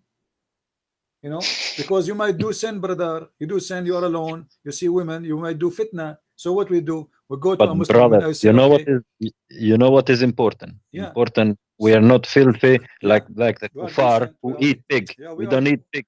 Yeah, we are We don't eat decent. pig. We clean. We clean, brother. So we go to a woman in Los Angeles and we say to her, okay, I'm staying here for 2 weeks. Do you mind to marry you for 2 weeks? She's saying no. Okay, that's it. You marry her for 2 weeks and they are done. Bye bye. Nice to meet you. You know, it is but yet they call it marriage. Let me tell you what happened on. I was in you know, the speaker's corner on Sunday. Yeah. And this Abdul, he comes and says, we love Jesus more than you. And I said, Absolutely. we follow Jesus or something. I said, first of all, you don't know Jesus, so you can't follow somebody you don't even know, you know? So how can you follow somebody you don't even know? And he was like, oh, Jesus was circumcised.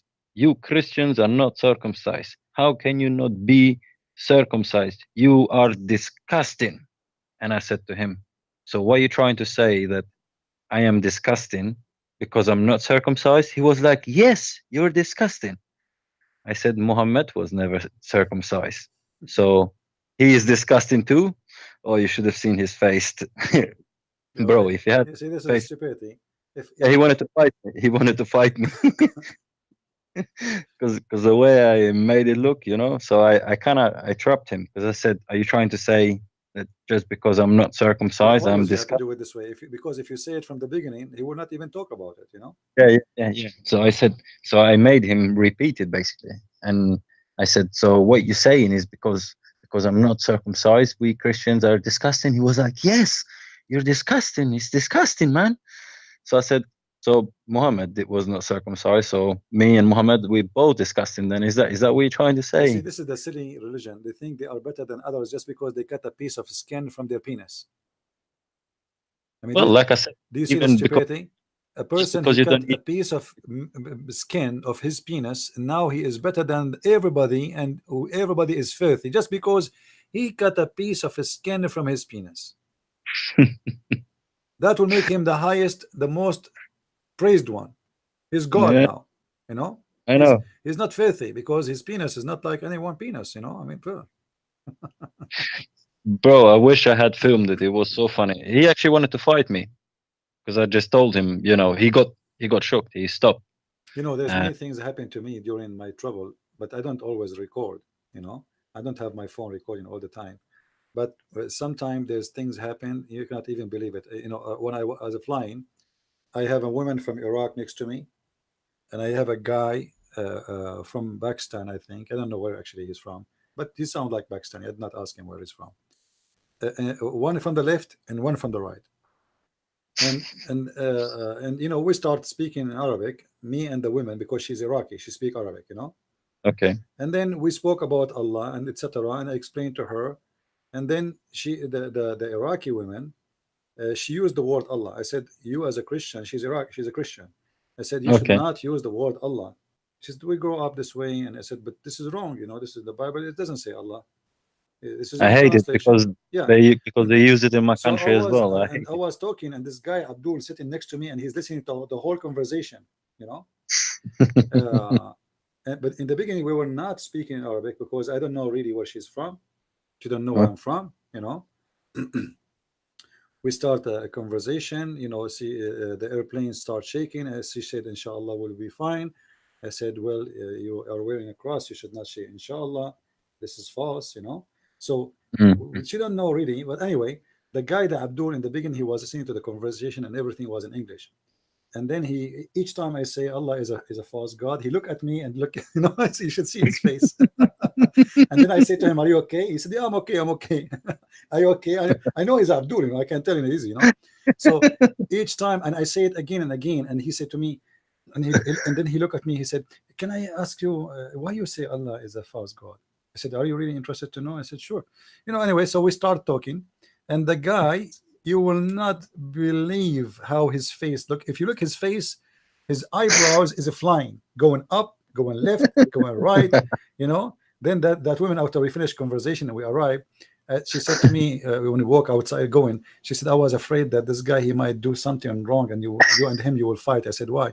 She said, did you see his eyes? They were flipping like if he's getting dizzy, you know. Yeah, but Bro, I believe you, but because if sometimes I have a these phone things with happen. me, if I have a phone, it's going to be the most funny video, because if you look at his face, you know, you'll find all kind of funny impression. In the same time, he's shocked, you know. And then he keeps saying to me, and you are Arab, right? I said, yeah. You are real Arab. He said, yeah. I mean, you speak Arabic very well. I said, yeah. I shouldn't see. Let me read for you. He said, no, I heard you, but I can't believe it. You're an Arab and you are saying this. I said, yeah. Arab and a Christian. But you know, it's very funny. And the guy, you know, he was maybe like shocked, etc. But he was not like he was not like acting. Yeah, yeah, he was okay. But if you see his face, I was looking at his face to see what's happening. You know what I'm saying? Yeah, because he would have never heard such thing. You know, he would have never heard. Never heard. Yeah, against Allah and this stuff like that. You don't hear that. And you know, the guy I spoke to, I know he goes there often, and he's one of those cocky characters. You know, by cocky, you know, what I mean by cocky, arrogant. You know. Oh, okay. So he goes and, you know, he thinks he's smart and that. You know, so he was being a bit like this. And what happened is, and then he froze. If you saw his face, he froze, like, you know, he just froze when I told him that. But, you know, and then I said to him, look, you just dug a big hole of yourself, you know. And then he got angry. He wanted to fight me, which was funny. You but know, I wish I had filmed let it. us do this. Ask a Muslim, what do you think, according to Islam, if a woman, if a man came to the Prophet and told him that his wife, she is playing with men, they can touch her, play with her in a sexual way, what the Prophet do you think he will do? Let us see what he will say.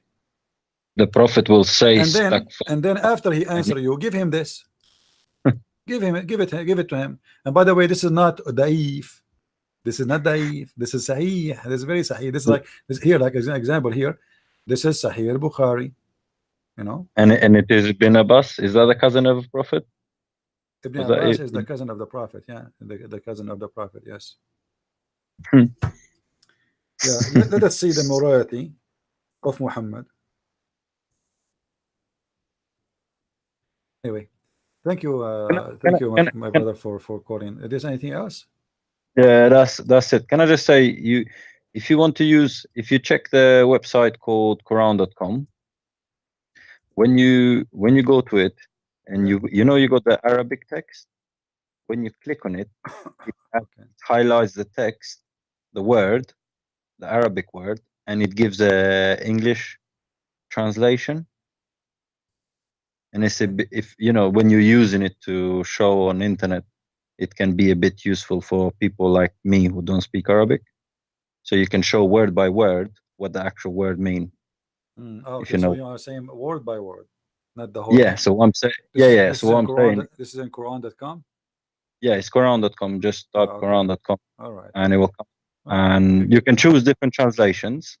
But when you click on the Arabic text, it highlights it. You know, as soon as you don't have to click, it's just to point near it. And also, you can actually click the word, and it will say it in Arabic. You know, like, you know, whatever it is. So it may be useful for those fast, for example, because when you point into the Arabic text, sometimes we don't even know which part of the text you see, you're like talking. now I'm pointing the word. Here we go. It says, okay, Al-Hakim, all wise. Okay, I see. Just open one. Just open one. Yeah, I did. I see. What do you mean? So if you, okay, if you click on the Arabic text, you see the all wise. And it's funny because that you've got the translation there, and you click on the text, it's completely different. So the translation from the text seemed to be more correct than the actual translation on it's there. funny, yeah. It's funny. Or, I think they're a stupid mistake, because the one who did the words, they did it separately. They did not put it as part of translation. This is why it's coming more accurate. Yeah, it's completely separately. So what it is this is just one translation. And if you want to get more translation, if you click on the right, you've got this wheel thing on the right on top hand side. You know the top hand side? Mhm. Or right on top, right on top. It's like a wheel, right on top. Right on side. On top, on top. Top where? In the website in the top?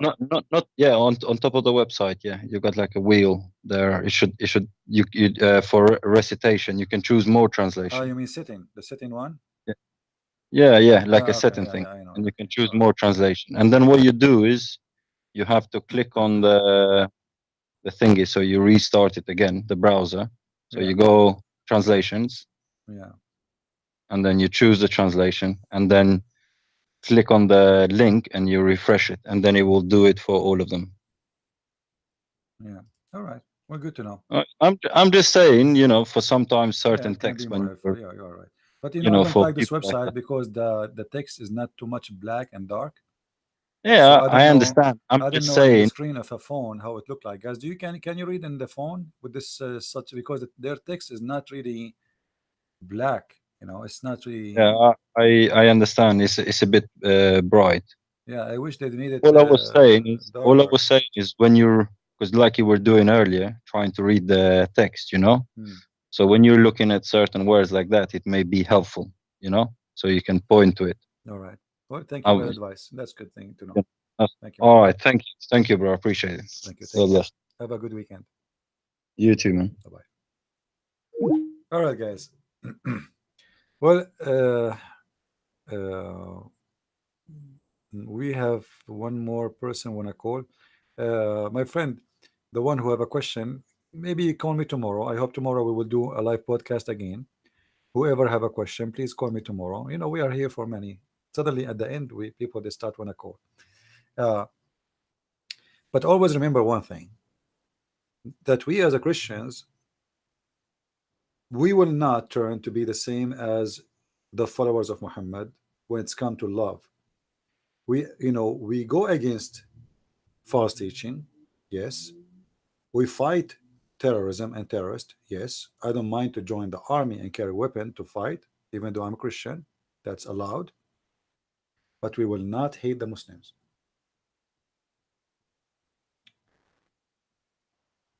We, as a Christians, we have to maintain ourselves not to fail into the trap of the devil and became victims of hatred, the same as Muhammadan are victims of hatred they believe in. We will not fall into the same trap, because in this case Satan is the only winner. He was able to make the Muslim hate us and we hate the Muslims, and that is totally against the teaching of Christ. And the only winner here is Muhammad and the devil. We don't want to see the mankind going in war. We don't want to fight the Muslims. We don't want to kill the Muslims. We want the Muslim to live in peace and to live happily life, enjoying peace, having their family, be like everybody. Hate will not bring solutions. Hate bring disaster for everybody, and it's starting from the Muslims. And as you see, Islam is the best example for what Islam can do. You cannot find one Muslim country living in peace. The only countries have stability is the one protected by the West, starting from Pakistan. If not the money of America, Pakistan will collapse tomorrow. If not the money of the West, Turkey will collapse tomorrow. There's no peace, there is no security. Scam. Turkey is the biggest country of scam. They knew exactly that Islam cannot be a solution for problems as much they knew that Islam is the problem. This is why all Muslims around the world, they cast Islam away from their law. Who is the one forbidding Sharia law in Algeria? Muslims. Tunisia, Muslims. Libya, Tunis, Muslims. Egypt, Muslims. Sudan, even Sudan. You know, this guy Bashir, he claimed that he's doing Sharia law. He is not even doing 1% of it. He's a hypocrite.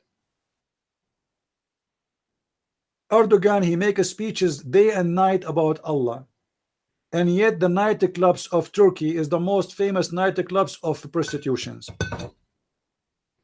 This guy, he claimed he have an Islamic state. He claimed he's a Muslim president. He claimed that his party is an Islamic party. He claimed that Islam is a solution, but he don't have Islam in Islamic country.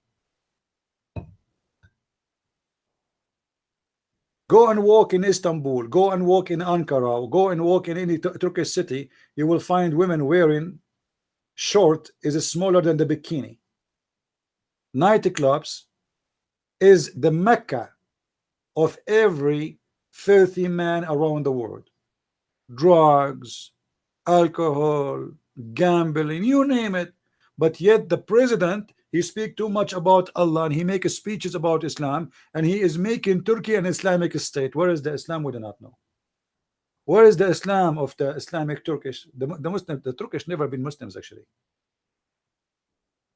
They use Islam for their propaganda to control other Islamic countries. This is the whole idea. And this is what Erdogan he do.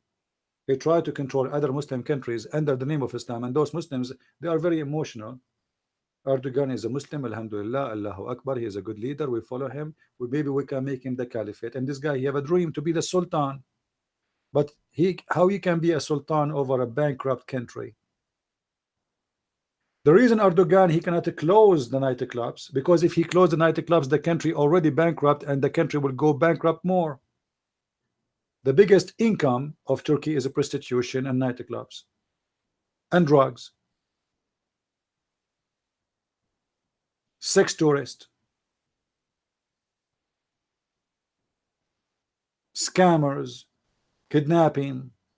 You go with your husband disappear. Then they call you second day from his phone. They say your husband is here. You want him? Bring us $10,000. Depends what your citizenship is, your husband. Who is the one who stopping Muslims from having Sharia law in Emirat? Even Saudi Arabia. Saudi Arabia, where is the Sharia law? Where is the people paying jizya? Where is the Christians? Where is the American who pay jizya there? Nobody. Because Sharia law is impossible to practice. Muslims don't want it. They are the one who fight it. And when a truly group of Muslims decide to practice Sharia law, it's called the Islamic State, ISIS. Muslims themselves, they don't want them to exist. When ISIS, they lost the land in Syria and Iraq, each time they lose a land, the people, they shave their beard in a second, dancing, crying for happiness that Islamic State is gone. They don't want Islam. Islam is a good religion as long it is just a name for the Muslims. He say, I'm proud to be a Muslim, alhamdulillah, but he will never practice Islam. Islam for them is a hijab, a woman wearing a scarf, but she is wearing the jeans, and the jeans going inside her body in every details. She is wearing a hijab, but she have 2 kilograms of makeup. She is wearing a hijab, but she smokes shisha and Marlboro. It's just a name. This is all what they want from Islam, and they call themselves Muslims, but the fact they have nothing to do with Islam. The same as many Christians who call themselves Christians. The difference is Muslims, they don't want Islam. They want the name, because name became a tradition. Those who they say we are Christians and they don't practice Christianity because simply they don't even know what Christianity is about. They grow up in a family, they have nothing to do with the Christ. This is why for us as a Christians, we don't believe there is somebody is a Christian by birth. We believe there's somebody is a Christian by being born again. This is why it's very important to be,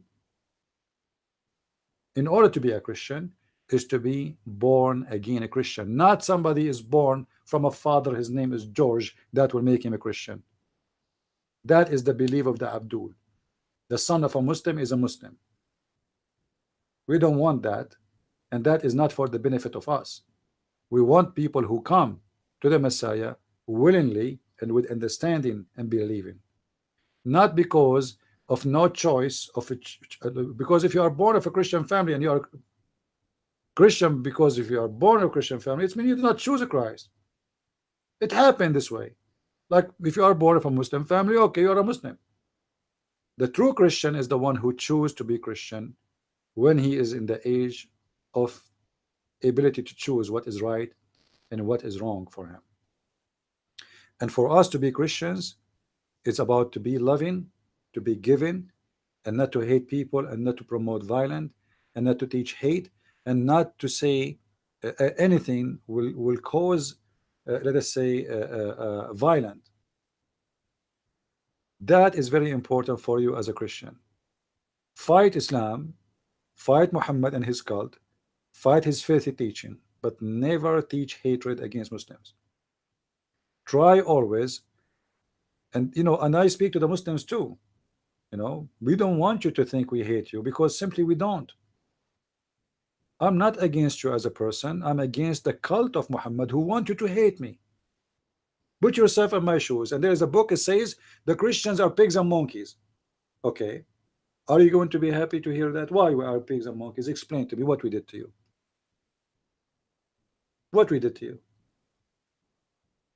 The teacher of hates, they try to manipulate the mind of Muslims, and they say to them, look what America is doing. What America have to do with the Christians? America was a Christian country when they killed more than 15,000 Christians in Serbia, fighting side by side with the Muslims in Bosnia. Or this one, you don't remember it? They are Christians when they want, they are a crusader when they want, they are not Muslim Christian when they want. Hypocrisy.